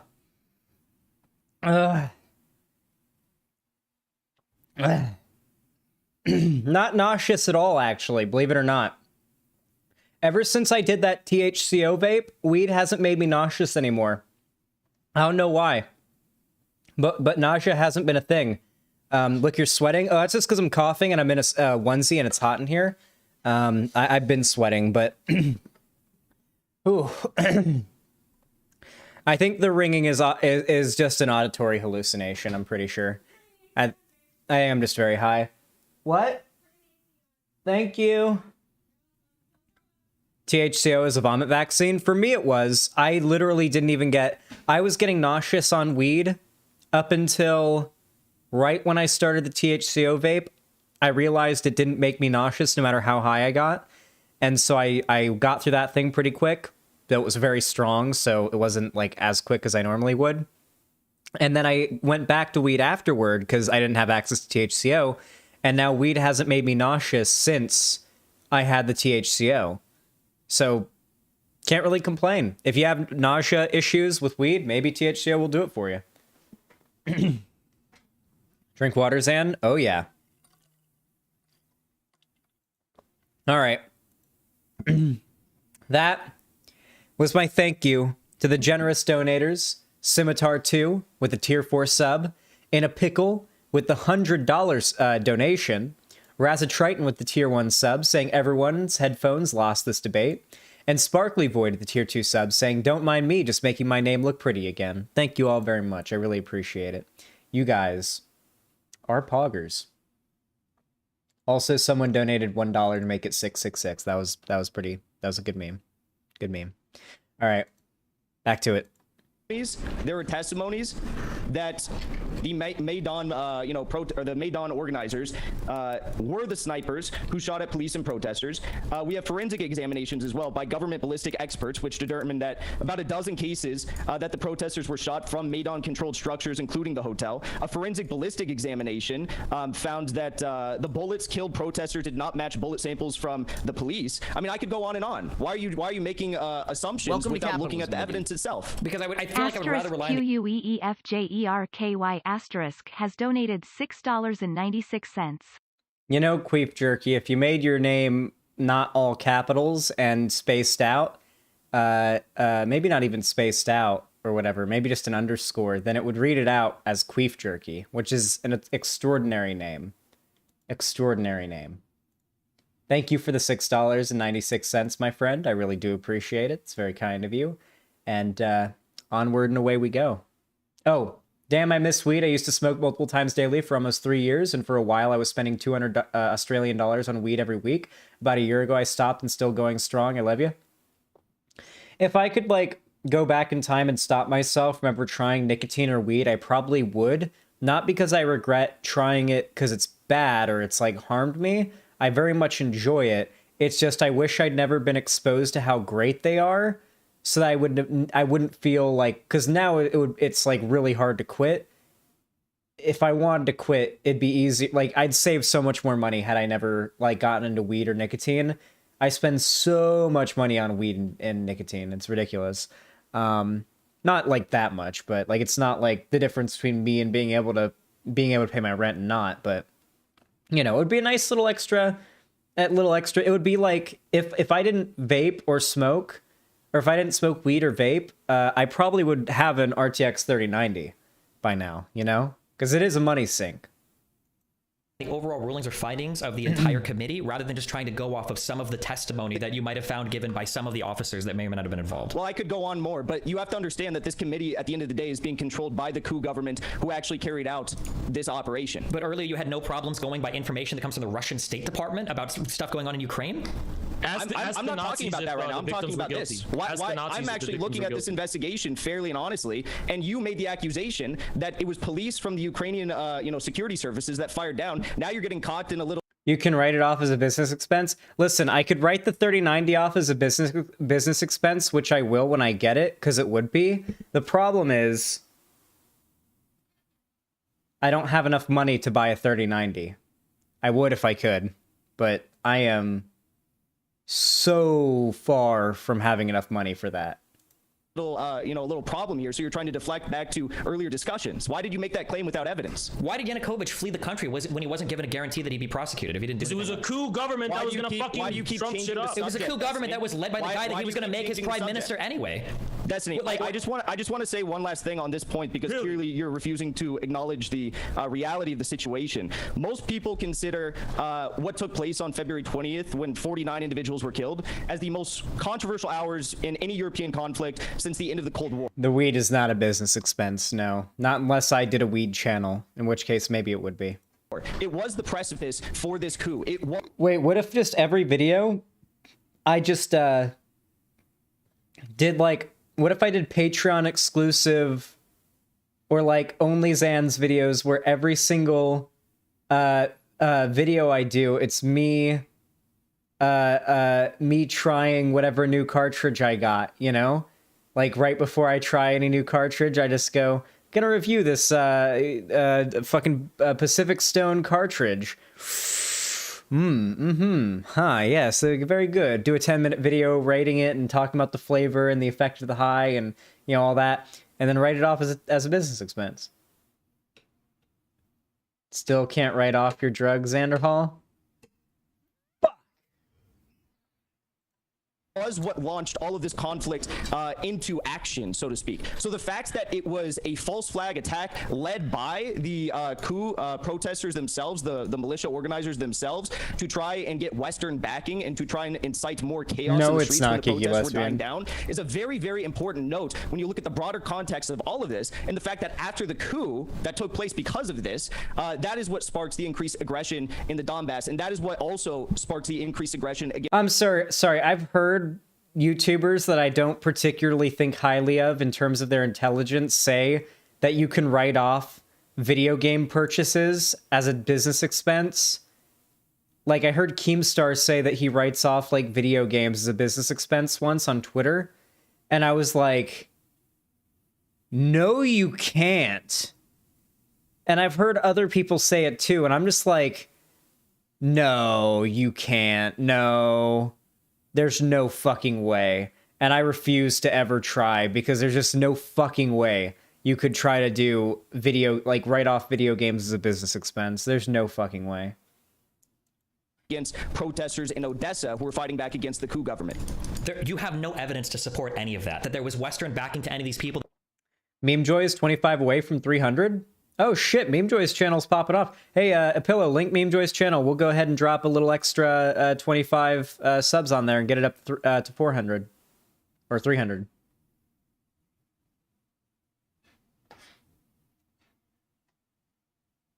Hey, listen up, guys. Really quickly, before we continue. Our friend from before, Meme Joy, is extraordinarily close to 300 subs, okay? Go subscribe to Meme Joy. They're making a cool art of me right now. So go subscribe. Go subscribe. Go do it. Go do it. Get them to 300. 283. Come on, get them to 300. We're not moving on until we get them to 300. 285. Come on. Keep her going. Keep her going. Keep her going. Keep her going. Keep her going. Come on, keep her going. Keep her going. Less than 10 needed. 7 needed left, I think. 6. Yeah, 6. 5. 5 left. 3 left. 1 left. Be the final person. Be the 300th subscriber. Do it. Now's your chance. Be fast. Now's your chance to be the 300th subscriber. Do it quick. The more time you take, the less chance you have. Go, go, go, go, go, go, go, go, go. Do it. Do it. Become the 300th subscriber. Become the 300th subscriber. Come on. Do it. Do it.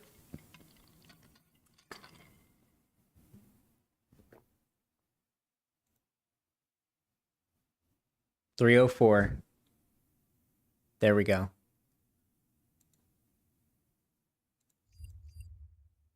That was fun. Let's get back to it. Congratulations on 300 subs. That any of this was a false flag. Everything you're going off of is complete conjecture. The testimony of 1 or 2, I've got testimony in the United States of Bigfoot and UFOs abducting people. The testimonies of 1 or 2 people doesn't prove any of the claims you're making. Let's just actually go to No U.S. problem, involvement Meme Joy. in this, because I have a lot of quotes from actual diplomats themselves who admitted that they were involved in providing funding, direct funding to the Maidan coup organizers. So first of all, we have Victoria Nuland and Jeffrey Piot, who were 2 U.S. diplomats, U.S. Ukrainian diplomats at the time, who have a viral leaked phone conversation admitting to the fact that they were hand-picking the coup government. In that conversation, where? You want me to send you the link to it? No, because I've already read the entire conversation. They don't admit And that what did ever. that conversation They say? never said anything about hand-picking the new government. It wouldn't even make sense. Really? Yes, really. Give me the quote where they say that. Yeah, give me the quote where they say that. Yeah, read it. Okay, we have a leaked phone call here. They said, fuck the EU, referencing to the fact that the EU was not being aggressive enough during this whole situation. And then we said, or we have Victoria Nuland here say, yachts, referring to yachts. Chat, I'm so sorry. You're gonna have to have a chair stream for a moment. I gotta pee really bad. Xanderhal, I watched this live and offline VGG chat. I'm proud of you, my friend. I'll be right back. I gotta empty my bladder, okay? I assure you, I will empty it thoroughly.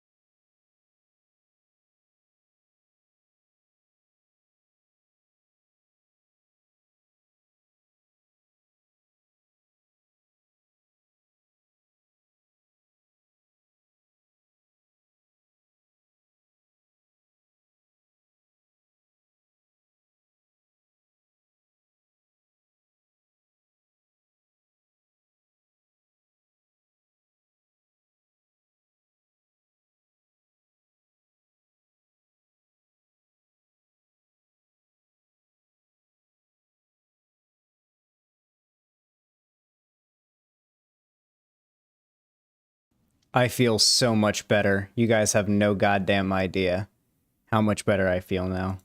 Yatsenyuk is the guy who's got the economic experience. I'm a new man. Referring to opposition leader Arseniy Yatsenyuk, who backed the devastating neoliberal policies that were demanded by the West. So they were discussing whether or not Yatsenyuk was going to be an effective leader in the new government, and they were saying, well, maybe this person should be directly outside of the new government with Yatsenyuk. And Destiny, guess who ended up becoming? Hold on, real quick, because you keep pivoting, asking questions, and commentary. Destiny, None of this shows them picking a leader. As you said, Yatsenyuk was already the opposition leader. Where is this idea that they picked him? Who became the prime minister?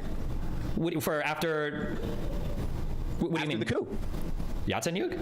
Yeah. Who was already the opposition? He was already the opposition leader. He already had 370 plus votes in the parliament. What do you mean? Andrei Purby was the Maidan coup leader. He was the real. No, wait. Where is the evidence that he was handpicked? Wait, we just reached the halfway point. I'm going to have Lonnie. Lonnie, can you do another? You should just have to click the up arrow on your chat thing to just auto select the message.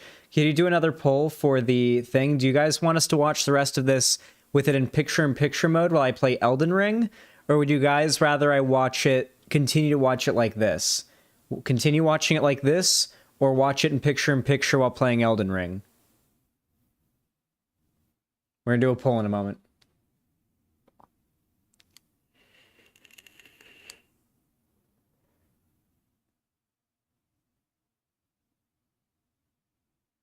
Now you guys want Elden Ring, huh? Oh, it's getting kind of tied.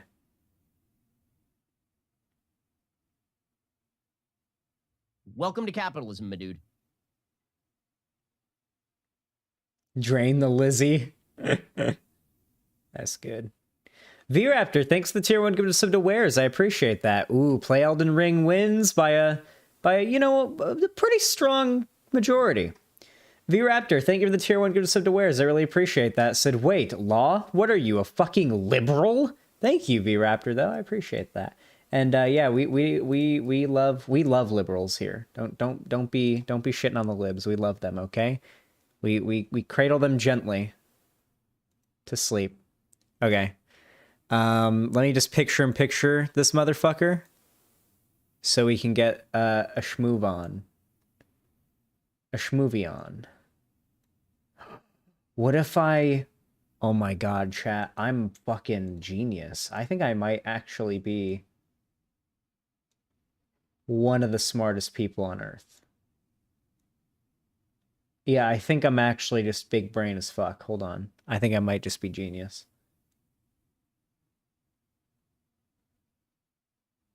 We're gonna find out in a moment, though. I might actually just be a dumb fuck, though. We're about to find out. Oh yeah, let's get that there. Let's get that. Let's unplug that. Let's get that plugged in. That thing they called the controller. The controller. Babe, what? Recount wins? What?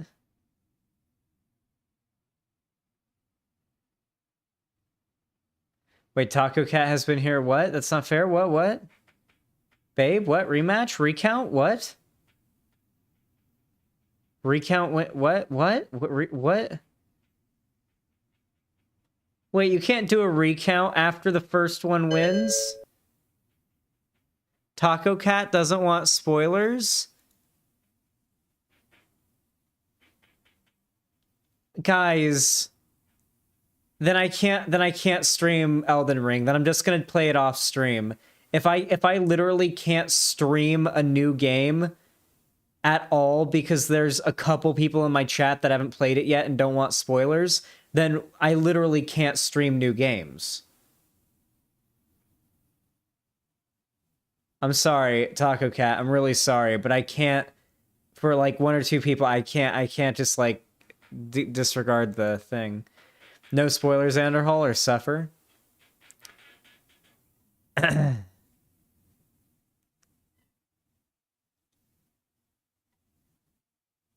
Most gameplay doesn't have any spoilers anyway. Yeah, I'm not doing any of the story content. I'm literally just doing exploration, like random item collection, clearing out random camps and stuff, and running some dungeons. Nothing like story related. No cutscenes, no like probably not much dialogue or anything, if that's what you're worried about. If that helps.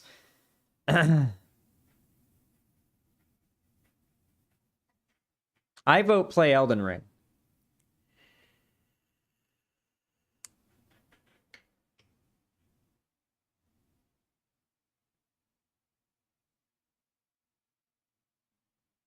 I'll cast my vote.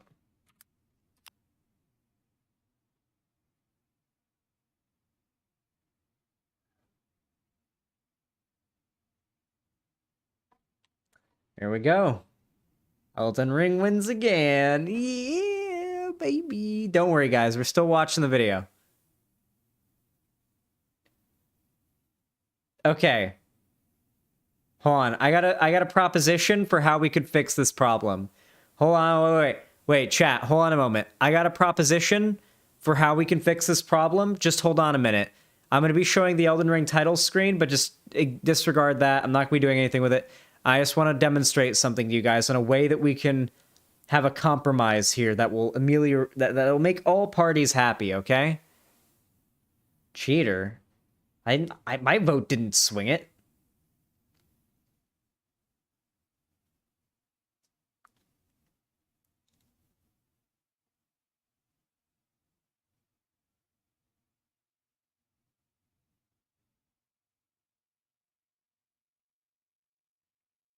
No, the shy doomer. That's not what I'm going to do. Oh, wait, you're the crazy person. Ah.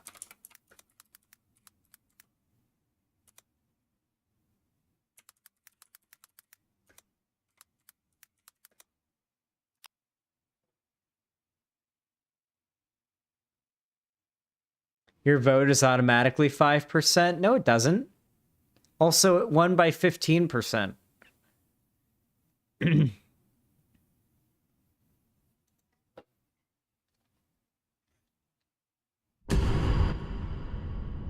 Okay, let's see.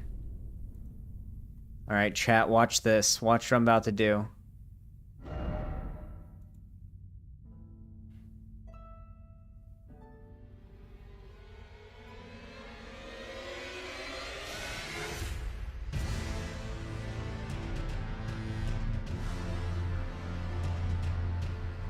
Well, that's unhelpful.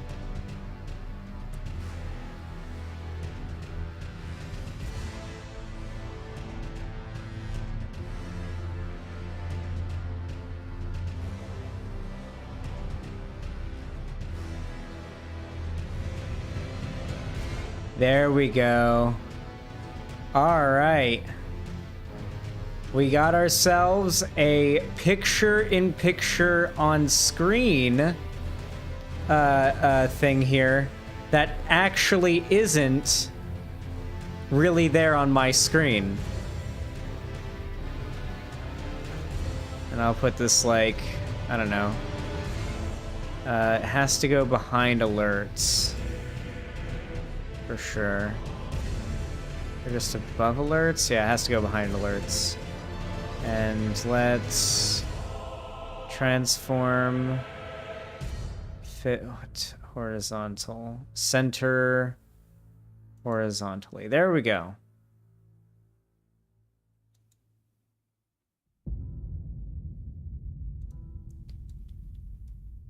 I'll put myself up here. And it's all Pog. It should be all Pog now. Put the thing right here. And I'm also going to turn the game volume down considerably here.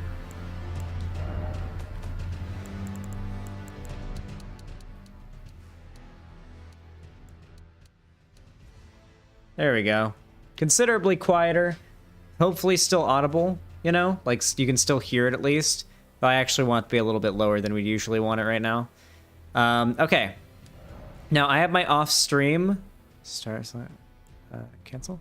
I have my off-stream character that I've gotten to level 40. Mostly just running around, killing shit, and like leveling up. Not really doing a lot of like actual content stuff. But this game is like pretty open-ended, so like the way that we go on stream is going to be different than the way I go off stream. So it's still going to be a fairly, you know, genuine first reaction for most stuff for me. So that's pretty cool. Did you see the Game of Thrones sword yet? I've seen it on YouTube, haven't seen it in game. It's called the Grafted Sword, right? It's like a bunch of swords like melted to another one. But yeah. Here, let's hop right back into this video. And we'll hop back. How was he handpicked? Wait, what? Because he didn't have the backing in Parliament for it. the chair of Parliament. No. Why could he not become? No, you're pivoting. Where is the evidence that this guy was handpicked by the United States? That he was pushed by the United States? A conversation about this guy saying he would be good when he's already the opposition leader is not evidence of him being handpicked by the West. Well, there was that's multiple not a people in sign that that they're conversation that they were handpicking. going They're just back saying- and Yeah, they're going back and forth but it's not- discussing there's no potential. Yeah, evidence. you have no evidence. This is everything you do. Just Destiny or How is that no evidence? If there's evidence in the phone call of two diplomats saying, "Man, this leader in this country would be so awesome," and yeah, that other one sucks. You think that's evidence of an assistment? It just so happens, Destiny, that she admitted that the U.S.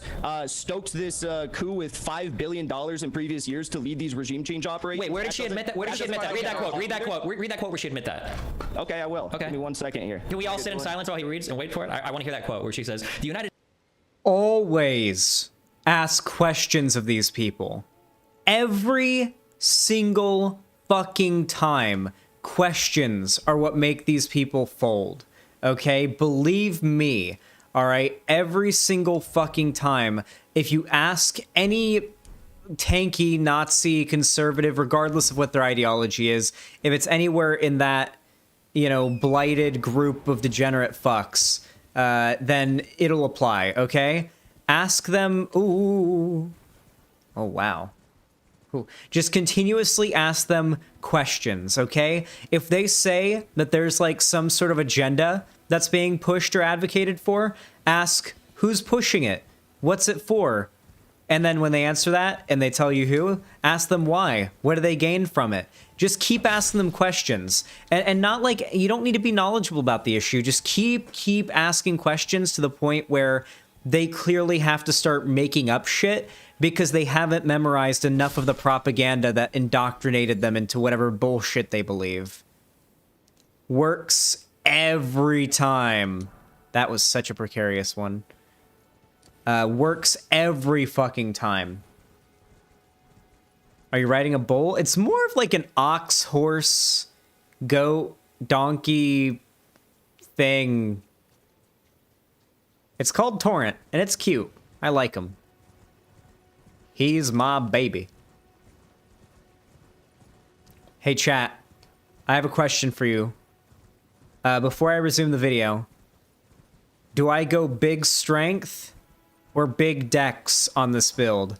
So do I go ninja, who uses light, fast weapons and builds up bleed and, you know, lurks in the like ninja fast dexterity weapons? Or do I go strong character with big, heavy, hefty weapons like a big sword? Can we do a poll? Dex or strength? Or a hammer or something? Yeah, could be any of that. Ooh, a slumbering egg. Strong. Intelligence? I'm not going mage. Don't ask. We're going melee build. Oh, I'd already activated this one. Alright, let's see which wins. I'm impartial to dex myself, but strength would be interesting and kind of new for me. So who knows, maybe it'll be fun to do something new for once in a Souls game, because I always go dex. Oh my god, I hate that heavy attack and how delayed it is on the horse. We'll get back to the thingy in a second. I just want to kill these guys. I got absolutely fucked there. I didn't pay enough attention to my health. I should probably move this thing a little bit, huh? Alright, let's resume. The United States sent $5 billion in aid to stoke this coup. Oh, what one? Wait, which And one? If he pulls it up, will you admit you're Oh wrong? no. Yeah, if he has that quote, I would be interested to hear Oh that. no, chat. That's the problem. I never look and see what wins. I never look and see what wins. Is there someone I trust in here who's not biased? That Lonnie, were you here? I think Lonnie probably left when I started playing the game. It was Dex, I swear. Strength 1. I wasn't watching. Ah. All right, hold on a moment. Let me go open up my stream. Nah, I don't trust any of you guys. I'm sorry, chat. I literally don't trust a single one of you. You'll all tell me different answers. You've literally already been telling me different answers. I have to go look for myself. I don't trust any of you. I have to go look for myself. It was strength. I don't trust any of you. Strength 1. Okay. Fucking dexterity people lying to me. Ban everyone who said dexterity. I'm just kidding. Don't ban them for that, but you know, ban them later for something else. Put them on a watch list. And blackmail them. All right.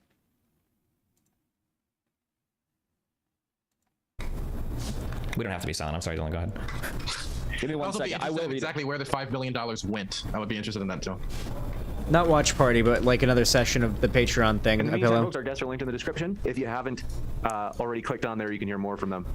Also, I would just like to say that there's tons of evidence of the Chechen government putting gays in concentration camps from multiple news outlets. Well, Testimony. that's not what we're debating today. The only thing, but the thing is, the only thing you have to acknowledge. So I'm just acknowledging. Yeah. Well, we can debate that another time. But for now, what we're saying is that is not the same as Nazism. Deflection. Okay, but is that of concern, do you think? If I was Chechen, I would be Deflection. opposed to it, but I don't live in Chechnya. It's not my- inconvenient Do you think that for fighters who him. put gay people in concentration camps should be active in combating Ukraine? You cannot make the racist claim that all Chechens. Wait, no, I'm not saying all Chechen soldiers, but no, there are officials who were involved in that fighting in Ukraine right now. Which ones? You know the one that you're like, Dylan, you liar, you said this guy died. Shia, that he's alive? That guy, right? Yeah, you're saying he's alive. That He is guy, alive. There's he literally specifically video was evidence okay. he's I'm saying okay. That guy, let's say he's alive. That makes your argument even worse. That guy was involved in putting homosexuals in concentration camps. Okay, I haven't seen any evidence for that. There's tons of evidence for it. I want to give Jackson, something not in disputed. case you had that quote, Jackson, I don't want you to feel left out.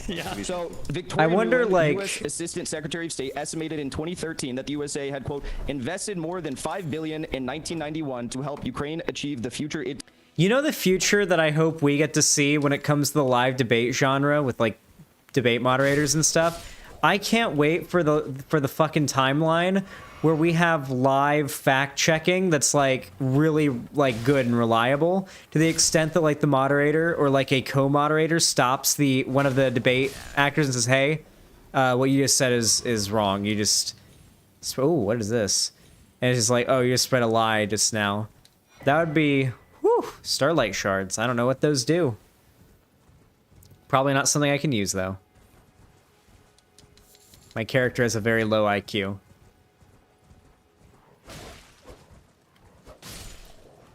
Kharkiv? Tarkov?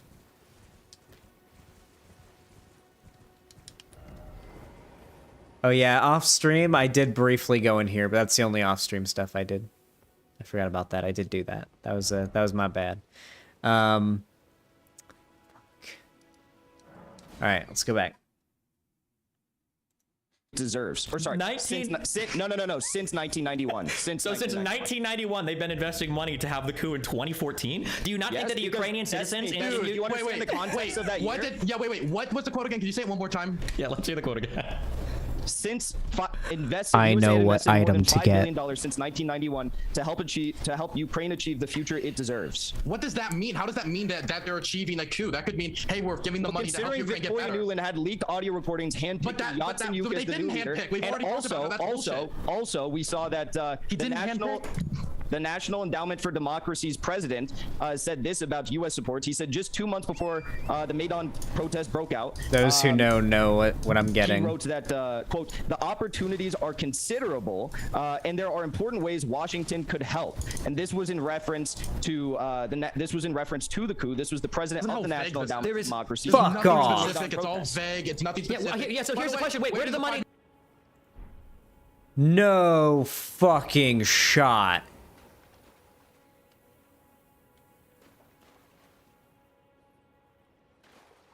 Lautrec the Embraced? Is that you?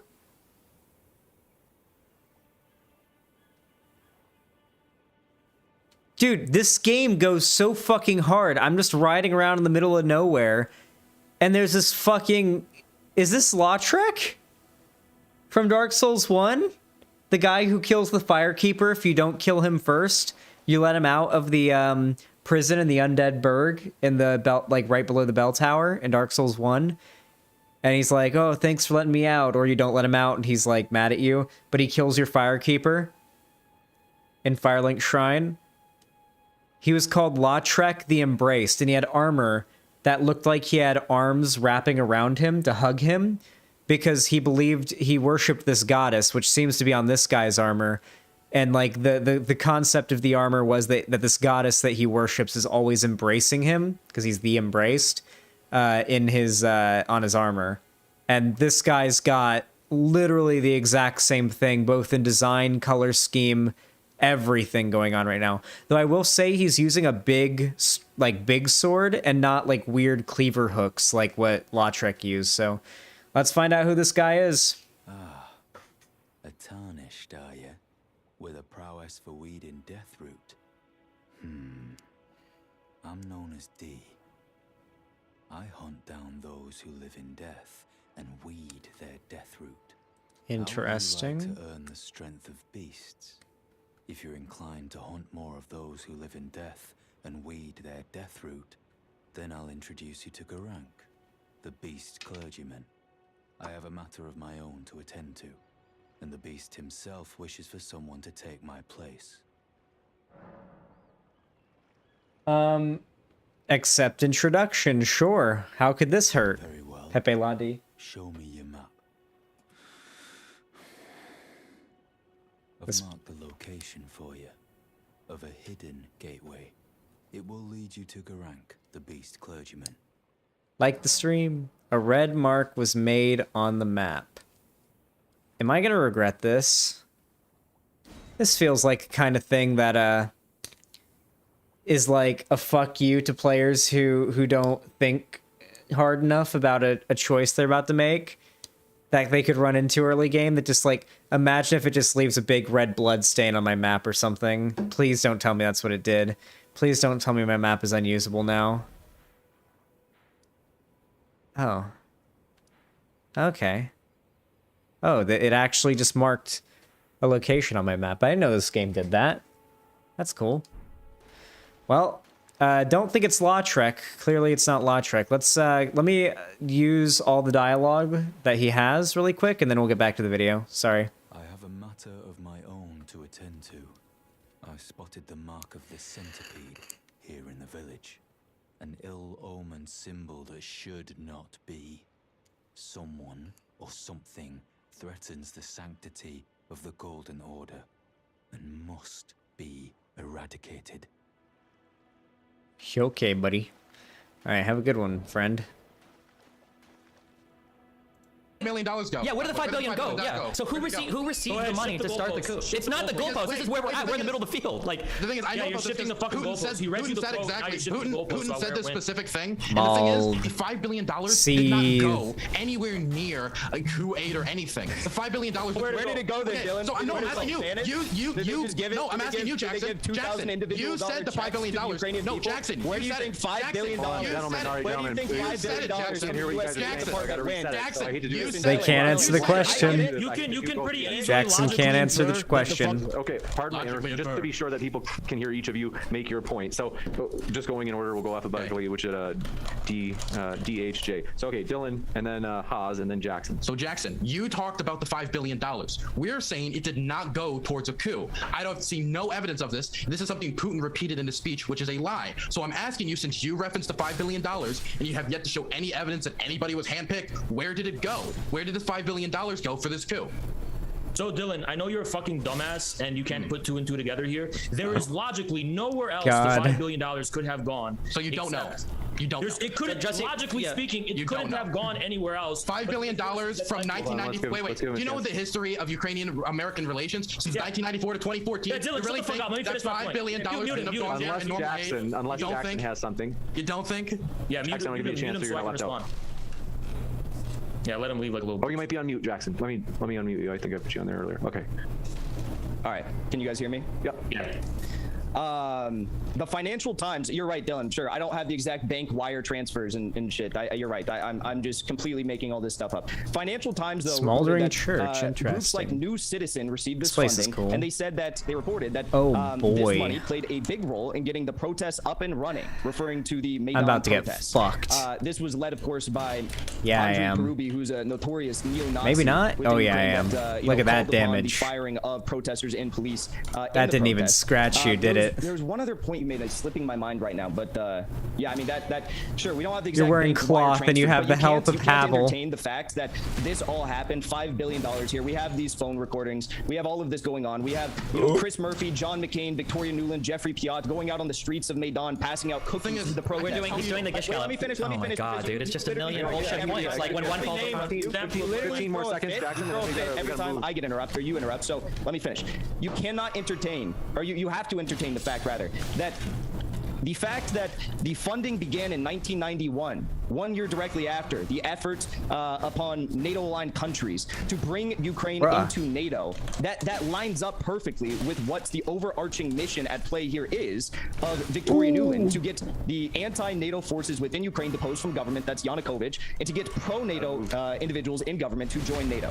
Okay. So I gotta respond to that, because the thing is, it's also 1 year after the collapse of the Soviet Union and Ukraine went into economic ruin. And the $5 billion is something Putin stated as well. That's referencing to the entirety of U.S. aid to Ukraine from that date to 2014. So you're telling me that the entirety of U.S. aid to Ukraine was made up of just going to coup stuff, when you have no evidence, no financial documents, no transactions, no direct evidence of any sort that any of that went towards resources towards a coup. It is reference to aid. He named it. No, he didn't. He named nothing. You left because you're a little bitch. You weren't here. No, he didn't. So where did it go? Where did it go? And what did the coup? Testing you to determine if the Elden Ring would truly have you. She said it. You had the mettle to endure this long and arduous path. It seems my worries were unfounded.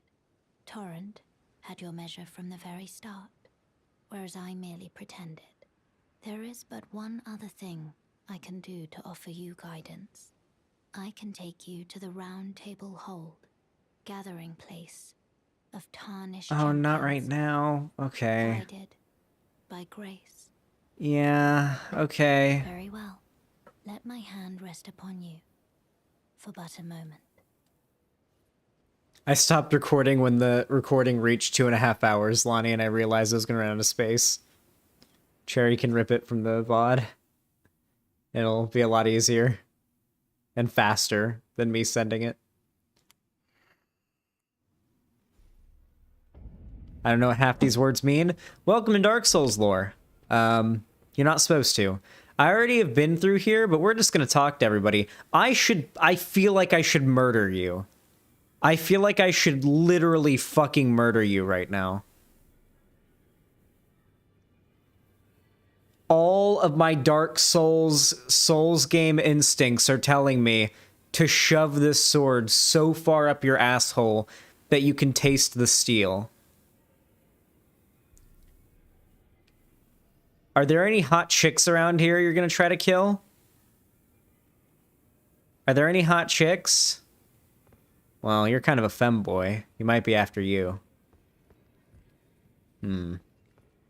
God, the spam 1,000 points and refuse to let the opponent respond and immediately collapse on any individual point when question shit is boring and old. Hey, Dark Souls combat at least adds a little bit of variation to it, though, you know? At least there's a little bit more going on with the Dark Souls combat. Hello again. You haven't gone to see Garank yet, have you? Well, no rush. You do as you please. Just as long as he doesn't starve to death, eh? Okay. Go to Garank only if you feel the time is right. Killing those who live in death and weeding their death route is a path not to be trod without ample resolve. So I assume he's like a undead hunter. Go to Garank only. Okay. That's all you got to say, buddy. Alright. Femboy, what you got to say? Hello. You must be new here. Well, just call me Dialos. Dialos. One's house holds little import in these lands. By the way, have you met a young woman named Lanya on your travels? She's my servant, but fickle as the wind.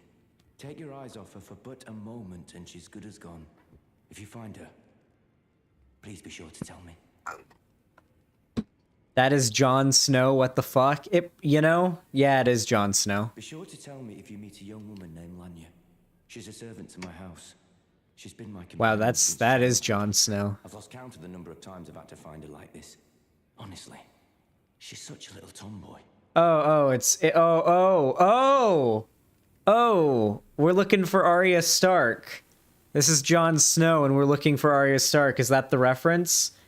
Souls games are extremely shameless with their references, and not to mention, a lot of the lore of this game was written by George R.R. Martin, so it's not out of the question that there'd be a pretty overt Game of Thrones reference in here somewhere. Be sure to tell me if you meet a young woman named Lanya. Yeah, Lanya's clearly supposed to be like Arya Stark. Okay. Oh, I see you've just arrived. Welcome to the Round Table Hold. Welcome to capitalism, my dude. Oh, thank you for the $5 super chat, Nova Nocturne. No, I wouldn't mind if you made a TikTok video about me. Granted us by the Two Fingers, and explore the secrets of the Golden Order. So one day, if a tarnished of the Round Table Hold should become Elden Lord, I might counsel them. Oh. Ensuring order regains its proper form. I understand everything you're saying, my friend. By the way, do you still see it?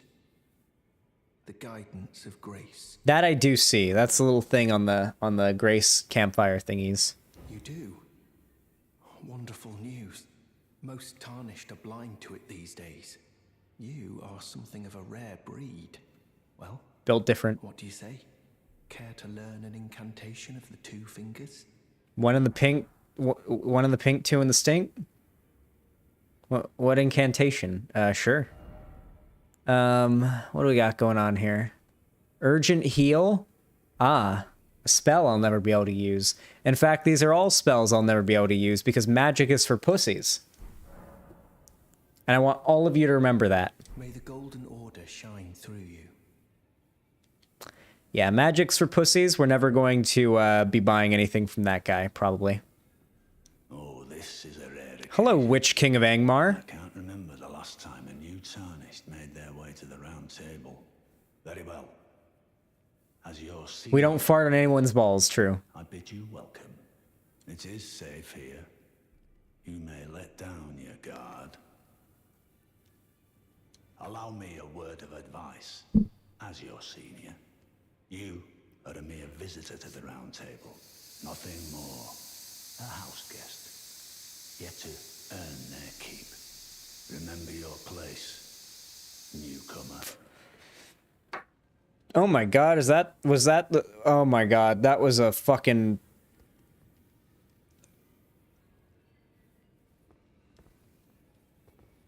I had Vietnam flashbacks. By that I mean I had Nameless King flashbacks. Was that Nameless King armor? That was Nameless King armor, wasn't it? That looked like the Nameless King helmet. There's nothing left to say. Be at your leisure. Okay, buddy. You want to come on stream and talk about it? What else we got going on here?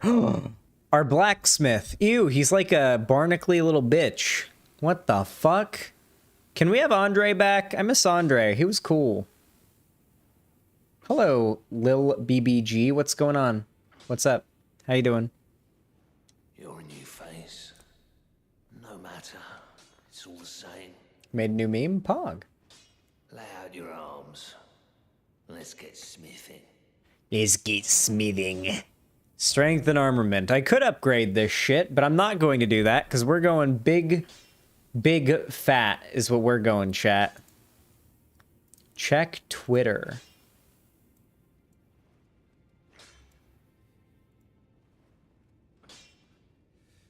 Check Twitter. That's pretty funny. No cherries. That's pretty funny. You can link the meme in the chat if you want to. That's a pretty good meme. That's pretty good. It's pretty good. That's pretty good meme, Marino. I can appreciate that. Thank you. Like we. What's that ghost? Those are other players that are here at the same time as me. Basically, the way that like they present multiplayer a lot of the time, or the way they present multiplayer period, is in the form of phantoms. But like most phantoms are just like echoes that you see walking around, which are other people, and they're that right there. That's someone right now playing the game and walking through there. That's their way of like letting you know there are other people here playing the game right now, doing what you're doing, fighting what you're fighting. The red ghosts that you see running around, the red transparent echoes, are bloodstain echoes. Those are people dying. And like that's the last few seconds before they died, so you can get like an insight into how they died, which might help you. And then those white runes you see on the ground are messages that other players have written down for you to read. And they can be helpful or they can be funny. And if you appraise them or your message gets appraised, you get a little boost to your Estus flasks, and those are your healing potions. We aren't going to upgrade anything right now. About the chains on your leg. I see you've noticed the chains. Nothing special. I'm a prisoner and these are my chains. I'm trapped by the hold. I'm dying, smithing for you fools. That's all there is to it. Oh. You're a prisoner? No, don't read too much into it. Well, no grudge against you. My being a prisoner is no fault of yours. Oh. Besides, I don't mind smithing. Despite my differences, the weapons get stronger all the same. Given time. Technique never fails. The world of FromSoft games are always so depressing. The sheer terror of her. Who? Interesting. Okay, there's another room over here. What's going on here? There's a lot of NPCs to talk to, so I'm just not playing the video. Oh. Wait. Oh, this is the bit already. Already we found the bitch. Okay. Do not let her hug me, is all I know because of Twitter. Twitter spoiled this for me. If I let this chick hug me, I lose 5% of my health bar, like, permanently for the rest of the game. It's bullshit. I lose, like, 5% max health. Greetings, great champion called by grace. I am Fia. Circumstances have compelled my stay at the Round Table Hold. Great champion. Would you allow me to hold you? No. But briefly, Giga Chad. perhaps you might share with me some of No. your lively vigor Giga Chad. and your stout-heartedness. Doing so will grant me the warmth of a champion, and you, I am sure, will bear a Baldakin's blessing. Do you think it vulgar, perhaps? Where I come from, it is a sacred act. Refuse. Giga Chad. I understand. Your disdain is only natural. But should you change your mind, come pay me another visit. I will not. I would rather keep 5% of my health bar. Thank you. Is there anyone else to talk to here? I feel like there's probably some dickheads here. Some dickheads. Okay, there's an imp statue that way. Yeah, I didn't explore this place much on my off-stream playthrough because I didn't want to spoil it for me. This is clearly this game's Firelink Shrine. Let her hold you. You lose 5% of your maximum health for the whole game if you do. It's a massive detriment. I'm not going to let her hold me. She basically just drains 5% of your max health bar. Makes you weaker. Do not succumb to the femoids. Hello. Nothing to say, huh? You are a... What do you want? What a fucking edgelord. Look at this guy. He won't even talk to me. He just gives me his little edgy emote. You know what? You fucking poser, I'll pose with you. How about this? How about this, motherfucker? Where is it? Where is it? Where's the fucking pose? Where is it? You little shit. There it is. Yeah. Yeah. Okay. Never mind. Nova Nocturne, thanks for the $20. I appreciate that. That's very kind of you through that super chat. Says, I know it's probably a long shot, but do you know of anyone who is a leftist that writes creepypasta? I'm having a difficult time finding enough to record. I won't be shocked or too disappointed if the answer is no. I actually do know someone who is progressive. Welcome at to the very capitalism, least, dude. like a SoCDem like lefty liberal, maybe even like Bernie Sanders supporter, to be clear, person who writes creepypastas and does creepypasta narration videos on YouTube. Clancy Pasta on YouTube. They used to go by the name of Second Clancy He used to be Second Clancy on YouTube.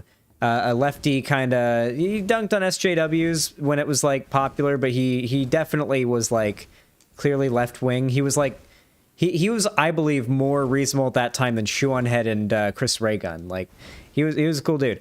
Regardless, now he's called Clancy Pasta, and he does creepypasta content instead of political content. So if you're looking for somebody, I would recommend that channel, Clancy Pasta. ClancyPasta.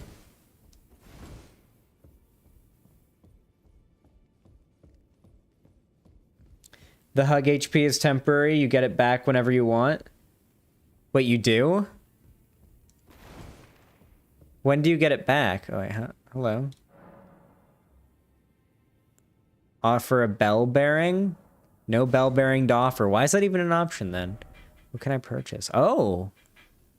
Stone sword key. We need those for the imp statues. Is there a big sword here? What's the biggest sword we can equip yet? Because, like, here's the thing. There's a pretty high strength requirement on literally every big sword. Just have to use the blessing item she gives you? Oh. So I can let her hug me? If you guys are punking me, I'm going to be so fucking pissed. If you guys are punking me into being a simp right now, I'm going to urinate on you, okay? I'm gonna piss all over you. My dear, had a change of heart already. Ah, my thanks, great champion.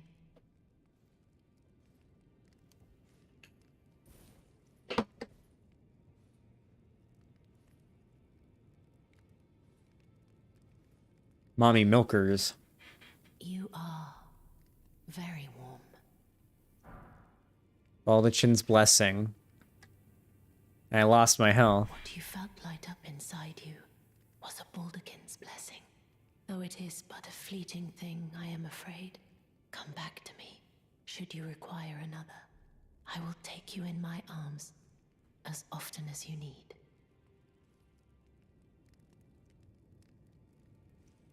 Okay. Wait, are you telling me that the thing that gives me my HP back is only temporary?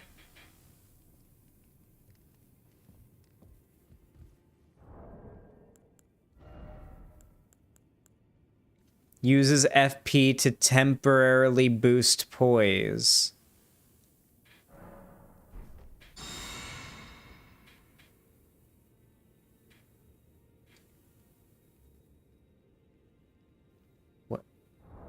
You motherfuckers.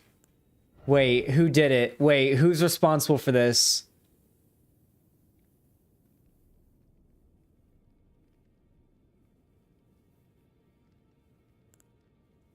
Are you fucking kidding me?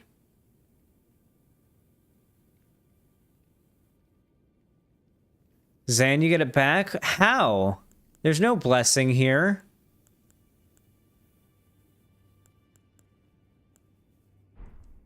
Go rest at a shrine, it'll wear off.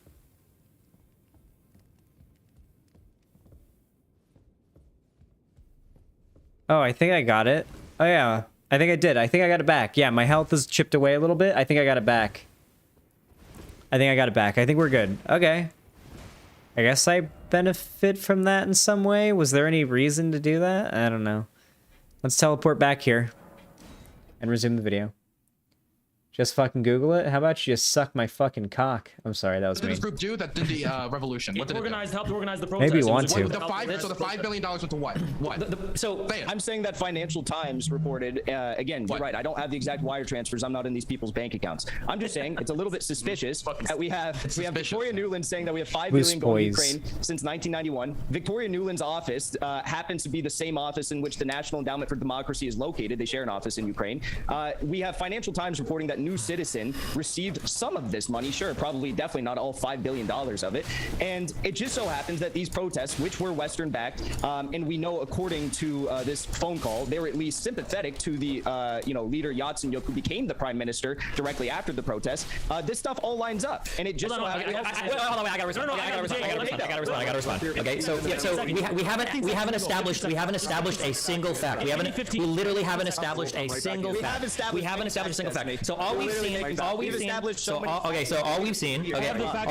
seen is that since in 1992, after the dissolution of the Soviet Union, the United States and Ukraine signed a bilateral deal with the United States, which sent aid to Ukraine to help them for a variety of things. They identified 3 strategic objectives. It was to create a broad-based market economy, to help build a participatory democratic political system, and to assist in social sector reforms to ease the difficulties of transition. That's where the money went towards. The governments themselves were the ones that were organizing and receiving the aid. The idea that you're trying to pretend that this $5 billion that's been allocated since 1992 somehow went through black market channels, if it did, then we wouldn't be talking about the $5 billion that the United States said that it sent. This would be black money or dark money that's going through other channels that you wouldn't have any idea about. Or rather, it would have been established by like a WikiLeaks leak or something like that. The idea that official U.S. aid was agreed upon by the Ukrainian government, that it was going to end up in the Ukrainian government, and then somehow the leaders in the Ukrainian government decided to allow that aid that they as a government agreed to accept to be funneled to groups that would eventually form a coup is ridiculous. A lot of this aid was far-reaching. It wouldn't surprise me if you could identify 1 or 2 groups that were involved in protests or coups that received this aid. Yanukovych probably had a lot of personal friends and probably people in the government that received that aid as well. The idea that that aid was used to back some sort of coup because you have a recording with 2 U.S. diplomats talking about a preference in leadership in a relatively volatile country, I don't understand why you think you can link these 2 things together. I can tell you right now that the United States sends so much aid all across the world, I could probably find aid going to every single fucking country that's ever had a revolution, that's ever had a coup, that's ever had any sort of political turmoil, and find 2 U.S. diplomats talking, expressing. Can I finish one statement? I gotta finish. I totally don't have. I gotta finish a single. I have to finish a single statement. Nothing else. I have to finish a single statement. So finally, to be clear, so the evidence we have is that since 1992, the United States has sent $5 billion to the Ukrainian government, not to secret groups, not to protest groups, not to future coups. That the Ukrainian government itself okayed this bilateral agreement to humanitarian aid, and the only evidence that we have, and the only evidence that the only evidence we have that this went to fund a coup is 2 U.S. diplomats talking on the phone, expressing preference. Dude, they will literally stretch the tiniest shit into propaganda. It's because they're not making it themselves. They're getting it from like Russia Today and shit. You just lay it on my fucking table. Now, the first thing is that you actually contradicted your little friend Dylan here, because Dylan the fucking liar just sat here and said that the $5 billion was an economic aid to Ukraine. No, it fucking wasn't. Because Nuland herself, who publicly denies funding the Maidan coup, in the same sentence she utters denying it, said that the $5 billion since 1991 was there to promote democracy. And you know what that fucking means? It means promoting NGOs, civil society groups, and forces within the Ukrainian government that are aligned with the U.S. Now, you're trying to make this out so absurd that they would fund the Ukrainian government that's later going to be overthrown. No, I can't use the map. Oh, God. The Ukrainian government wasn't overthrown. There are elements within the Ukrainian government that were against the president at that time. The coup was actually against the president, and now let's get the fuck out of Kalin.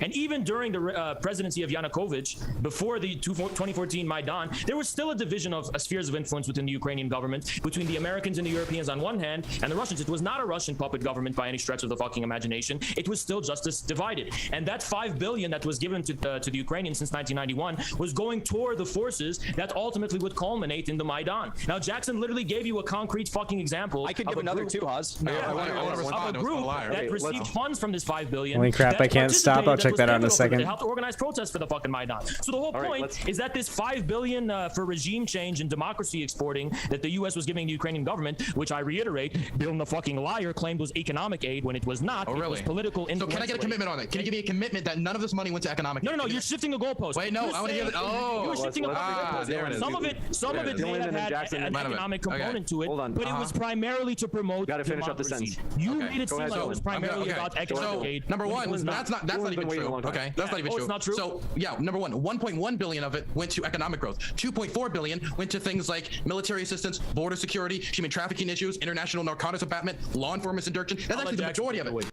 So, as I said before, it is legitimately absurd the amount of research you have to do to be able to be capable of debunking the misinformation people like this spread. Good lord, 31 strength needed to use the great sword. Holy fuck.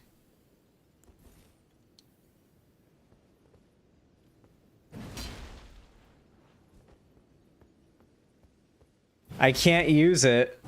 I'm using it like shitty right now. Like I imagine if I used it, it probably wouldn't do much damage like this, I assume. Can I? Is it usable or...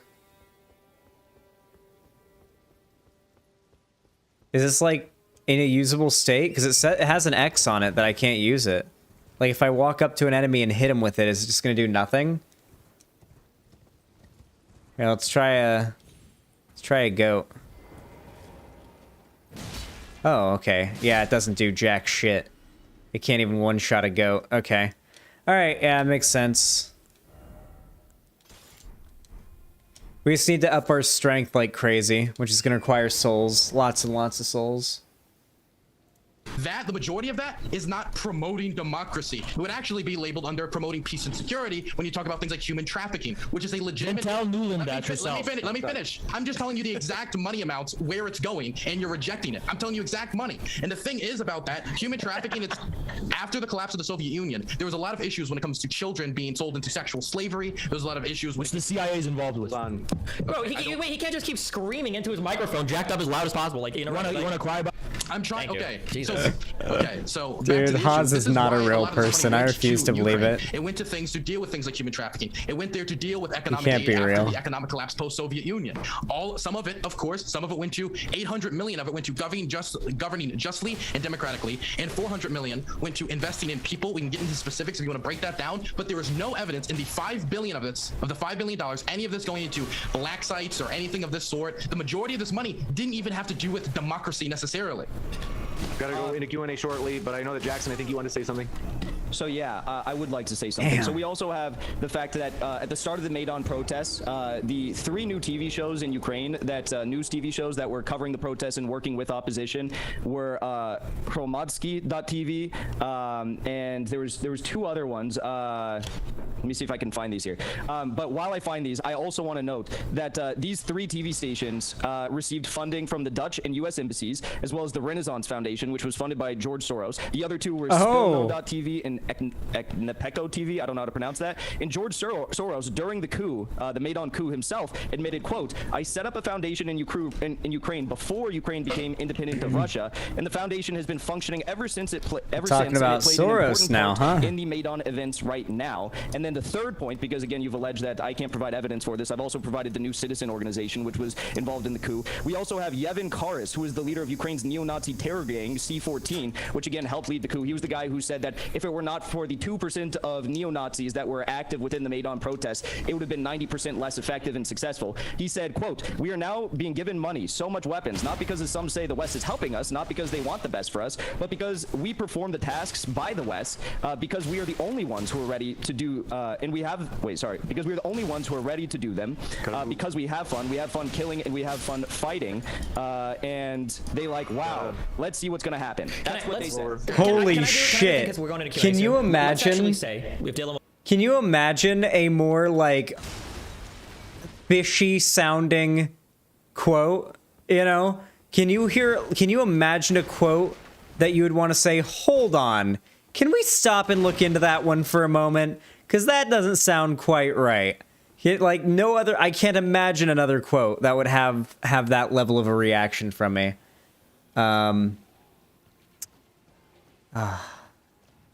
Hello, buddy. You want to come get this dick? You trying to get this dick? Get fucked, get fucked, get fucked, get fucked. I'm not a white girl. You're not fucking me today. Oh god, I don't have a mace. I thought I had a mace. Okay. I can't handle the smoke.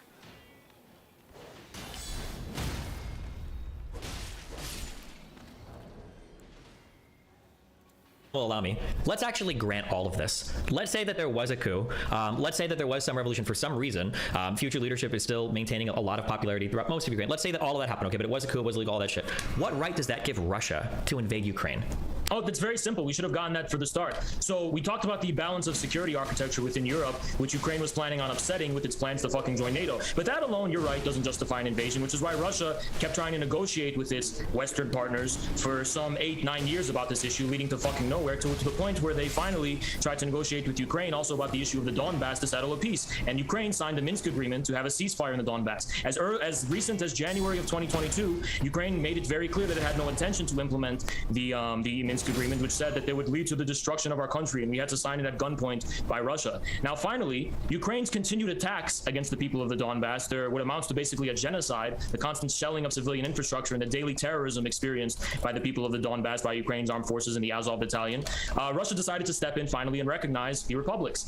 And when those republics became sovereign, in Russia's eyes, Russian bot. Can we do this simply instead of rambling about the entire history of the? We're gonna ramble. When those republics continued to be shelled and attacked after they were recognized. He's just spouting off history. Yeah, he does this every time. He can't answer a question. He just he has to talk this about is the fucking answer. Russia is justified for no other reason than to protect and guarantee its own security as a country as well. Wait, now we're like, look how far we've moved the goalpost on this, dude.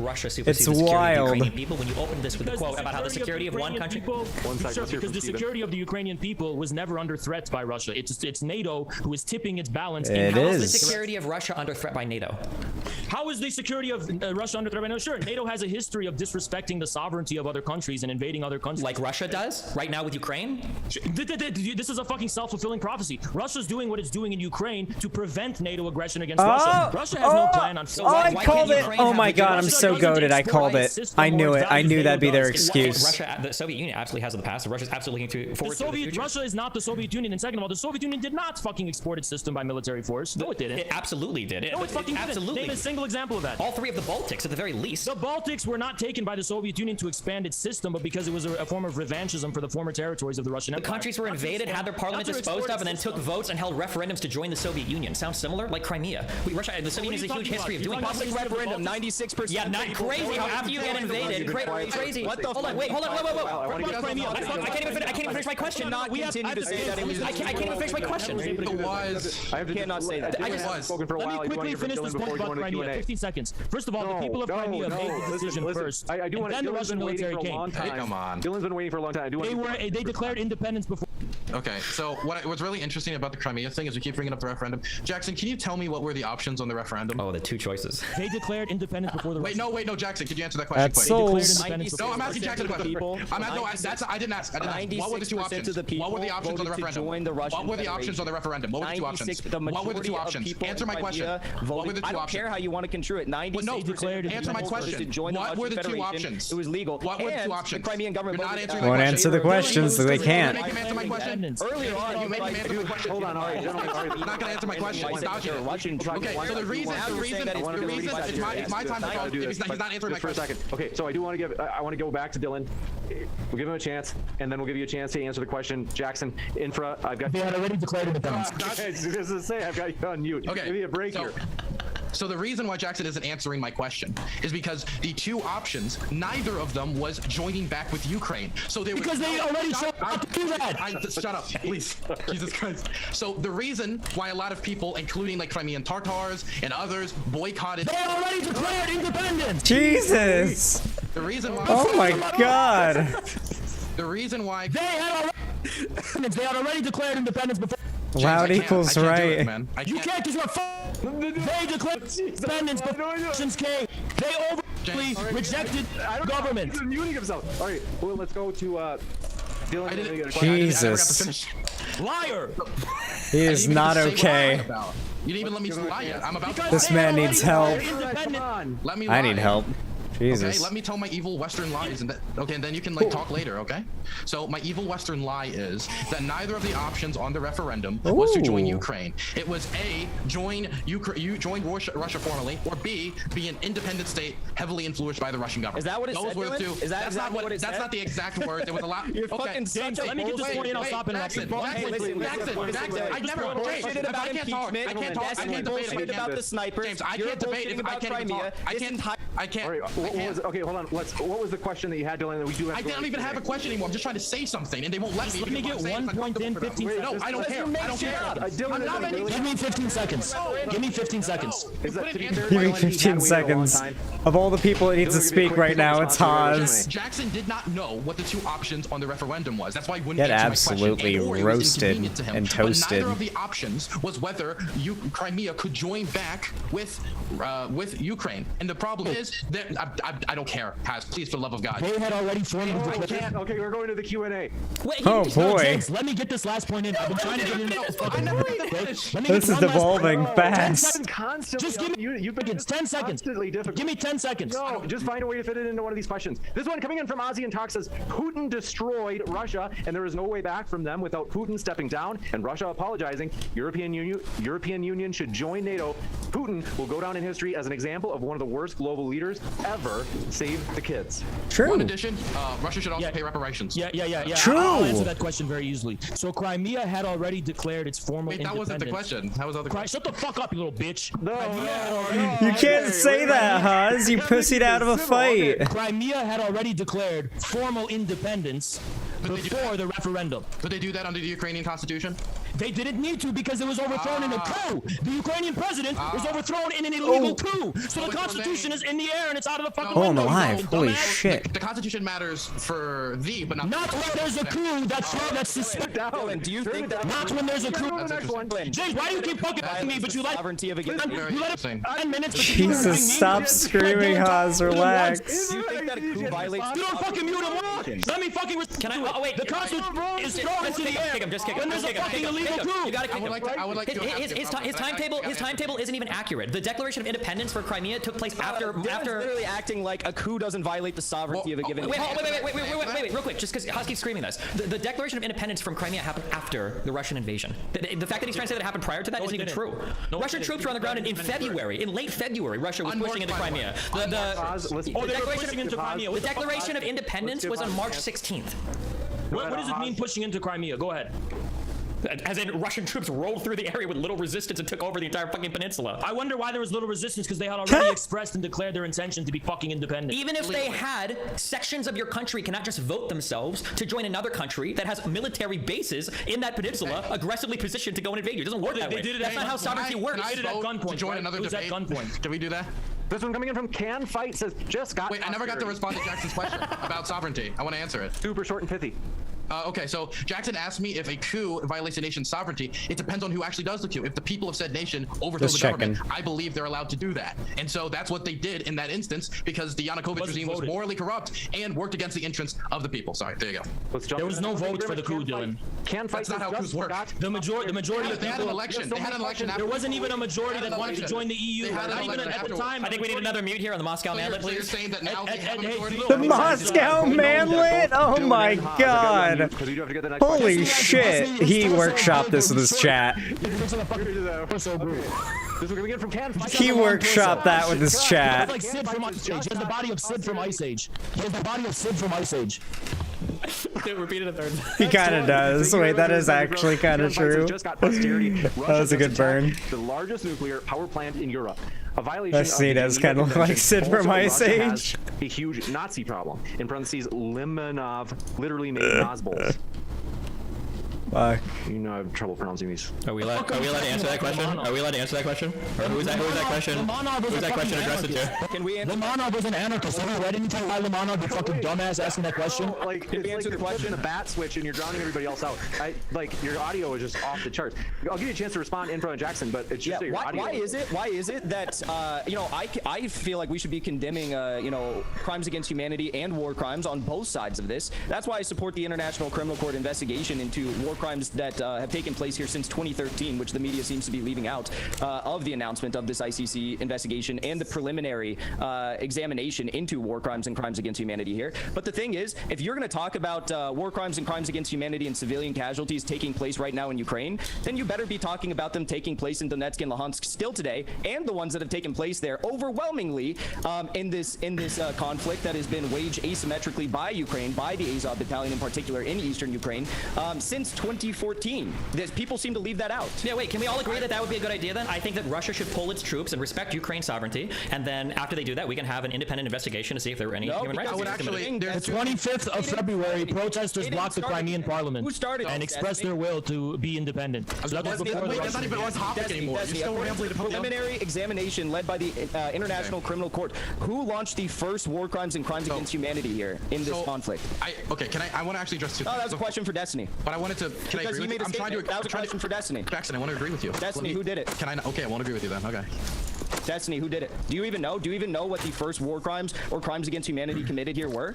We should let independent organizations go in and investigate. We should let nothing that you're saying justifies a Russian invasion. It's so easy. It's so easy. It's so easy. Stick to whatever fucking Minecraft. It's so easy. It's so easy. Yeah, go quote. What is happening? You saw on an RT post about how that what is happening? The International Criminal Court investigation into war crimes, which you claim to care about. But what does every single international court say about what does every single international court say about Russia's annexation of Crimea? What does the international... No, let him answer. Let him answer that. Oh, that's a great question. Pivoting, Stephen. Who recognizes the Russian annexation of Crimea? That's a great question, Destiny, because the International Criminal Court has said that the crimes against humanity and war crimes started in this conflict were from Ukraine. That's a great point. There it is. First you said he was quoting a random journalist, Good save. and then you quoted the International Court, and you fucking pivoted like a pussy. Pivoting pussy. Hey, James. Let Dylan go. Pivoting pussy. Let Dylan speak. I've been attempting to do something dastardly, and that's actually agree with Jackson for a second. And I actually do agree that there have been a lot of war crimes actually committed in Donetsk and Luhansk. And one of the biggest issues I'd point to specifically has to do with water security. I believe it was UNICEF that wrote a report about water security issues, and they're caused by the war. It's just I don't believe the best way to deal with human rights abuses on either side one is day, to expand the conflict. Hopefully this will help someone. Water security, all these resources are now going to be even harder to come by in not only Donetsk, Luhansk, but in the rest of Ukraine as well. We've already heard about like reports in Mariupol and let's move in the next one. Yeah, I'm trying to agree with Jackson. We already heard about reports in Mariupol and other locations about critical civilian infrastructure being undermined. And so the best thing to do. Well, so Dylan, I have a question back for you. I took Mariupol in 2015. Shut the fuck up for a second. Shut the fuck up. Sorry, Destiny, I have a question back for you. Hold on, I do. We have so many questions. I agree with you. I agree with you. So why is it? James, mute him. James, mute him. So many questions from the chat. Plumbing 005 says, how long does a group of people need to live in a land in order to have a claim to it? People say that the Russians in Ukraine were imported there 200 years ago, but we can say the same for any group of people going back enough. What? Destiny, who took Mariupol in 2015? Your mom. What do you think of the Azov battalion, you fucking idiot? Just because they're not the majority. They were involved in one military operation. Of a whole city? Of a whole city? Of a whole city? For Vladimir Putin. And you're saying they're marginal? I can't hear you, Jackson. It's impossible. I love that. Jackson, do you have something? Yeah, no, I agree with what Dylan said. Hey, someone appraised my message. That was probably one of you, wasn't it? And I think they should be was that you guys? Held accountable. We have to recognize that we started this, and you made a good point about that. The thing is, though, do you not give any credit to Vladimir Putin for trying to get everyone to adhere to the Minsk Accords for years and years and years that would have brought an end to this brutality? Nobody adhered to it. It was violated on both sides continuously. That's why the second set didn't even get signed. Who violated it first, and who expressed and both sides say both sides violated it. It was unwillingness to implement it. Ukraine literally said they had no intention to implement it despite signing it. It's okay. This one coming in from thanks for your question. Pivot Cyroy says, question for Infrared and Hankle. If this unjustified invasion was done by Russia to protect the people in the Donetsk and Luhansk regions, why does Belarus have details for invasion plans for Moldova?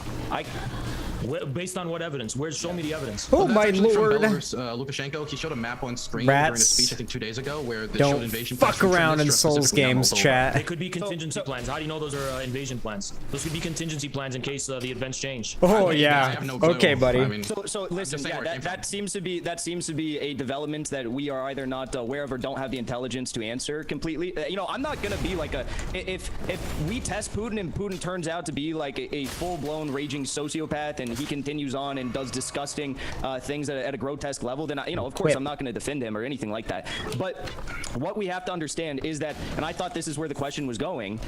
Right now, it's not just about Donetsk and Luhansk. Putin is asking for. He's not even asking for Zelensky to step down or his government to step down. He's just Putin is just asking for demilitarization of Ukraine, which means removal of foreign weaponry. He's asking for no NATO membership ever, a guarantee of that, and he's also asking for the ending of the slaughtering of civilians in Donetsk and Luhansk. So those are what they're fighting over right now, and it's a very restrained. What else is he asking for? He also made requests to the United States and the European Union during the negotiations before the invasion that they end nuclear guarantees for Eastern Europe and also pull troops out of Eastern Europe as well. That has nothing to do with the terms of a ceasefire and withdrawing troops. Okay, that was prior to whatever happened. Yeah, but it was during it was still okay, but it was still. Oh wow. But I want no, he's not going to the negotiating table asking for that right now. I'm gonna stop trying, James. That's for the Americans and Europeans. Oh. Jackson saying he's not going to the negotiating Got table. greedy. Go ahead, Dylan. Okay, so the first thing I want to say is they are actually Zelensky and the Russian government are actually negotiating right now. I think they just actually negotiated, thank goodness, like a humanitarian corridor. Hopefully, this debate sounds like a Fox News interview. Not wrong. I don't know when that's going to be implemented. They are negotiating, but that's ongoing negotiation process. I thought the question was broader about all the demands made of Putin's government up into this, but I did want to include that. I also do want to say that you said if he goes crazy, I would just say the attack on the nuclear facility tonight, which caught it on fire, is something I would be extremely concerned about. Okay, I'll answer that. So first of all, I wasn't finished. Okay, let's cut both of you off. Lewis says, question for Infrared and Hankle: how exactly is the RT network not misinformation and propaganda if it is literally Russia Today? Quote, sure. Because they said because whenever we ask people for concrete instances, whenever we ask for concrete instances of misinformation of what we report from RT in our recent reports, we have Haas is part of RT. Bro, they're both fucking Russian state-affiliated media, dude. They're literally admittedly Russian state-affiliated media. And he literally lost his shit and fucking he started soying out and started crying a little bitch because this was misinformation. He wasn't actually able to point out why it was misinformation or what lies RT was telling. Move the next one. Keep these questions coming. Wait, can I ask a question about that? Dude, Haas literally gets paid by Russia. Oh, Jesus. Is it legit? Like, is that what he meant? Or am I just misreading? Why should they adhere to any of the Minsk agreement if Ukraine is already coming out and saying just to be clear, nobody ever adhered to the Minsk agreement. Nobody ever adhered to it. Nobody ever adhered to it. Which is why they were a monumental These signatories to the most recent James, what's the next question? The signatories to the most recent Minsk agreement between the Donetsk and Lugansk republics in Ukraine. Russia wasn't even part of it. Oh, wow. Second of all, as far as Thank you very much, Lucas Singer. has never displayed a willingness to implement them. Or Luke Chris Singer. Thank you. Of you being shorter than me, do you know? No, there isn't, actually. There literally isn't. Question for... Do you want to bet money on it? Okay, they said if the annexation of Crimea was justified, would the annexation of Texas and other territories justified during the Mexican-American War? The difference here is this is in our favor. The U.S. annexed Texas in an even worse. They annexed the Mexican territories in an even worse way. Texas first declared its independence and then joined the U.S. in a similar way that Crimea declared independence and then joined Russia. Is Destiny playing a video game, and that's what we're hearing? You could or could not annex at the point when the United States was annexing territory in the Western U.S. What do you mean international bodies claiming which? When we say something is allowed, Panic Stasis, thanks for the tier 2 sub. It's very kind of you. Thank you for $10. Hold on a second. Names like the UN, like the Soviet, or I'm sorry, Russia is party to these organizations as well. Like, what do you mean? You can't say like, did the United States do something? Thank you very much. Says told me to suck at your dick, so I figure you deserve $10. Doesn't work consecutively. Thank you very much, Panic Stasis. I love you, buddy. Sorry about that. Destiny, did it adhere to international law when there was a coup against the democratically elected government before the Crimea referendum? Thank you. I don't know what international law would have justified a Russian invasion. Can you fill me in on that? You know what? I actually. You don't have an answer for that. That's right. No, okay. no, no. You don't care about international law. You don't Hey, let me finish here. Destiny, do you need pass or Dynachrome SD? Because that's what you have. Dynachrome SD. I'm actually not surprised. I'm actually not surprised that Destiny didn't know the answer to that question because, again, his debate partner earlier on claimed that there was illegal impeachment, even though it didn't even meet the legal qualifications of the Ukrainian constitution. So I'm not very surprised. Destiny, would you say that you're skinny fat? Didn't he say it was contested? Didn't Dylan literally say it was contested? I just want to say that. Okay, did they get 3/4 of the votes? Let me respond here. Oh, he's playing Rust. That's what I'm hearing. Destiny was playing Rust. I do want to give him a chance to respond. Based. He's going to the bathroom. Dylan? All right. Well, this one coming in from Chris Morlock says, Dylan and Destiny, do you deny that 4,000 ethnic Russian civilians, 80% of civilian deaths, have been killed in the Donbass? Why do we keep using this, Jackson? This is like the RT propaganda. Like, did you know that like 83% of civilian deaths have come from Eastern Ukraine? Yeah, the civil war is in Eastern Ukraine. It's not like there are going to be Western Ukrainians killed in Eastern Ukraine. I don't understand. I don't understand what the point. Ethnic Russians. Yeah, because the majority of some of these places is ethnically Russian. Those are the civilian deaths that we're seeing. Because right now there is a civil war. This guy, with his being fucking funded and archer supported by buddy. Russia. They're trying to establish sovereignty in their own God. borders. Such a scummy combo. I don't think I can beat this part, so I have to do other parts of the game. They're targeting and trying to erase the ethnicity. I was way stronger when I did this part of the game on my off-stream character. Destiny. Hold on, Jackson. I promise I'll come right back to you. I know that. Hold on, just bear with me, Jackson. I understand. He's barely gotten to talk, James. This is ridiculous. All right, hold on. I promise, Jackson, we'll come back to you. But Dylan, I know that you said you wanted to address someone called. I wanted to. This is more important to me, actually. I would say I'm a dirty liar. But Secretary General, I want to specifically, the Secretary General of the United Nations actually commented on the accusations of genocide by the republics of Donetsk and Luhansk, and they said that there's no grounding to them. Sorry, can you repeat that? And the UN is the be-all, end-all for. I'm not saying it's no. Russia should be the be-all, end-all. Jackson, can you repeat that, Dylan? Can you repeat that? Secretary General of the United Nations said that there is not a genocide in the Donbass. Okay, well, first of all, former Prime Minister of Portugal. Hey, let me finish. First of all, I never made the claim. Second of all, there was a genocide. Well, I was talking about that earlier. Second of all, somebody did. Was it you or Haas? I didn't say that. Second of all, hey, let me finish. That was the Kremlin. Destiny made an accusation earlier. He said, why do we keep touting these RT propaganda lines that 81% of the people, civilians rather, who are dying in the eastern Ukraine conflict are Russians, that are ethnic Russians, whatever you said. That's not what I said. I said that 81% of the civilians are dying in rebel-held territory, and that's not from RT. That's what the United Nations said. Thank you, King Jar Jerk, for the tier 1 gift sub to Frankie G with 100. I really appreciate that. Just how Thank serious you you for are $5, about this homie. debate. Wait, so Destiny only has narratives. He doesn't have any meat you're potatoes. not Steven. Go ahead, Steven.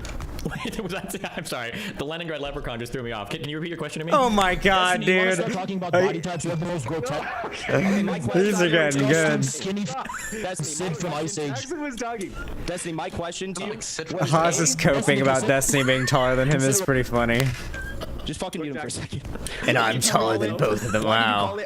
Good for me. When these are United Nations figures. Good job, A, Zan. And B, why did you say that everyone here is ethnically Russian when you're in the Donbass, when I said that these are people who are dying in rebel-held territories, which is distinct from the opposite side of the gray zone?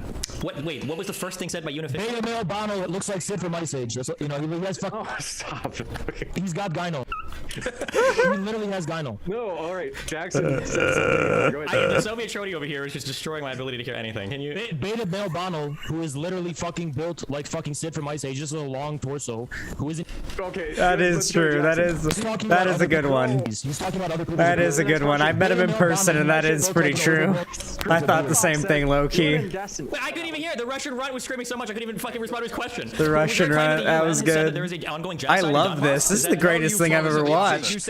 Holy shit, I'm having a great time, chat. I didn't say that the claim itself is propaganda. This is fantastic. You said it was RT propaganda talking I can tell you, yes, talking points. What I'm saying is that's what you said. Yeah. Do you want me to tell you what I said, or you're just gonna keep screaming like you're in front of me? The question is why we shouldn't be surprised to see that the majority of people dying in a Russian ethnic majority area are going to be ethnically Russian. That's not surprising. No, people fight for. That's not Haas. That's not what I said. I said they're dying in rebel-held territory. The 81% are. Not that they're all. Oh no! What is the percentage of ethnically Russian Haas people? has to correct. Or sorry, Hinkle has to correct Haas.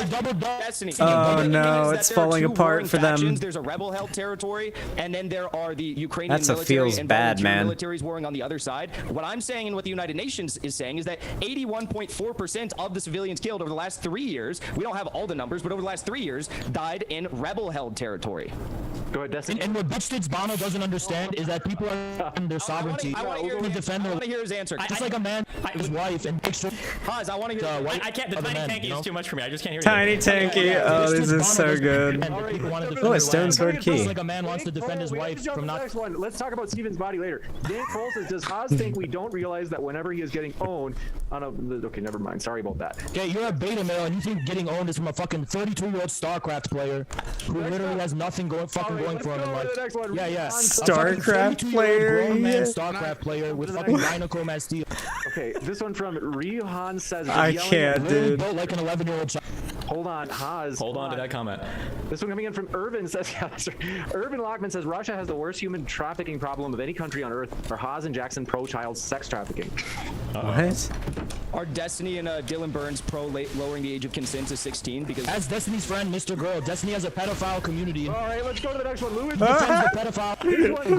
That was good. That was good. That was good. That was good. Oh, I got rigged. He wants to That was good though. With quote Russian genes. Pedo DGG. No. Go ahead, Literal Jackson. pedo fuck. I heard that. Nobody heard that. I didn't hear that. Nobody heard it. It's impossible.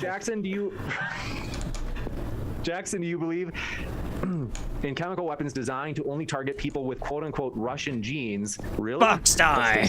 When did That's I say that? completely irrelevant and immaterial to here because even okay, so Jackson, I don't think they even said you. Jackson never. You're just asking them the question if he believes it or not. I think even Destiny and Dylan would admit that I never said that in the debate, and though they don't probably watch my streams, I can tell you I've never said that in my life. No. Do you disavow when Haas said it then? Do you disavow the Kremlin Gremlin? Believe it or not. Did you He doesn't have to disavow it. He just isn't making the affirmative claim. Do you disavow? It's Bono, you little fucking bitch. You fucking. Well, can I ask He him then? gets so mad as Mike peaks. Okay. It's his wife. I think. I can't. I can't. I'm sorry. I want to know if you support the Moscow statement. Exhausting. I think. How can I insult a This is actually great. I'm sorry you're so weighted down this debate, Jackson. I'm so sorry. I think that there are China and Russia at the United Nations have both expressed their concerns over He's toggling the game. That's funny. In Ukraine that get U.S. funding.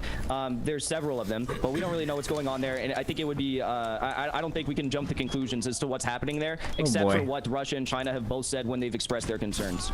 Which kids Bono Bug Be Dad Destiny? It's not relevant. Oh, Bug Be Dad. Do you appreciate your question? Cedar is a literal says what? 42-year-old. Hold on, just so the audience knows what's happening, James is right-click muting him, and Haas is spam right-click unmuting so that he can keep screaming into the microphone. That's souls. Listen, Destiny, you can't hide. You can't hide of knowing and okay, it is pain of knowing and you can't hide pain with your. Inbred Red, we need you to fucking shut the fuck up so we can finish the Q&A, dude. No, you're in pain, Destiny. This is what coming in from. Okay. This is a thank you. So, bro, you called me the StarCraft 2 player, but you got like 400 APM smashing the fucking unmute on your fucking mouth. You can't hide the pain. Stop. This is what you're gonna get fucking RSI, dude. You're gonna slow down. This one coming in from Cedar says, what are the panelists' thoughts on quote third? Is this a? I hope this isn't a troll. On third hole theory. No, that's okay, never mind. Destiny, laugh through the pain. Laugh through the pain of knowing. This one going in. Wait, was that 3-hole theory? Wait, what did that have to do with? Laugh through the pain, Destiny. Go ahead. No, the 3 holes. It refers to the tripolar vacuum left behind by the 3 nuclear powers: the United Kingdom, the United States. You're fucking. You're nothing but a fucking. You have no fucking substance. No meat and potatoes. You hide behind the left. I can see. Oh, he's so mad. Oh god. Can I just say, you know who else doesn't have meat and potatoes? Your child. You know who else? You know who? Oh. But he's not like you. You know who else doesn't have meat and potatoes? The Russian soldiers in Ukraine right now. Man, that's a lot of food shortage. Yeah, that's fake. It's fake news. Prove it. Okay, like. This is absolutely hysterical. This one coming in from. Show any proof. No, come on, Oz. How do you have? It's a StarCraft strat. Trust me. Show the proof. Says Stan says, does Haas still think the Donbass region is in the north of Ukraine? I never fucking said that in the first place. Shut the fuck up. Fucking DGG pedos. Okay, this one coming in from Constantine. DGG pedos. Why do the East European countries beg to be a part of NATO every time the Russians start shelling a foreign city? It's almost as if Russian aggression is driving countries to join NATO. I can hear him searching his chest and Russ. Far right nationalist. Go ahead. It's almost as if We're not every single talking to time her the West yet. leads a coup or regime change operations in a Central or Eastern European country, they make great strides either in one of the 4 main steps in joining NATO when they have this coup government in place. Have you ever noticed that? I just want to say we didn't establish that it was a U.S.-led coup. We certainly didn't establish that.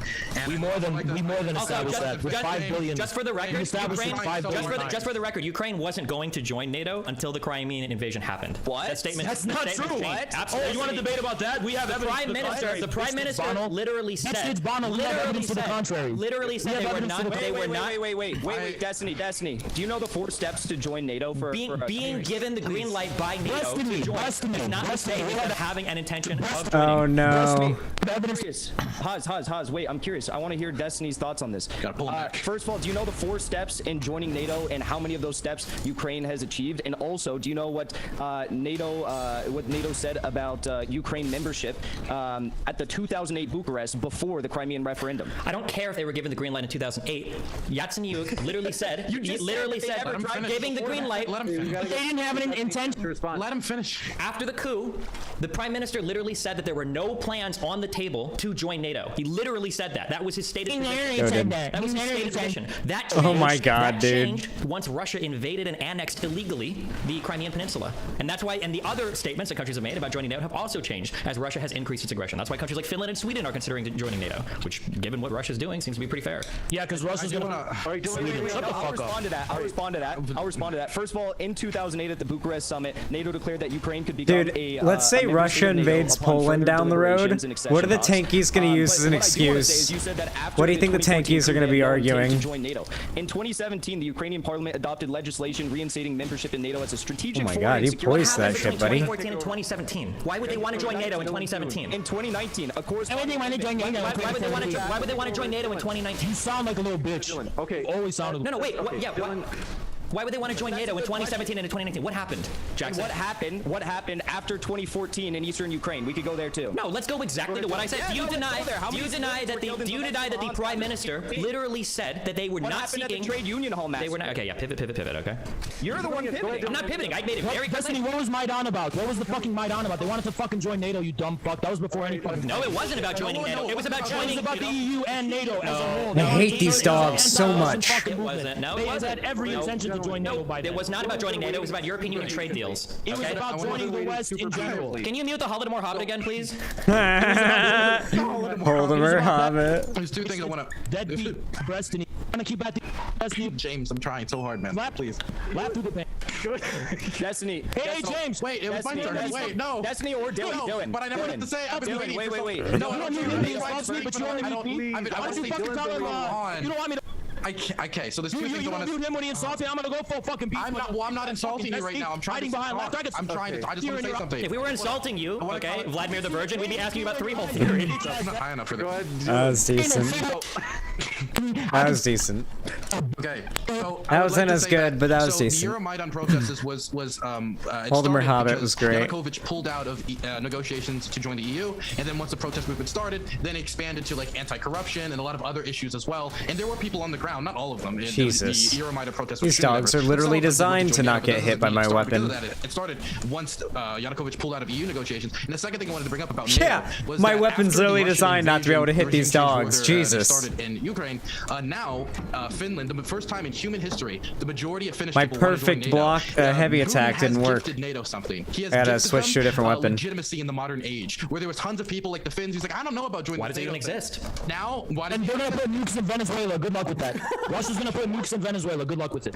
What is that? Yeah. You expand NATO to Finland, then Russia's gonna make military pacts with Cuba and Venezuela all over the fucking world against the U.S. empire. Good luck with that. Russia can't even get its 4-wheel trucks into fucking eastern Ukraine. I don't think we have to. Oh really? Where's the evidence for that? Do you have any evidence for that? There's no fucking proof of that. There's a logistical disaster. It's all fucking made up on Twitter. AstroTurf fake news. We've debunked it on my stream several fucking times. It's not fucking true. Hey Destiny, I know you love having your mouth open because you like soying out. Wait, I can send you photos of tire. Keep opening your mouth. Soy mouth. Can we mute this Redditor's microphone? Jesus. Haz, I'm gonna ask if you want. I can send you pictures of tire rot amongst Russian. How do you switch to 2-hand, chat? Tire rot. You know when chat, how do you switch to 2-hand? I don't know how. Triangle doesn't do it. Show us the widespread logistical disaster. Well, I'm not saying logistics. I'm talking about tire rot right now. Logistics is another issue. Show us the widespread tire rot. The widespread tire. I can give you examples of tire rot, but until we find out and do a proper investigation, we're not gonna have. Oh, there's. Because you don't know shit. Because no, you're not listening. If any of the vehicles invading Ukraine is experiencing tire rot, that means proper maintenance was not done on those vehicles. Meaning any of them? Yes, if any of them, because when you talk about when you do maintenance on these vehicles, you don't do it like one at a time. You do maintenance like you circle maintenance. If there's a okay, if there's a mistake. No. I give up. James, why are you muting me? Talking. I mean, sorry, not Because you never give me a chance to say anything. You let Dylan and Destiny talk this whole fucking time, and I didn't get to say shit. He's the Moscow mute, dude. What's not fair over here? The That Moscow doesn't Mauler. fucking mean anything. Well, okay. I'm asking about Elden Ring. Thanks, folks, so much You're a for tuning fucking in. biased moderator, James. You're a biased fucking moderator. He keeps fucking insulting me, talking over. You didn't mute him once. You didn't mute this little fucking gnome once. He did mute me. Destiny. You didn't mute the Triangle gnome plus Destiny R1. once. He muted me multiple times. Yeah, I was muted. Oh, all right. Can we actually prove, James? I'm not once. James. Real talk. Can you prove right now that you haven't received any of that $5 billion that was marked to Ukraine? Are you part of the anti-Ukraine? Hey, passive aggressive, don't only bitch ass fucking pedo nerds find funny. Shut the fuck up, little bitch. Nobody fucking has your sense of humor except pedos like Mr. Girl. Nobody shares your fucking passive aggressive, fast talking, mumbling, stumbling sense of fucking StarCraft humor, little bitch. Jeez, okay. You're fucking laughing, Destiny, you passive aggressive little bitch. Okay. Destiny, let me air your dirty laundry, Destiny, because I found out a lot of things about you, Destiny. Let me air your dirty laundry, Please do it, motherfucker. please. Yeah, let me air your dirty laundry, Destiny, you motherfucker. Good stuff. Want to say, folks, thanks so much for He tuning wouldn't in. bluff Our guests are linked that. in the description, and want to say Or he thank wouldn't- you so much for all of your super he would chats. make We've that raised threat if he hundreds couldn't of hold it dollars up. tonight for Worldwide Orphans, which is the charity watchdog evaluation. Bitch tits Bono, bitch tits Bono. No, not Dead big dad, Destiny. Charity. Deadbeat dad, Destiny. Are you gonna let Ivan the incel over here make fun of me like this, James? Destiny, Destiny, you literally let your wife sleep with other men. You're fucking living insult. You're a 32-year-old cuck and you're talking about incels? You're talking about incels when you're a literal cuck? Destiny, you failed. Okay, want to say thanks, everybody. Destiny, the girls you failed to get with, talk to me, little bitch. Please give me some names, dude. Keep something other reasonable from the The list is too long. Time, thanks, everybody, and we'll see you in the next debate. Take care, everybody. And thanks so much for... There's no bonus round? We're done. Pause. We'll put the receipt on the social tab and the YouTube social community tab. Want to say thanks so much. And that's something that no matter where we stand on the war, that's something we all agree on. This is a good cause, helping out orphans around the world. And so, again, we'll share that donation receipt on the YouTube social page. Thanks, everybody, and we'll see you next time. Do we agree on that? Okay. Here we go. Oh god, I just auto-played There it is, Aspen big Gold. damage. Oh fuck. YouTube, why you do this? Why you fuck me, YouTube? YouTube, why you fuck me? YouTube, why you fuck me? YouTube fucked me. YouTube like to fuck me. It do that a lot. Alright. That's enough Elden Ring for today then. Honestly, guys, I don't think I'm going to keep playing Elden Ring on stream because my on-stream character is dog shit, and I low-key don't feel like grinding for hours and hours and hours to get enough runes to be able to wield a weapon that I can use for my build. And I'm having way more fun on my off-stream character because I've gotten way further and I can use my second monitor to look at Map Genie and actually look at everything. So I don't know if I'm going to keep playing Elden Ring on stream because... I don't know. We'll see. Maybe I'll just play my off-stream character on stream, and occasionally when I feel like it, and you know, if it's fun to watch me play and I feel like doing it, but not dedicate myself to playing through it on stream because I don't know. It's a game that I like to play off stream. Can you watch the clips Cherry sent? What clips?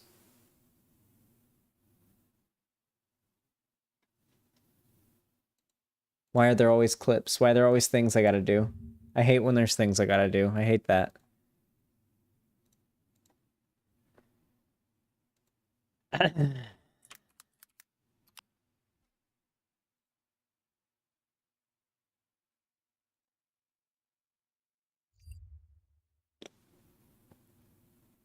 Just wait a week or so to play it on stream? Fuck you! Fuck you! What? Because for all of you guys, I have to put aside this game that the whole fucking world is playing and hyped about that I've been waiting for years, and just so I can please you guys. Fuck off. No. I want to play this super hype game that I've been excited for that the whole fucking world is shitting themselves over. I'm not going to sit there and watch, like, through the window as everyone's outside playing, you know, virtually speaking, while everyone's posting about it on Twitter. Yeah, we're doing media share. Yeah, we're doing media share.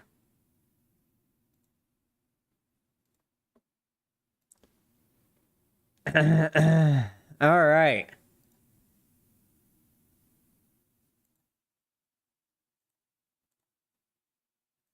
We're gonna do some media share, and I'm gonna end stream. So let's have ourselves some good memes.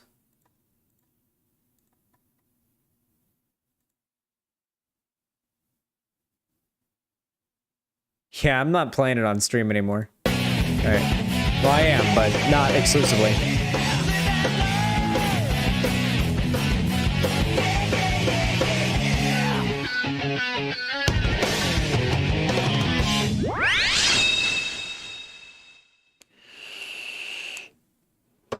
I am one day going to put a blacklist on all Sonic-related media shares. And it's going to be soon. It might be today. You know, yeah. No more media shares Sonic-related after today. Unless it's like a meme that's like relevant that mentions it. It's just meant to be funny. No more of this like spamming Sonic-related stuff at me. I'm gonna blacklist all that starting today. Yeah, I'm sorry. I lose viewers like crazy when it happens. Nobody likes watching it. It's to please one person who's constantly donating it. It's too much.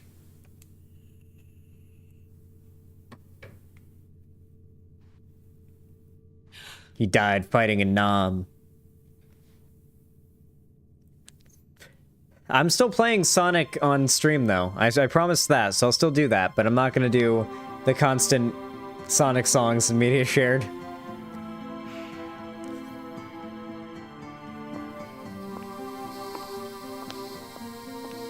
Do you really think that the professor created him? To carry out the revenge on all those who live here? On Earth? Whatever his original purpose on Earth was, he will be remembered as a brave and heroic hedgehog who gave his life to save this planet. Jesus.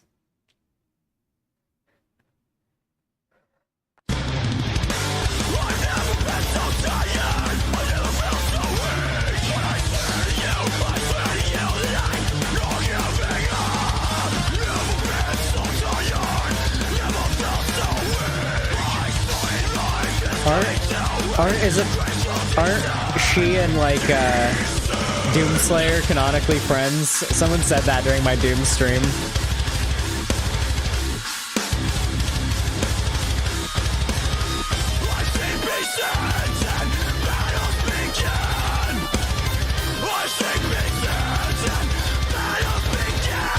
Not canonically? Oh.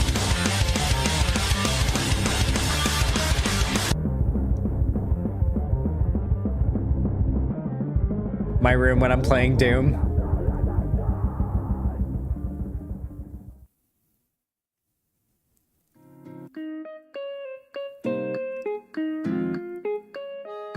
Rip and care.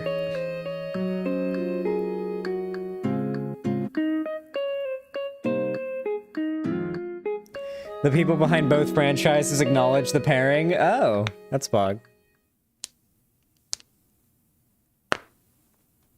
So it's like a semi-canon thing, like they said so. This is new. Showing remorse, Eggman? If you played nice, I wouldn't have to break all your toys. Breaking my toys? That's naughty, Sonic. You must be punished. Oh no. Huh? DBT time. What is this? This machine will reveal your fetishes. Then I will use that information to make our future encounters a lot more fun. Wasn't it obvious? Why would that be obvious? I mean, you saw how the ship was shaped, right? You don't want to do this, Eggman! You won't like what you see! And why would that be? I'm getting off just on this! Thank you for the $10. Let's see what really makes He's a furry. Your machine really worked. No, you're a furry? Wasn't it obvious? Why would it? Actually, in hindsight, yes. But you're going back to fur affinity. Even I'm not into this shit. Then why do you fuck with animals so much? Okay, that was actually funny. That was actually pretty fucking funny. Mr. Krabs, if you keep sending funny shit like that, I won't ban the Sonic stuff. But if you just keep sending Sonic music, I'll get mad. Funny shit like that's fine. This seems like the wrong thing. The title does not match the content, I don't think. You can't beat my meat for a special treat.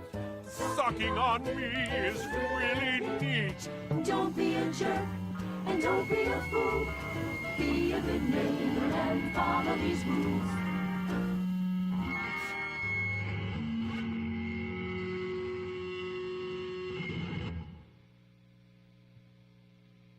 What are these rules? Remember to keep your shoes on at all times. Don't pull your penis out unless you really need to. Indecent exposure is a class 2 felony. Fuck, they need to give this speech before movie.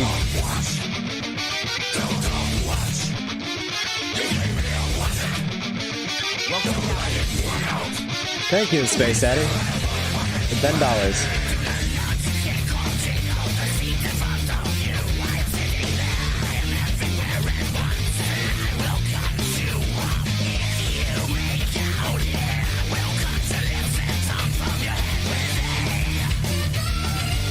This may be copyrighted? Wait. Wait, is that copyrighted? Wait, is that copyrighted music? I gotta skip it if it's copyrighted music. Is that copyrighted? Probably.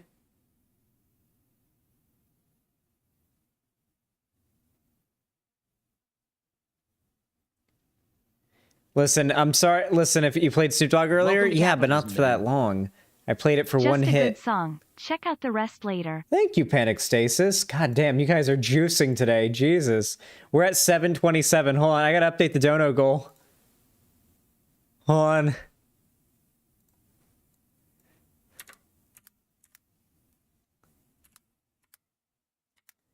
I guess we'll set the new one to 800. I mean, if we can hit it, why not?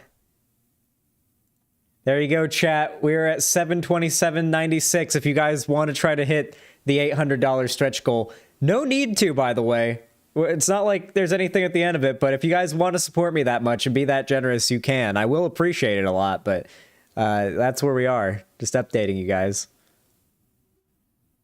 We're going to skip this one just because the copyrighted music, and in the future, just try to avoid anything that might be playing too much copyrighted music. This looks like what it's supposed to be. Huh.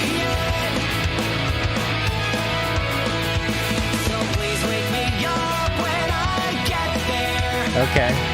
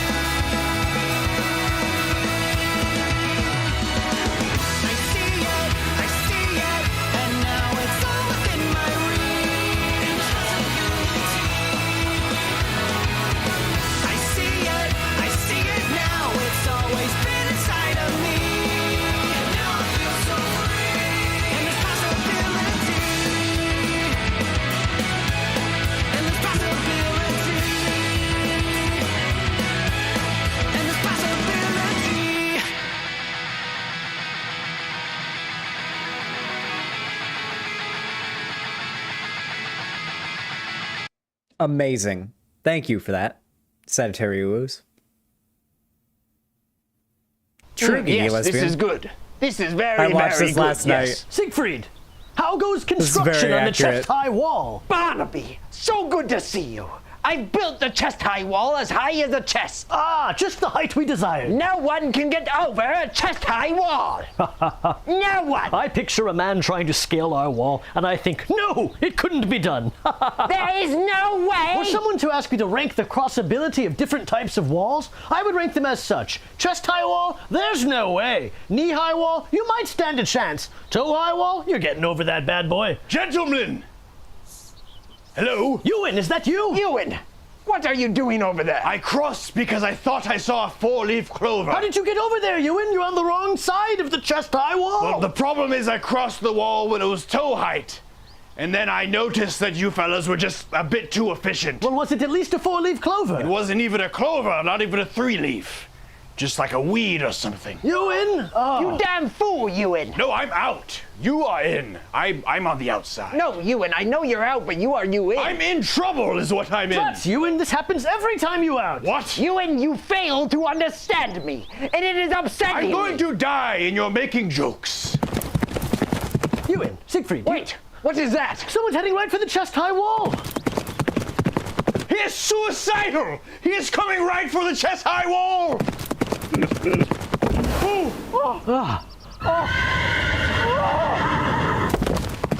You're tarnished, aren't you? I would advise. That is pretty accurate. There's no getting over a chest-high wall. Oh god. What is this? This is a mission, not a small time thing. Got me on the case like I'm Sherlock Holmes. My dome kinda messed up from what I've been seeing and what I've been hearing. Got me not knowing what to believe in. I was breezing, battling bosses. The record is flawless. 0 losses till I came across this stunning young piece who resided at the bottom of the sea. And she told me her name was Splash Woman. Yeah, it's actually good. She was mad cunning. Had a voice that could soothe the savage. Beast of physique was way above average. Magic the way she got me in a spell. Got me on lockdown, sorta like a cell. But I got a mission that I can't afford to fail. But girl, I got a secret to tell. I don't know how to say this, so I'ma just say it. That you're my favorite. Even underwater, I'm enchanted by your favorite. Yeah, I played Mega Man. And to play with, won't you be my baby? Or maybe we can get up out of this land and maybe get a bite somewhere, my dear. Even though The first video game I ever raged at was a Mega Man game. knew the truth about Rand, I had a feeling she wouldn't understand. Yo, I got a chance. I thought I was in love before, but I love you more. So baby, come aboard and go away with me, so I can make you see what you mean to me, and baby, we can be free. Oh, whoa, under the sea. Oh, whoa, just you. Seem like every couple years I get that feeling like I'm about to hit that ceiling. But I can't cause it's time with spikes. And when I reached the lair and it was time to fight, I couldn't do it. Punked out like Ashton's victim. You started singing and I had to listen. It was lovely what you sang, the first came. All of a sudden the mission changed, insane. She told me Thank you, about Mr. a true Krabs. purpose. She used to save For the victims that fell $5. through the surface. A few days ago the contract expired and she was scheduled to be thrown into the fire. And while he gave her a reason to live, so now she gotta do what he says. She shed a tear and said, you don't understand. I gotta stick to the plan. I owe everything to this man. So please, Mega Ran, don't take it personal. Am I John Chitty? I'll make it worse, you know. But he saved me, baby. To turn my back on Wiley, you'd be just plain crazy. You said it's the only way it can end. Let the battle begin, man, we can't be friends. So my heart sunk slow as the lair door closed. Drew the Mega Buster cause it's time to roll. Here we go. I thought I was in love before, but I love you more. So baby, come aboard and go away with me, so I can make you see what you mean to me, and baby, we can be free. Oh, whoa, under the sea. That was actually pretty good. That was pretty good. What's the next one? I gotta be honest with you, I never really liked Star Wars. Yes, you do. You love the Phantom Menace, don't you? Okay. No, that's like the second. Yes, you do. The only one that's worse is the one where you flip Forever. around. That one's better. No, Yoda. It's better. Oh my, it's so much worse. You should never see Yoda. Better. Meow.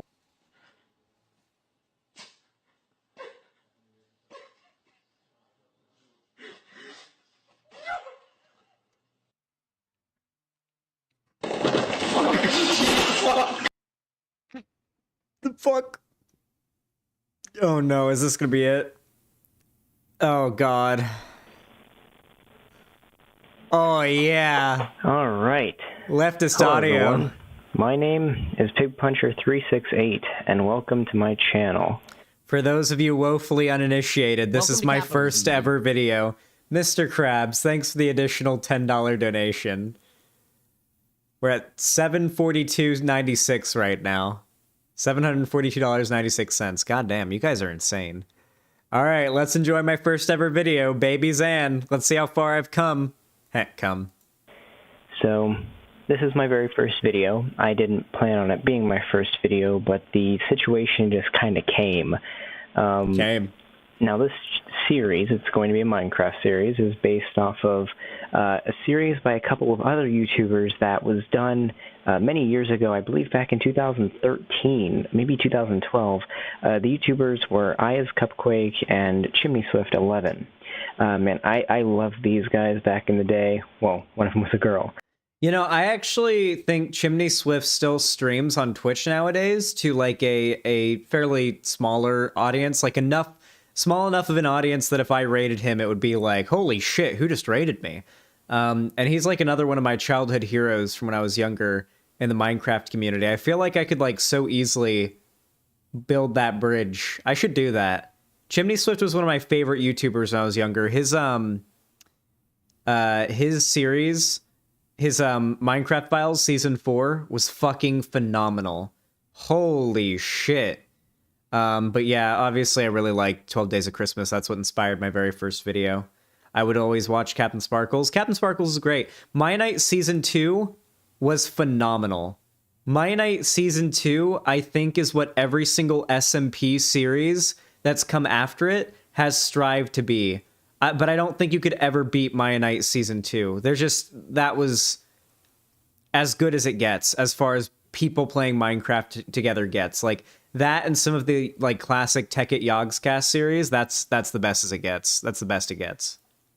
But I loved them back in the day, and sadly, they don't really make the same content anymore, which is really unfortunate. But that's true. What they did was they did this Minecraft mod called Christmas Craft.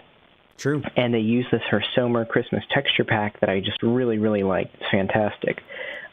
Sadly, though, I am using the same mod, but sadly it hasn't been updated to... Wait, chat. Hypers in chat if you played on the 12 Days of Christmas Minecraft server. Because if you did, you're going to recognize a lot of stuff from this video, because it's the same seed, the same version, the same texture pack, same mods. So it's the same exact location as in the Minecraft server we did. No, Sag? Yeah, it's so sad. Like, back in December, my channel was doing pretty poorly, so I was like getting 100, 150 viewers, whatnot, on my politics stuff. Now I'm like sitting pretty with like, 500 viewers while I'm doing politics, and, near 1,000 while doing, news coverage. And I want to thank you guys for that level of like support, because it's a very, very, very nice. I really appreciate it. But this year's 12 Days of Christmas, hopefully I'll be 1,000 viewer Andy consistently, and we can really get a village going on the 12 Days of Christmas server. Unfortunately, I had to cancel the build project I was hyping, or the build contest I'd been hyping up for 12 days, because right when the build contest day came, I got hit with a false strike, and I just ended up like not having enough money to pay the $50 to the winner, so I just didn't do the build contest. I felt really bad, but thus be the life of a small streamer. Finances are never a certainty. My computer was broken around Christmas, Xanderhal, so I couldn't play. That's sad. Yeah, I'm astonished how much it has grown since I've come to this community not long ago. Yeah, it's pretty nice. All right, let's continue. To a more recent version. The latest version I could find of this mod was 1.6.4. So this is going to be going back quite a little bit. We're going to have we'll get it old updated. 1.8 combat or 1.9 combat. So this is going to be a bit of nostalgia as well. But I do have the mods installed and everything, and well, let's just get right into it. So I'm going to go into single player. I'm going to start a new world, and this series is going to be 12 days. Well, I'm actually going to capitalize that. Days of Christmas, because That was the name of the series back in the day, and Christmas is 12 days away, so I figured I'm going to hit us with some nostalgia. I do have a good...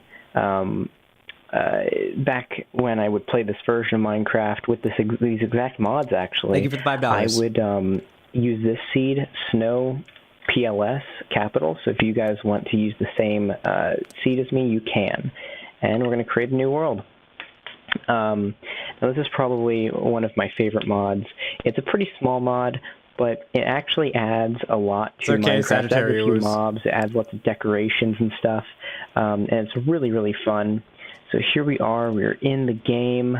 We spawn on this little beach, and as you can see, we are in a snow biome. Who would have thought?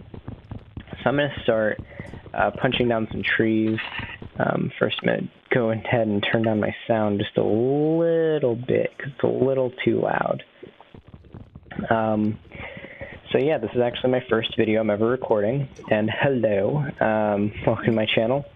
I did upload a few videos a while back, but they were nothing like this, and they ended up getting taken down for copyright because they were unreleased episodes of a TV show, and they got pretty good views, and upped my subscriber count to about 8. When I first started my YouTube channel, me and a group of friends wanted to watch some like episodes of Adventure Time that had leaked on the internet, and we wanted to be able to watch together. So I just pirated them and then uploaded them on my YouTube channel, and they got taken down for copyright. And I was like, because back then I didn't intend to use this channel for anything. I ended up using this channel just because it was on an email account that I liked having. And I decided I wanted to keep that. I wanted to use a YouTube channel with that email address. So I ended up using that same one to make this. But that was like a year or so before this had happened. But yeah, that was technically the first thing I ever uploaded on my channel. Technically. But this is like my first actual video. And those videos were only up, and they were unlisted and only up for like maybe a week, a couple weeks, not long. Which may not be much, but back then, which was, this was only a week ago, but a week ago, I only had about 3 subscribers at the most, so yeah.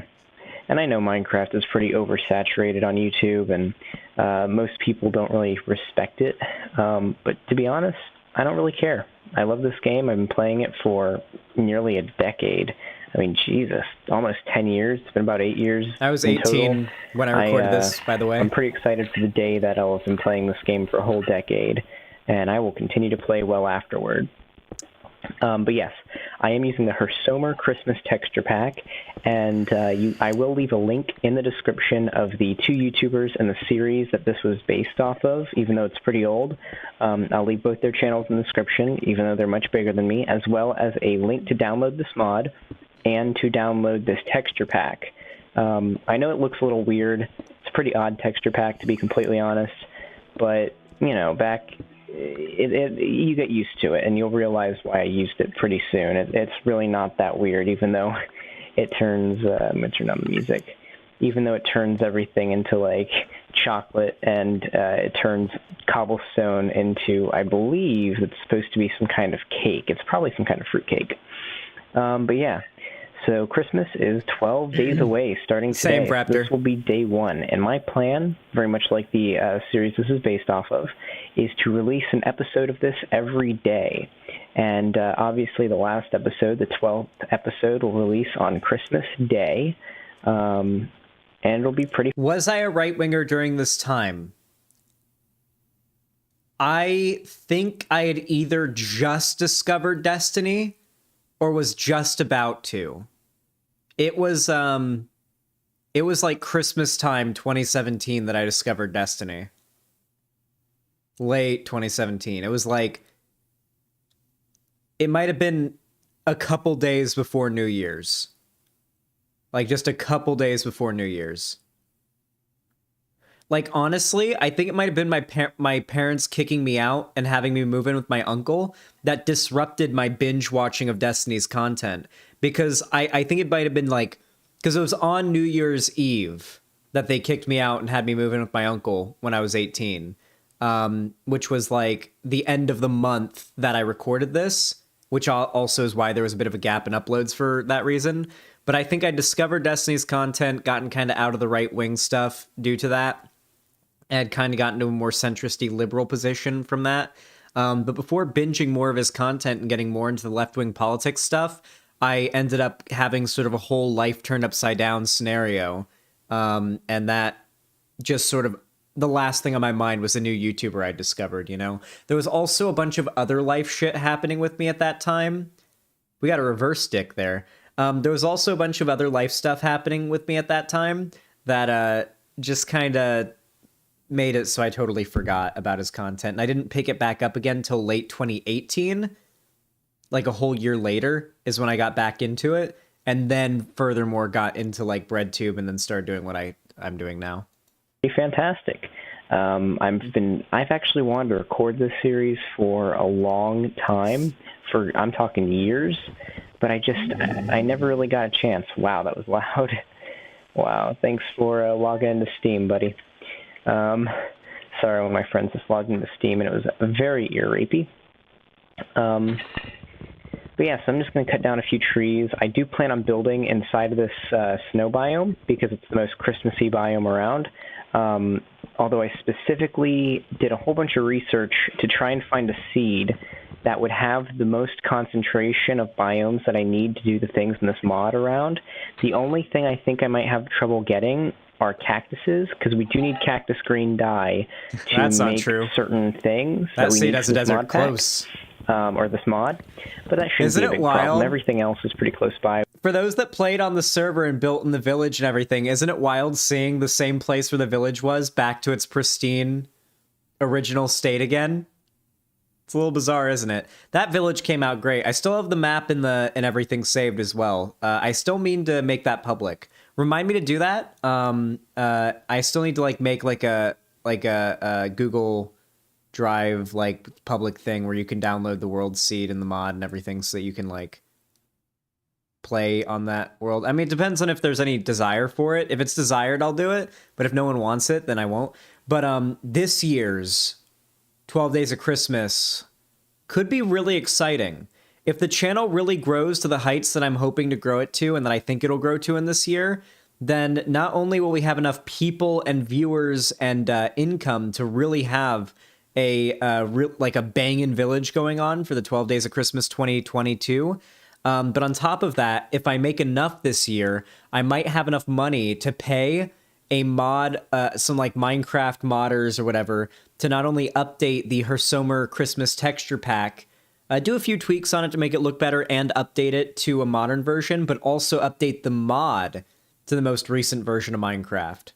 So we can have a modern, updated 12 Days of Christmas. I think that'd be cool, but we gotta have the budget for it, and that depends on how well the channel does this year. How many subs do you predict this year? I think I'll hit 100K by the end of the year. I think I will. I think I'll hit 100K by the end of the year. That's the goal. We'll try. We have a jungle really close, probably within viewing distance, it's just to those trees. And I do need cocoa seeds to make hot chocolate. Sober, you do Minecraft mods? Listen, I'd be willing to pay you a decent amount of money, like at least a couple $100, if you would be able to update a already existing Minecraft mod to be compatible with a current Minecraft version. I would be willing to pay, a couple $100 for that. And I don't know how difficult of a service that is, but I'm hoping that it's actually a really easy one and it takes like 5 minutes and I'm overpaying. That's the ideal scenario. Let me look into it. All right, it's called the Christmas Craft mod. Christmas Craft 1.6.4 is the most recent mod version. The most recent version of Minecraft, getting it updated to that would be awesome. Like Caves and Cliffs would be dope. And all sorts of other different Christmas delights this mod does offer to the game. And even though we're playing an older version, we're only going to be playing this for 12 days.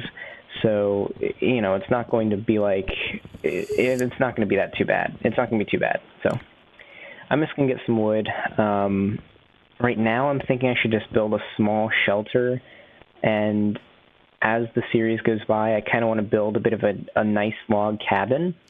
Okay, because it is my own video, and I have seen it. Are you guys okay with me speeding it up? That is a functionality that's offered here, right? I can speed something up in media share.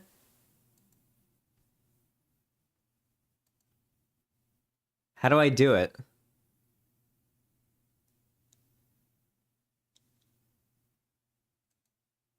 Oh, I don't know how. And just completely decorate it with Christmas lights, which this mod does offer, and all sorts of different things like garland, and obviously we're going to have a Christmas tree and Christmas presents and all that. And hopefully it'll be really nice. Yeah, today's actually a pretty dark day. Even though it is the day of... Saxy Jacks, no, the Christmas craft mod's just a mod. I made a mod pack, okay? With multiple mods. The Christmas craft mod's just one of them. You wouldn't have to remake the mod pack. Just the Christmas craft mod. I'll make a modern day mod pack. The Christmas craft mod's the only one that's important. And I'll handle the texture pack and updating that to a modern version. The texture pack getting updated, I know for a fact, is easier than updating the mod. Chances are, worst case scenario with the mod is someone has to recreate it from top down. And worst case scenario is, because it would be updating another person's work, even though they're completely inactive in the Minecraft community now and don't do modding anymore, as far as I'm aware, that they don't want to like update another person's work, even if it's just being used for private use, basically. Which I doubt would be the case, but still. My first video could also be the day of my last, because today, here in America, the FCC, or Federal Communications Commission, voted to repeal net neutrality. There was a 2-3 vote. 2 of the representatives voted no, and they were very vehement with their... Thank you, Nova Nocturne, for the $5 super chat. P.S. I just have to say, it's nice that you can say my name correctly now that it's Nova Illuminate. Now that it's Nova Illuminate. Oh. I'm confused, but thank you. God, the net neutrality thing. I thought we thought it was the end of the world. With their vote for net neutrality to stay, they said that the FCC was siding with corruption and greed and was on the wrong side of history for voting against net neutrality today. Yet did end up getting voted to be repealed. We do still have a little bit. That was just sort of the second step in getting rid of it, but it is looking pretty dark and pretty... No, but like, we thought it would be the end of the internet. Like, we thought it was going to be the end of YouTube, Netflix. It was going to be like the end. Like, it was over... It was bad. It's bad, but it was massively over dramatized. Bleak. We still have time, but... I would urge you right now to look into net neutrality if you're watching this, and do your part to get rid of it. Because you know what? You know what I want for Christmas this year? The internet to not be destroyed. I misspoke there. That was me misspeaking. But yeah, so I'm thinking today in this video, I'm going to try and create a small little house, perhaps a little shelter, and maybe get some basic ores and all that. I don't want to make this video too long, because then it will take forever to upload, and I want it to be uploaded before midnight, so it does count as being uploaded today.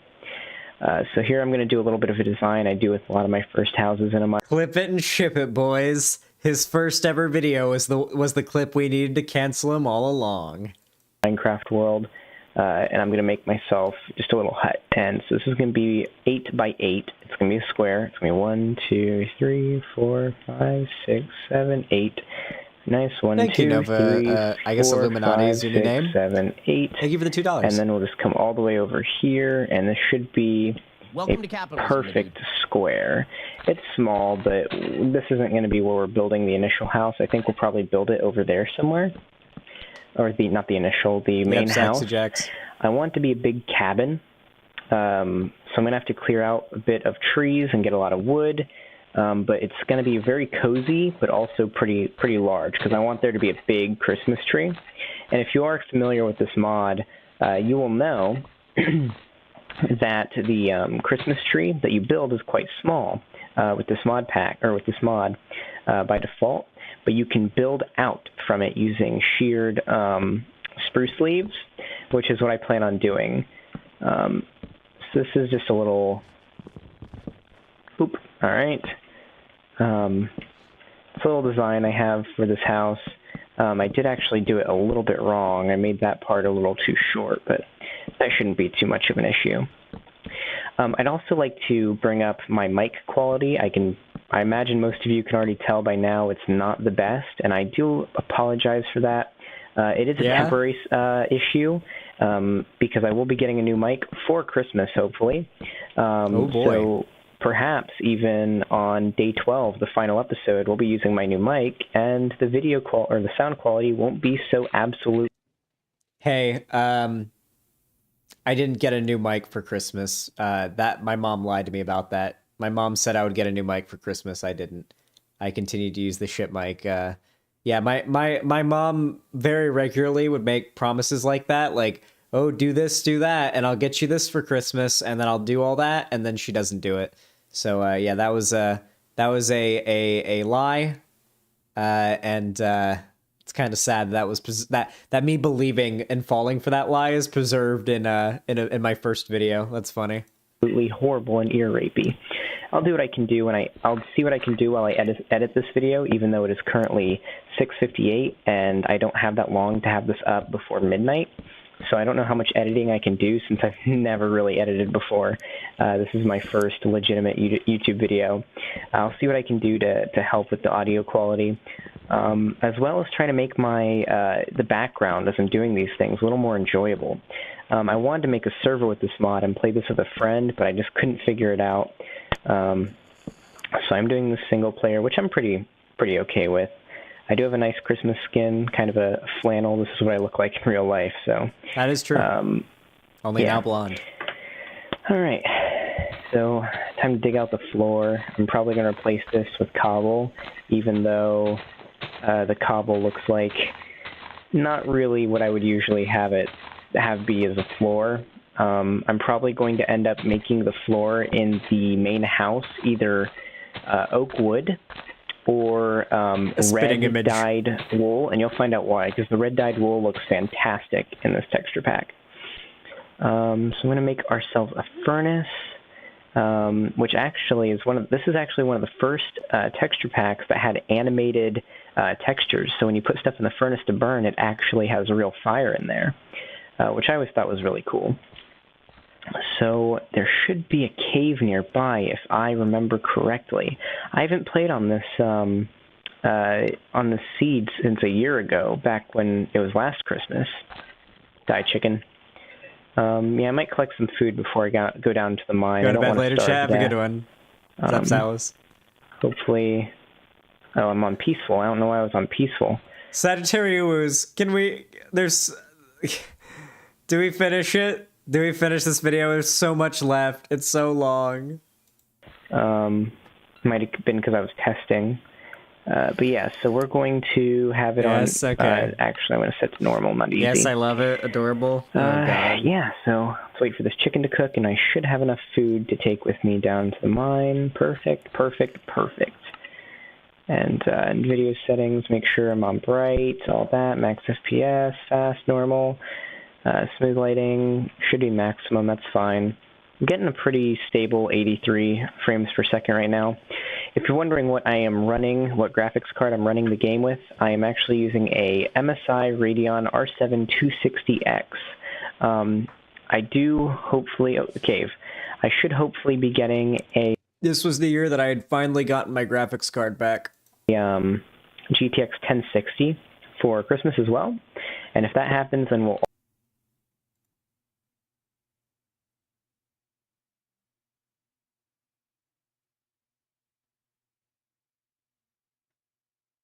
I didn't get a GTX 1060 for Christmas.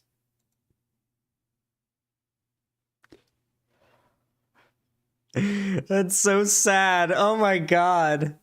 That's so sad. Also be using that for episode 12.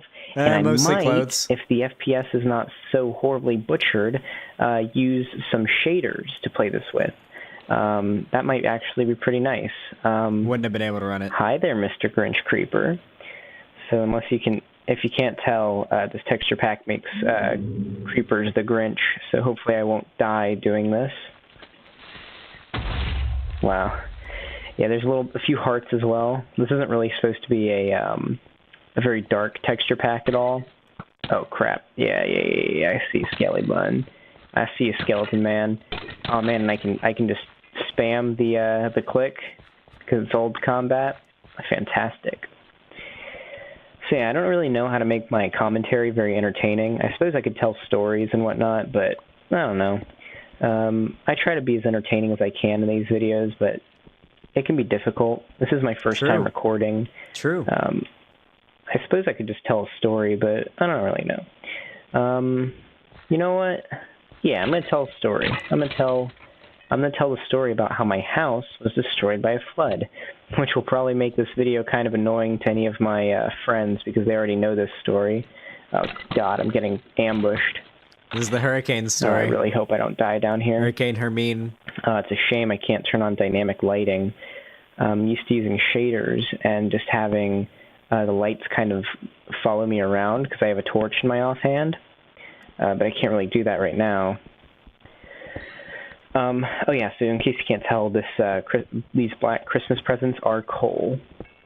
I really like this texture pack, even though it is a bit odd looking.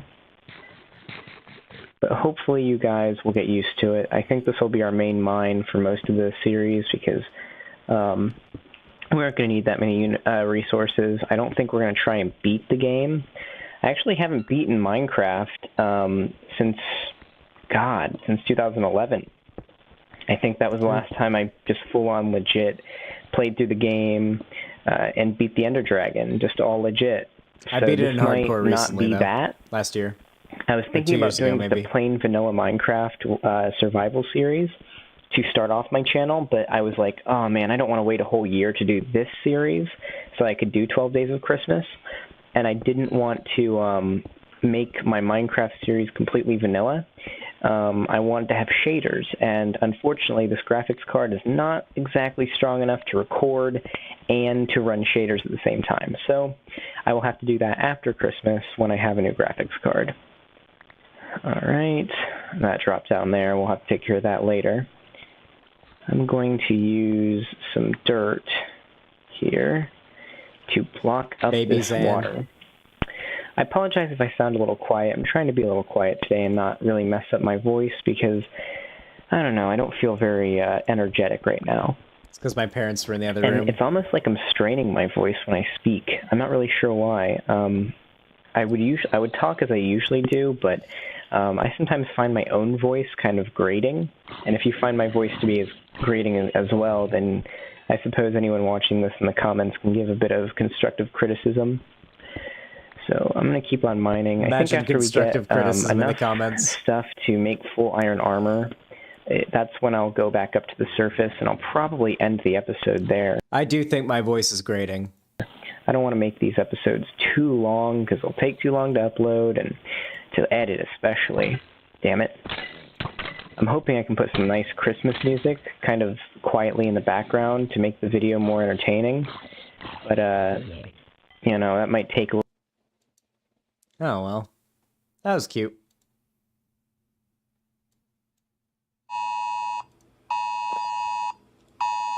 What is this? Eli the God Amber Alert.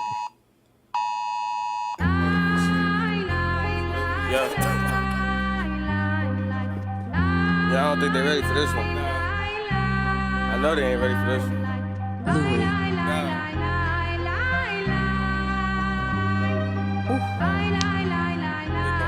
Not copyright? Okay. Moderate this one. God. 008K. Woo!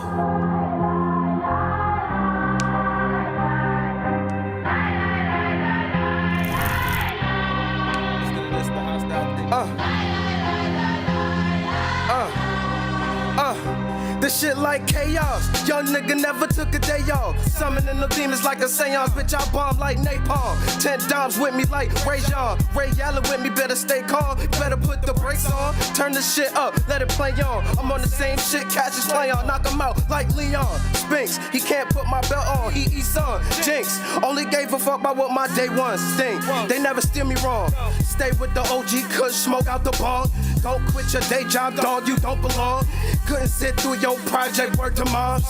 And I never tell a lie on a name. You can ask anybody in the gang, it's the same when it comes to the answer. My sister a cancer. Fuck with either one of them, we turn you to a Amber Alert. My heart by the hands on my shirt. But it really fucked me up cause I spent bands on this shirt. I could do this rap shit, no plan, no rehearse. So to see. Damn, that was pretty good. That went pretty hard. Welcome to capitalism, my dude. Thank you, Sanitarius, for the $7.50. Your math is no match for my gun, you idiot! Math race! Based. Taco Bell. Thank you. I really appreciate that.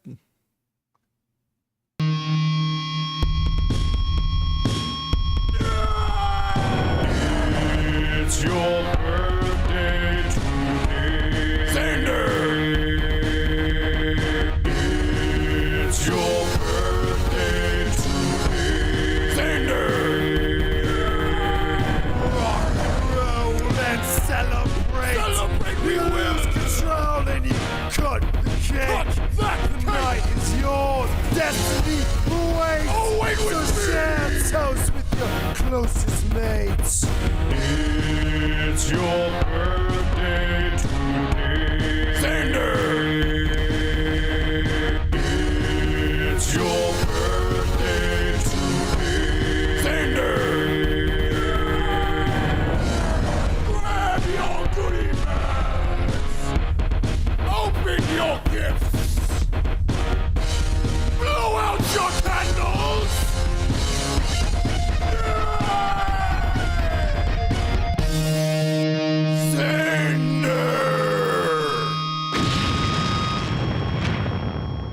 Holy shit, someone made me a theme song before Holic Master did. And Holic Master got all the credit. Oh yeah, that was a good ball sack unsticking. Presented by Sega. Created by the Sonic team.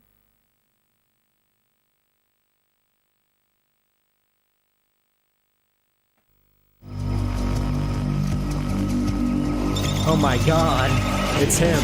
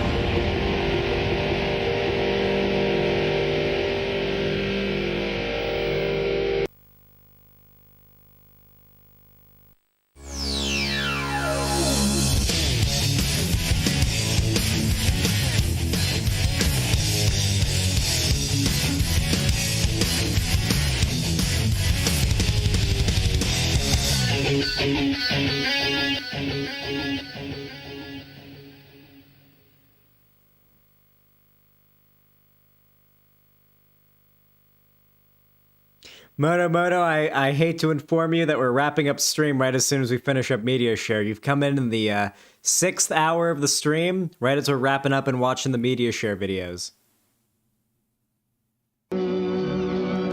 Anthro Lizard shed her skin.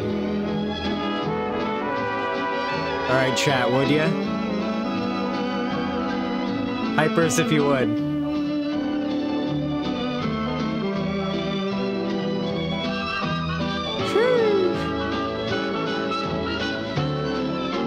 Vintage furry porn. Vintage scaly porn. Maybe. Oh my god. Degloving. Hey chat, Google degloving and go to images. Oh shit. Oh my god. Does the lizard have titties? Oh my god, it does. Holy shit. Wait, was that real? Oh my god. Holy fuck. Damn lizard rotoscoping, my new fetish. What? What the fuck is rotoscoping? Okay. It sounds like my misery and torment has ended. Media share is done. Everyone, can I just say, you've all been enormously generous today. You guys have raised over $700 on a random politics stream and donated it to me just to support me so generously. I really do want to thank you guys. You've been very overwhelmingly kind today, and if it weren't for days like this, days like this act as sort of like a shining beacon on the hill of my streaming career, you know? Like, every time I have a day like this, it's, it's what, fuels me to keep going until the next one, So I always appreciate it when you guys do that and have just a big stream, lots of viewers, big donos, big, lots of people talking in chat. Capitalism, my dude. We'll end it with one more. God, never a good outro. Never a good outro.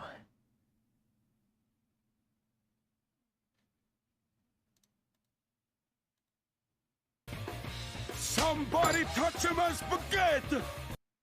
Yep. Somebody touch my spaghetti. Thank you, Mr. Krabs. You guys have raised $760 today. I really do appreciate that. Your generosity has been extraordinary, and I really do appreciate it. You are all fucking amazing.